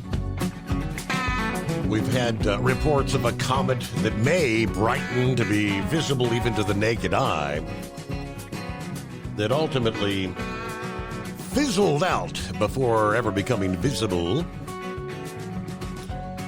At the update from space.com, an incoming comet that could be visible to the naked eye as it passes Earth later this year may be doomed to disintegrate before we get the chance to see it up close. According to the latest study, recent observations hint that the comet has already begun fragmenting and could fall apart completely in the next few weeks or months. However, some experts disagree. Astronomers at the Purple Mountain Observatory in China first spotted the comet January of 2023. Now, when NASA's Asteroid Terrestrial Impact Last Alert System spotted it barreling toward the sun, the comet's trajectory hints that it could be its first ever close approach to the sun and that it may eventually be ejected from the solar system. Either way, this comet is due to reach its closest point to the sun on September the 22nd, could make its closest pass to the Earth on October 13, when it would be about 44 million miles from the planet. If the comet wanders this close to Earth, it will be as bright as most stars in the night sky, which would make it possible for people to spot it with the naked eye for several weeks anyway. I suppose we shall wait and see. What do you want to wager? It crumbles. Hey, last week there was an event, and it wasn't in the nighttime hours. How often do you get an opportunity to see a meteorite in the middle of the day? And that was the case. A meteor streaking over the New York City skyline before disintegrating over New Jersey, according to National. The head of the Space Agency's Meteoroid Environments Office, William Cook, said the fireball was first sighted in an altitude of 51 miles above Manhattan about 11:17 a.m. last Tuesday morning. The meteor passed over the southern part of Newark, New Jersey, before disintegrating 31 miles above the town of Mountainside. Now, he said no meteorites or other fragments of debris, they do believe, reached the planet's surface. The space rock moved at a speed of about 41,000 miles per hour. It was descending at a relatively steep angle at 44 degrees from vertical. The exact trajectory is uncertain. Since reports are based only on eyewitness accounts, no camera or satellite data was currently available. I think I've seen some videos since then, though. By Wednesday morning last week, there were about 40 eyewitnesses that had filed reports on the American Meteor Society website. That's what they were using to generate their estimates. Now, they said this was not part of the Perseid meteor shower, and reports of loud booms and shaking could be explained by military aircraft in the vicinity around the time of its appearance. Cook said that the New York City area gets treated to a daylight fireball about once every 1 or 2 years. There you go. All right, news break. From Feature Story News in Washington, I'm Jagruti Dave. US President Joe Biden has announced he's dropping his re-election bid, endorsing his Vice President Kamala Harris to be the new Democratic Party nominee. The decision follows months of pressure amid concerns over the 81-year-old's health, age and fitness for office, which had fueled calls for him to step aside from even his most loyal supporters. Biden will remain in post during the campaign, Benji Hire reports. For the first time since Lyndon B. Johnson in 1968, an incumbent US president has abandoned his candidacy. In a statement on Sunday, Joe Biden said the job has been the greatest honour of his life, but that it's in the best interest of the country to stand down. It's not clear exactly what comes next. Democrats will have to decide on a new nominee. The president, who will speak to the nation later this week, believes Kamala Harris should be chosen to run against Donald Trump. Benji Hire, Washington. Barack Obama and other top Democrats have been speaking out in praise of Joe Biden after he announced he's dropping out of the 2024 presidential race. This follows weeks of pressure from senior party figures who have both privately and publicly called on Biden to stand down over concerns about his age and mental fitness. Former US President Barack Obama has issued a statement calling Joe Biden one of America's most consequential presidents, as well as a dear friend and partner. He added, Biden's actions show he's also a patriot of the highest order. These words were echoed by other Democrats, including former House Speaker Nancy Pelosi. Reports have emerged in recent weeks that Pelosi was one of the senior members of the party who was privately trying to persuade Joe Biden to stand down. Gretchen Whitmer, the governor of Michigan, is seen as a potential future presidential candidate, said Mr. Biden was a great public servant. But she said her job in this election will remain the same, doing everything she can to elect the Democrats and stop Donald Trump. Mr. Biden says he plans to speak to the nation in more detail later this week. In other news, Israeli officials say they successfully shot down a missile fired from Yemen. It comes a day after an Israeli airstrike reportedly killed 3 people and injured 87 others in a Houthi-controlled area of Yemen. Our Middle East correspondent William Denslow reports. Air raid sirens were triggered in southern Israel, but officials say the Arrow 3 missile defense system shot the projectile down before it reached Israeli territory. It comes a day after Israel launched an airstrike on Yemen's port city of Hodeidah. Israel says it hit military targets, but Houthi officials say a power plant and oil storage facilities were hit. Houthis had previously claimed responsibility for a drone attack in Tel Aviv that killed 1 person and injured 10 others. Israel's airstrike on Houthi areas is believed to be the first since the war in Gaza began, reigniting fears of regional spillover. William Denslow, Baghdad. From bureaus worldwide, this is FSN. Ultimate comfort on the road. That's the Bostrom difference. And why so many drivers are upgrading their seats to Bostrom seating.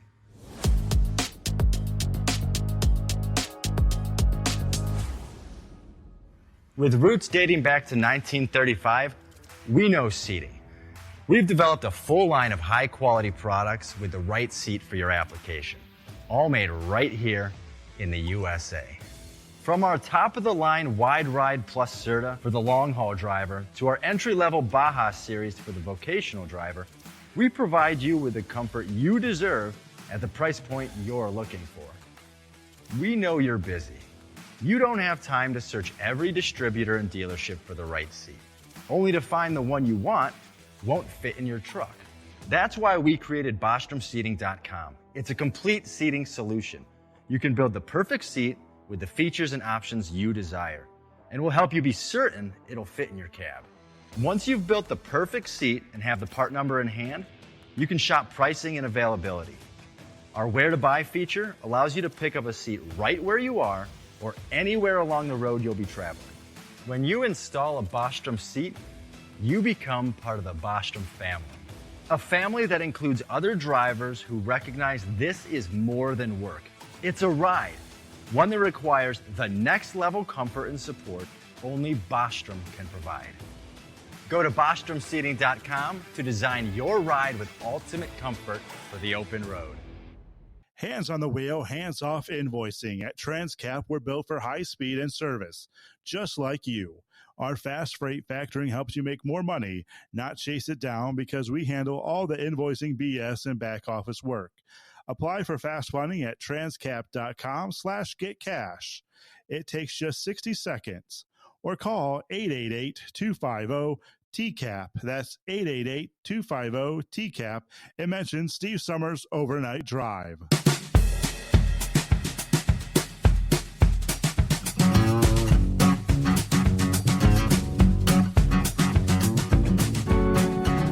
Well, hello to Truck and Phil, joining us via email this morning. Happy Monday. Coffee up. Good morning, Mr. Summers, the Hot Shot Secret Nation, and the great product of Staybill. Find that Super Bowl ring.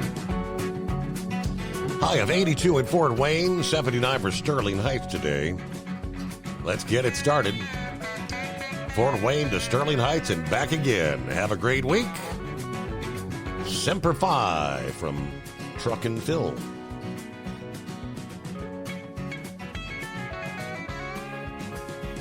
I remember the time when some of these payday loan joints were being cracked down on, being limited on how much interest they could charge. They had people that were in this vicious cycle of having to borrow money week after week after week.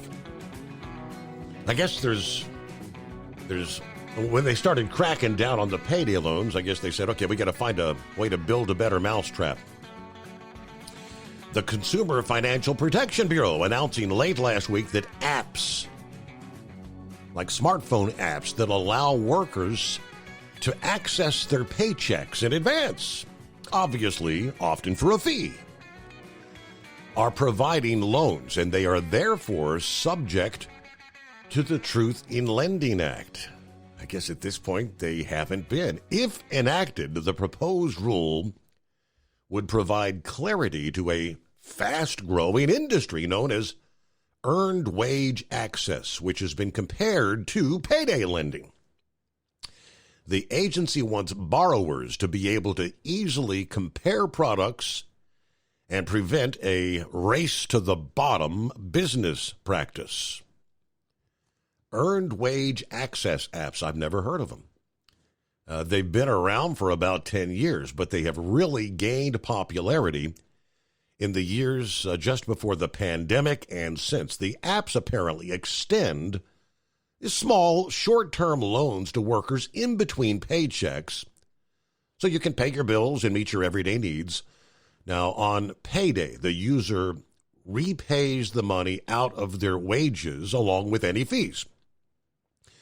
From 2018 to 2020, transaction volume went from $3.2 billion a year to $9.5 billion, exploding in popularity. The Financial Protection Bureau said their research shows the average worker who uses earned wage access takes out 27 of these loans a year, meaning one loan for almost every biweekly paycheck. This can look very similar to a revolving credit card balance, but with fees that would equal an average annual percentage rate of over 100%. The loans have interest rates higher than the most expensive subprime credit card. Most of the interest comes from fees to expedite access to paychecks. Typical user of these apps earns less than $50,000 a year, according to the Government Accountability Office, and has experienced the pinch of 2 years of high inflation. Many of the apps charge monthly subscription fees. Most charge mandatory fees for instant transfer of funds. The Policy Council of Americans for Financial Reform said these paycheck advance products are nothing more than your old workplace payday loans, with consumers being more easily preyed upon since the money is only a tap away on the cell phone. People can easily become trapped in a cycle of debt by reborrowing, requesting advances from 12 to 120 times a year just to pay for their basic household expenses and make ends meet. Yeah, they said that they are paying close attention to the tips that many of these apps request when providing advances on paychecks. Tips. On the call, she called the practice odd, noting that many paycheck advance companies bring in substantial revenue from these so-called tips. The 2020-21 rule, California Department of Financial Protection, found users often feel compelled to leave tips due to applied pressure tactics like claiming that the tips are used to support other vulnerable customers or for charitable purposes. With the imperative rule, they're clarifying that if workers obtain money that they're required to pay out of their paychecks, this is actually a loan under federal law, and these companies must disclose an interest rate. That means tips and fees for expedited transfers must be incorporated into the cost of the loan. Under this disclosure scheme mandated by the Truth in Lending Act, those costs may not be treated as incidental, even if the amount is variable. Okay, see if they apply that rule. I wouldn't doubt that one bit. Like I said, they've been cracking down on the payday loan joints for a number of years now. See if you're still hanging in there. Eagle, you with us here on a Monday?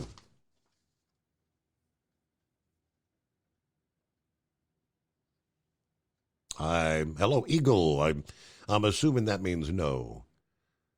Not hearing any snoring, but he dozed off. Hello, Scarecrow. Well, this is not hardly the first time that Eagle has not responded there, Steve. He's occupied right now, no doubt. Oh, man, the weekend, yeah, ours too, came and went far too fast. I think everybody's looking for that 3-day weekend permanent, Steve, we have lived in our current location since the fall of '85. It's a rural setting. We're about 5 acres, and most properties in our valley, they're 2 to 5, 6 acres, something like that. So no crowding. It's a valley setting, dead-end roads, so there's no through traffic. So, and we have abundant wildlife. Well, in this 39 years, Steve, we have been providing nourishment for animals of one form or other, not by design, but Mother Nature runs its course. Well, we have several flower beds. We try to grow a variety of foliage and such. No, a hostas grows pretty well, and for us, up to a certain point before some critters of some type discover it. Every single year we go through the same cycle. Well, we've always narrowed it down. It's either the deer or rabbits. All these years, Steve, we have never witnessed a critter chomping on our flowers and all. But yesterday afternoon, I cleaned up before the summertime hour, and I'm coming upstairs, and my bride, she's standing at the front door. She's kind of waving her hand kind of behind her at me I could tell she wanted me to stop. And she just whispered, she said, "Move slow." Well, yeah, the Avengers were at it in broad daylight. And actually, I think they had actually bedded down in our front yard last weekend. A couple young whitetail fawns. Now, for size, Steve, one was at our bird bath, and if it reached up about as far as it could stretch its head and kind of cocked its head sideways a little bit, it was able to lap water. So there you got an idea how young they really are.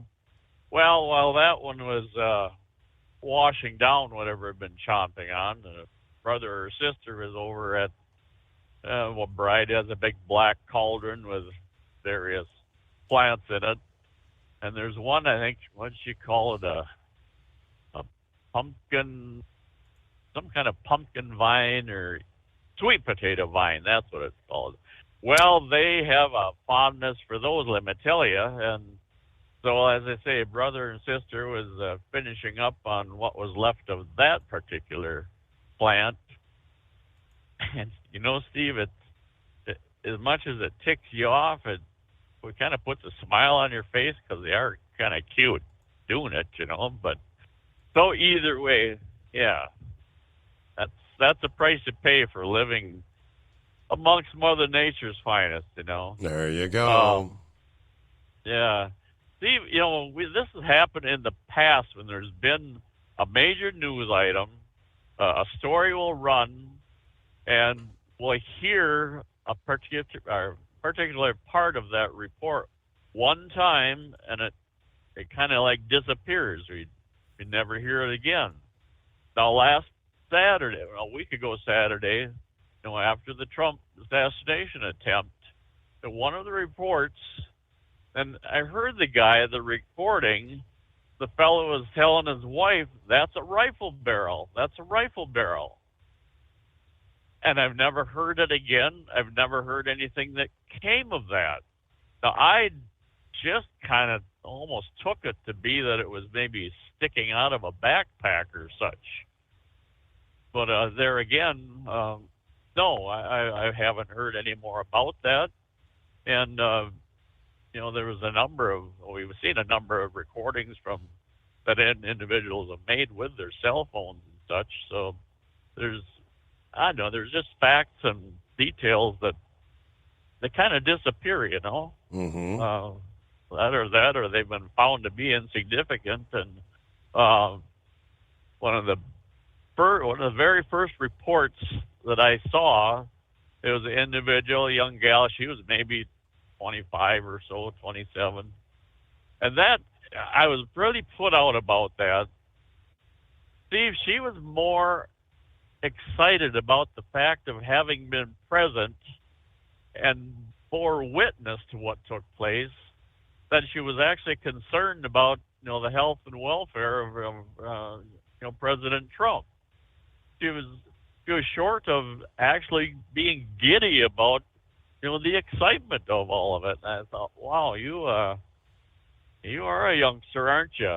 You don't have a sight of reality by any means.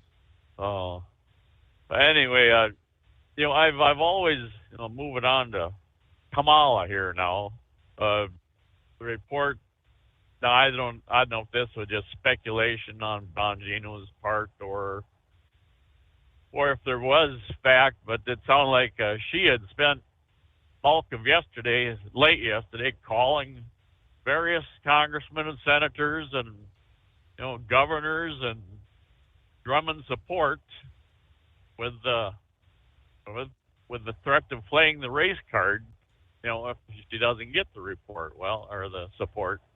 But that Bongino doesn't spread any word, gossip or whatever. He always has facts and figures to back everything up that he does say on the air.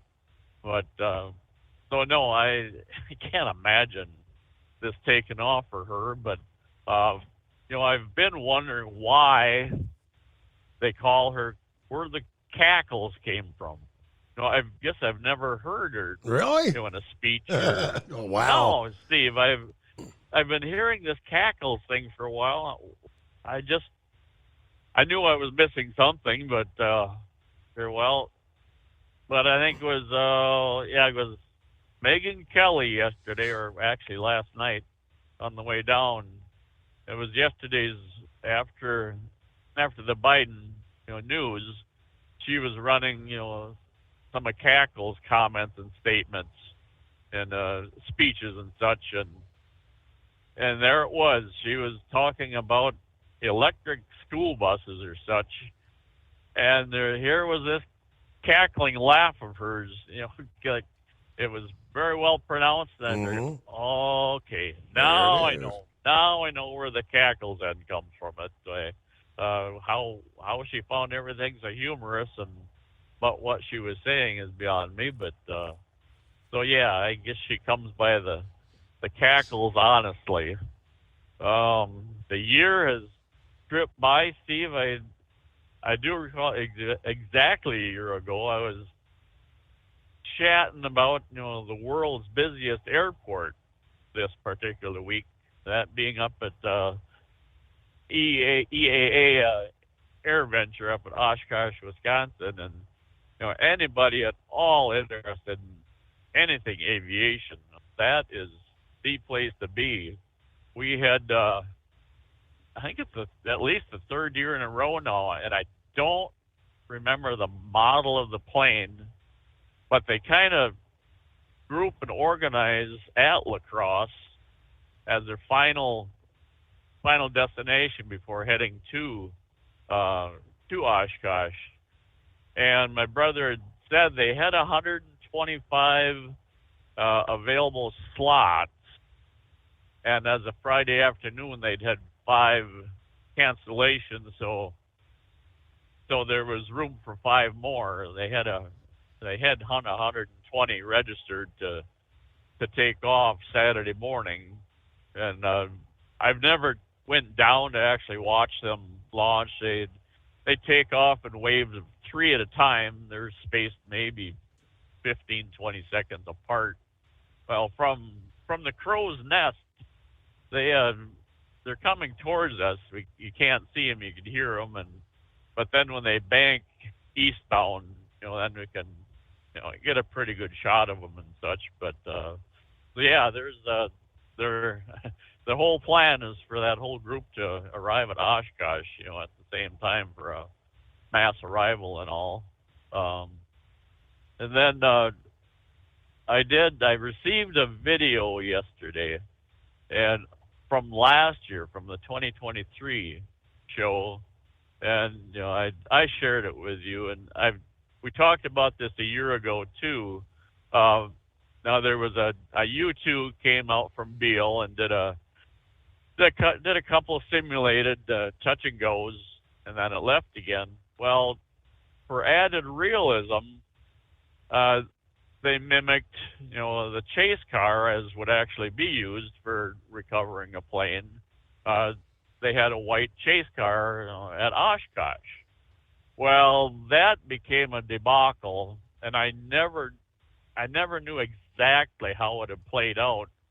But the squadron commander had made known a year ago that there would be no more U-2 flybys for any time in the near future. Well, the video I shared there, Steve, it was taken from the back seat of that car, the chase car. And that pretty much spells out, in real life, a real life recovery, that car is never up to the plane.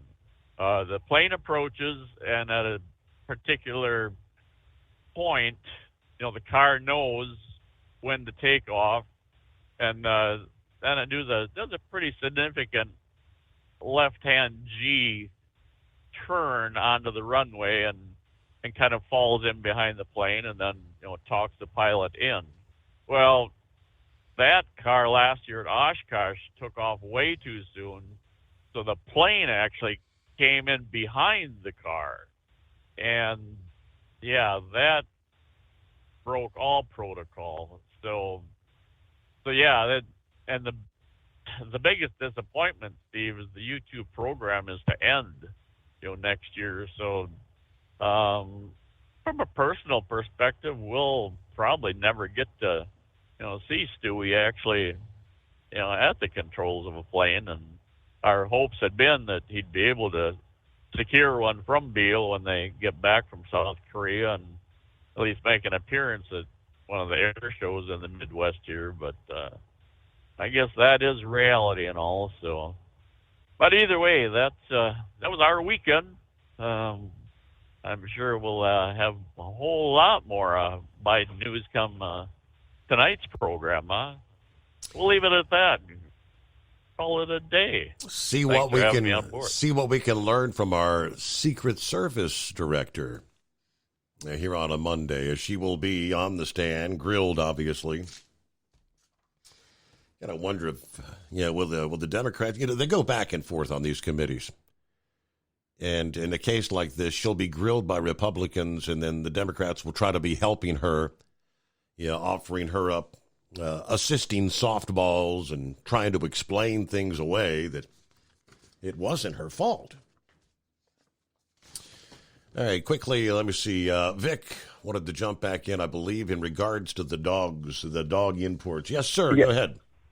Yeah, what precipitated that rule was that some of these nonprofit activist animal rescue organizations, they were falsifying the documentation and bringing dogs in from other countries.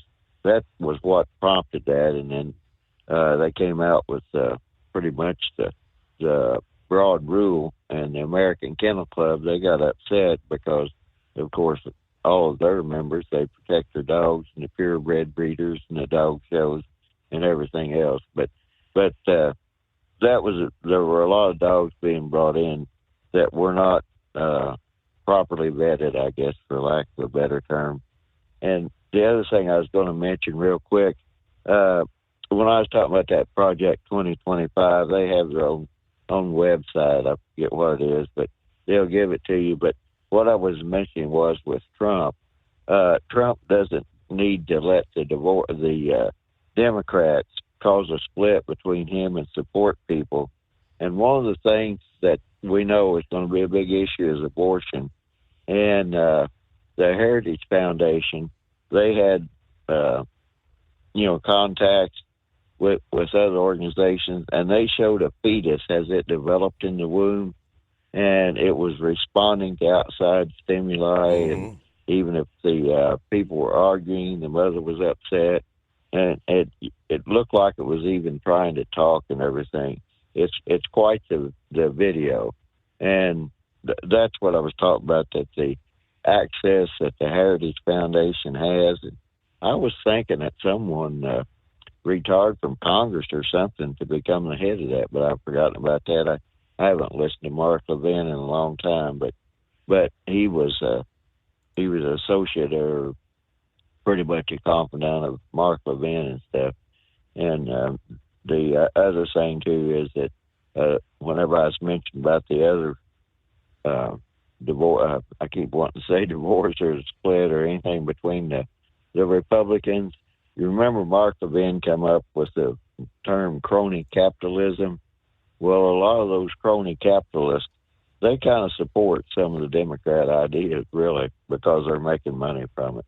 And that Trump needs to pretty much understand where everybody's coming from, because I'll guarantee you that the Democrats, they take support from communists, Marxists, anarchists. It makes no difference, and then they'll try to explain it away. And you were talking about Kamala Harris. Just remember, her grandfather was the #1 Jamaican slave trader, and she liked to smoke ganja, marijuana, when she was in college, and her parents got very upset with her because they said, well, that's always a reputation of Jamaicans, that they like to smoke their ganja. Yeah. So, and I know there are those that think she, to this day, still indulges in the ganja. I don't know.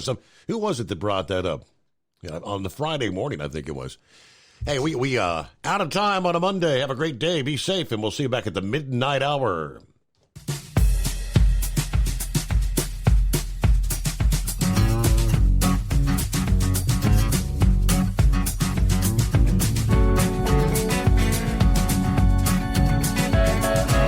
You'll never guess the places that I've been.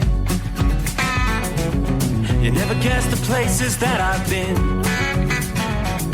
'Cause everything is like a dream, yeah, but only in that dream that I live in. I'm never gonna let the day begin. Never gonna let the day begin.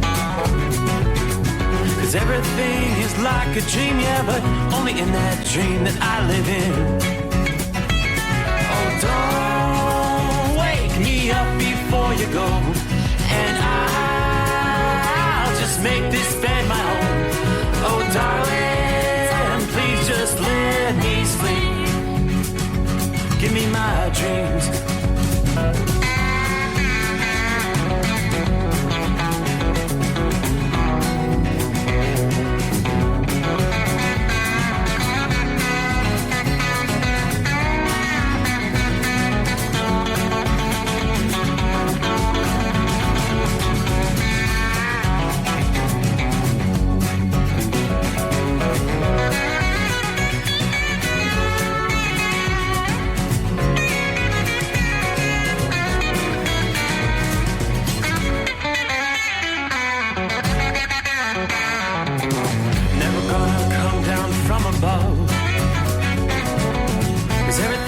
Better from above. Nothing's ever as it seems, yeah, except in that world that I dream of.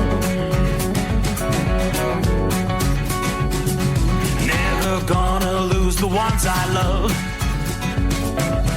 Never gonna lose the ones I love.